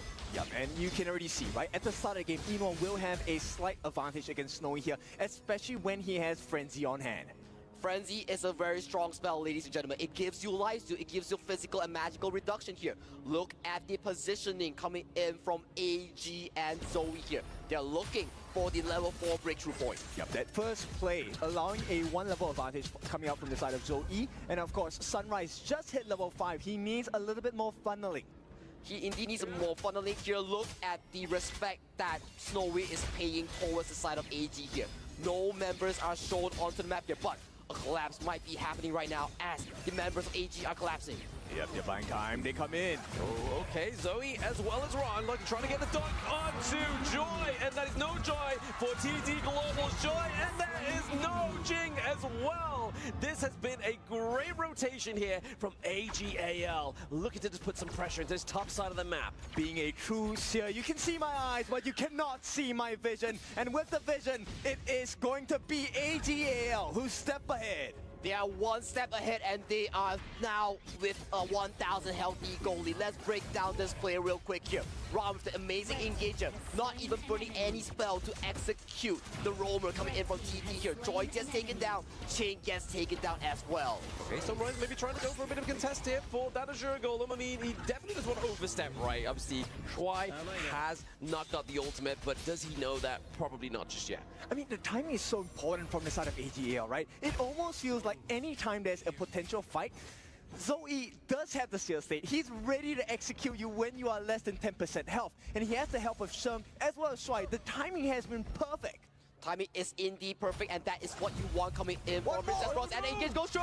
Suppression, but obviously he tried to use the Burning Sun Arrow there, but he got wiped out by the Maple Dance. Exactly. This is timing at its peak. AGAL, you have tasted and poked and prodded the demon. They are on form now. And the 1v1 goes through topside here. Ra goes extremely low. Ching wins out in this exchange as they are forced towards here, and Tyrant spawns. Oh, nice freeze! Okay, the Winter is here. Just going to the side of AGAL, looking to put a bit of pressure into the back line here. We do see that Sunrise already used the Conductor's Souls, but we are seeing that Ching needs to do the damage onto Zoe to keep him away. Looking to contest this Crimson Golem. Song's Princess Frost is so clutch there. There was no setup that he single-handedly frees 2 members of TT Global. And one decision, it is close to a 2,000 gold lead for the side of AGAL. How do you come back into this game as TT Global? It is so hard. And Eno has not been checked at all. He's already at level 7. And this Burning Sun Arrow, unfortunately,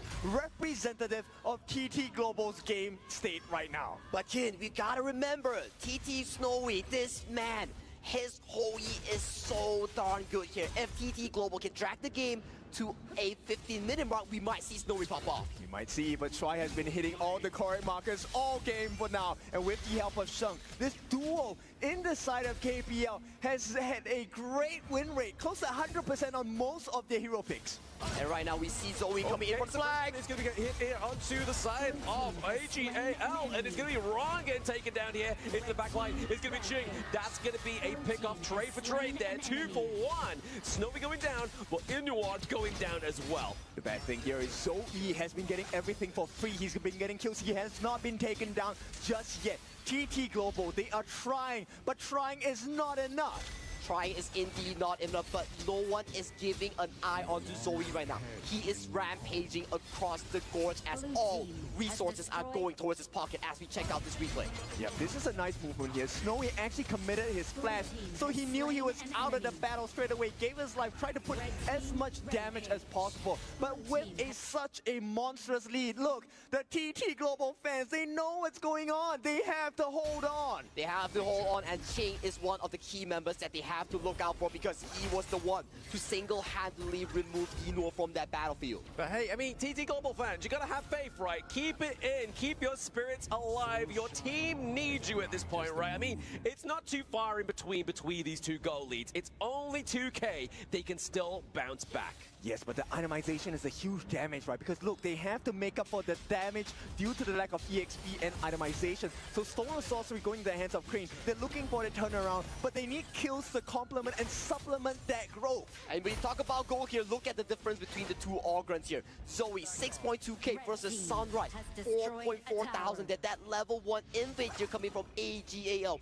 was so detrimental. And he really is very close to that Blood Rage, that fist in red. At the same time, he also has the Protector Cuirass, one of the heaviest physical defense items available in the game as a sub-item. We have to see whether TT Global has enough time to allow Snowy on this whole Yi to scale into fruition towards the late game, because that is their winning condition here. If Snowy can outscale Hino, that will be huge. He needs the help of Crane, right? So far, Sheng has been on point with the Frigid Prisons. The freeze has been great. Oh, catching out. Yeah, bit of a speed come through here. 0 to 90 for the side of TT Global. Able to protect down Chuan. But now they are looking to get a few more kills on the board here. Ron gets taken down. But it is going to be traded for Crane and Joy. And we are seeing some joy for the side of TT Global. Or Sunrise gets taken down, and that's a double kill. If you dare come at the Kings, you better not miss, because AGAL will take your life.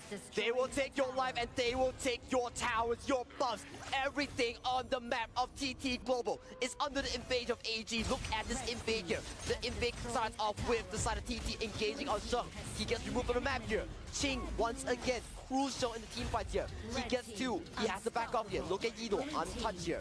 He gets all the damage onto the members of TT. This is why map information is so critical, right? You need to know where the members of your opponents are at, but right now, for 8-minute marks, they will be able to secure that Tyrant for themselves. So TT Global, there is some life, there is some hope. There is some hope. The final hope lies onto whoever gets the perfect engage. Will Ching be able to assassinate Yinor? Will Snowy be able to scale towards the late game? Or will AGAL come out on top in all these team fights? It's not going to be easy at all because Ran just secured that Overlord for the side of AGAL. I was about to say Shadow, but it's not that state yet. Because look, AGAL looking like late game heroes already. Yeah, I mean, you're running away with the berries a little bit there, thinking it's going to get to the 10-minute mark just yet. I mean, it's been pretty much brutal, but there it is, the Burns on Arrow with the Winters here, trying to keep Shuang alive, but the flash in coming through for Ran as well. We're seeing here that Zoe is trying to put the pressure onto the side of TT Global. That level equilibrium between Ran as well as Sunrise is hurting TT Global so much. This guy, Ran, on his fatigue, now able to be a thorn in the sides of TT Global, and being in this position of absolute strength, AGAL are playing superbly. They are playing superbly here. This is the AGAL that we, the fans, the audience, want to be seeing right now.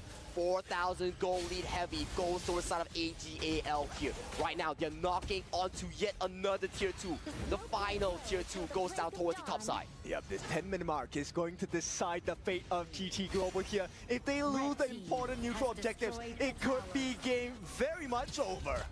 Game very much over here. 10 minutes has reached for this ultimate battle here. Shadow Tyrant, Shadow Overlord has arrived onto Heroes Gorge. Yeah, they have the map advantage here. There is a Vanguard on the top side pushing away that top side wave, and with this, AGAL have complete dominance. This Shadow variant of the Tyrant will go into their hand. Yeah, creating the pressure, the top side of the map is going to be huge here, but the Burnings on Arrow does land up, but it's not going to actually claim anybody just yet. It's just going to make sure AGAL is able to get that Tyrant, and now they are getting the results from that extra damage.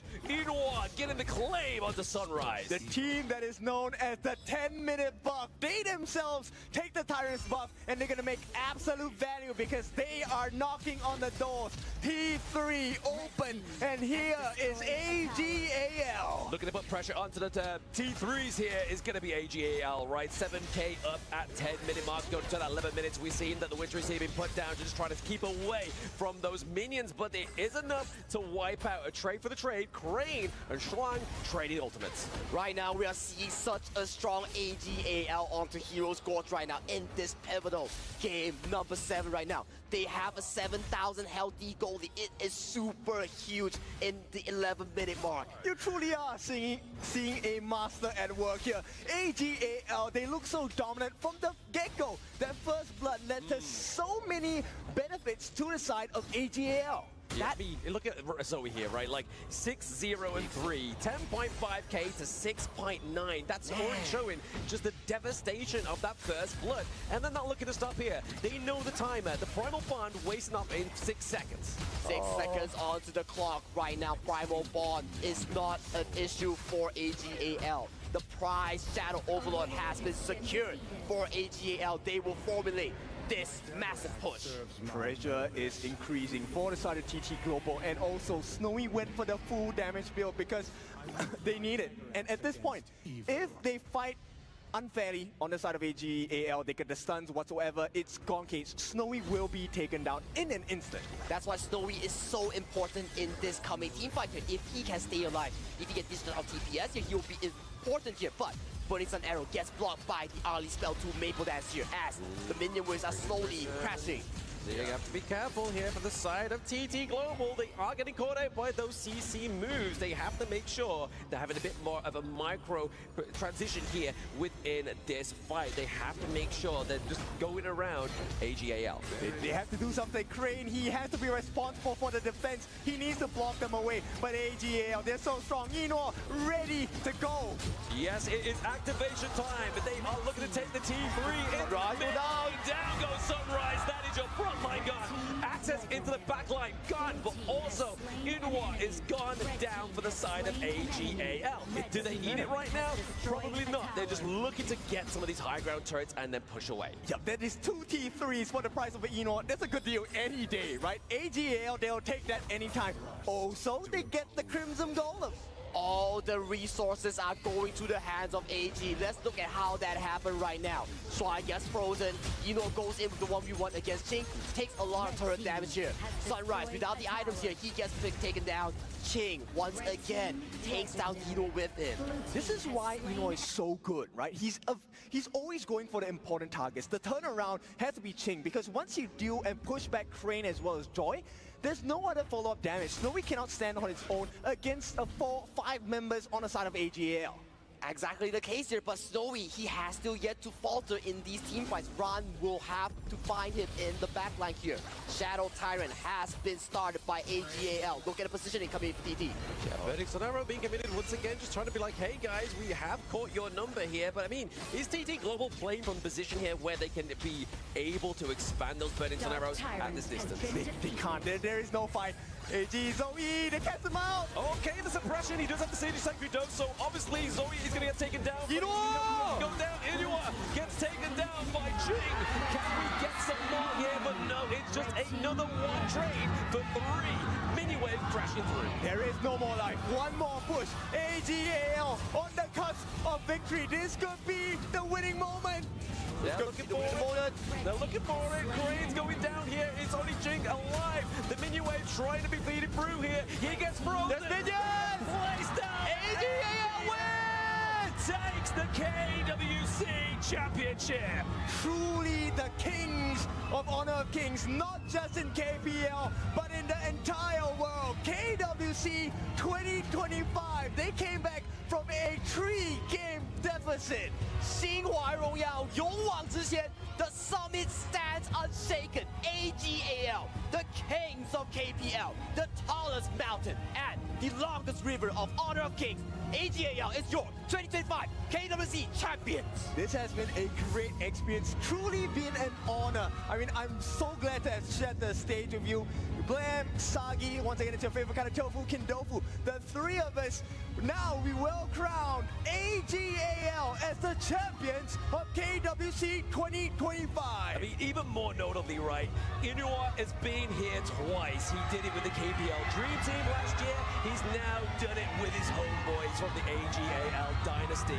They are looking to take another crown, and obviously club membership points as well. That's going to boost AGAL up the board. They could potentially take the entire club championship, because if you win, which they did, you get 1,000 points. And once again, lifting up the trophy, well-deserved AGAL. Your champions of KWC 2025. That is the golden reign that you won from AGAL. But let's hear more from Sky in the front stage. AG! Well done, boys. Please, let's make some more noises for a new world champion, AGAL!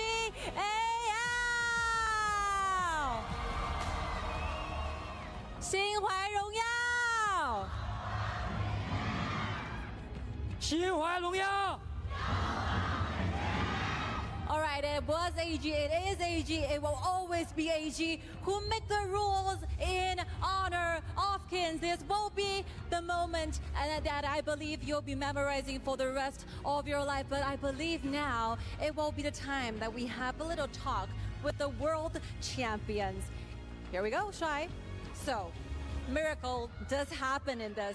How did you exactly make this happen? 大帅，真的，今天这种翻盘太恐怖、太不容易了。你们究竟是怎样可以拿到今天这样的胜利呢？就没觉得会输吧，然后只是再走一次年总的剧本吧。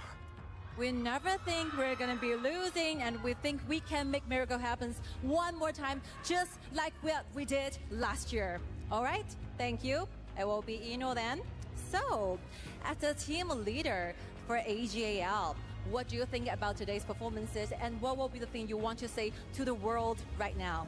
作为 AG 的队长，对于今天的表现有怎样的评价？包括对于接下来的所有赛事，对于全世界的观众朋友们，有什么话想对他们说吗？我觉得。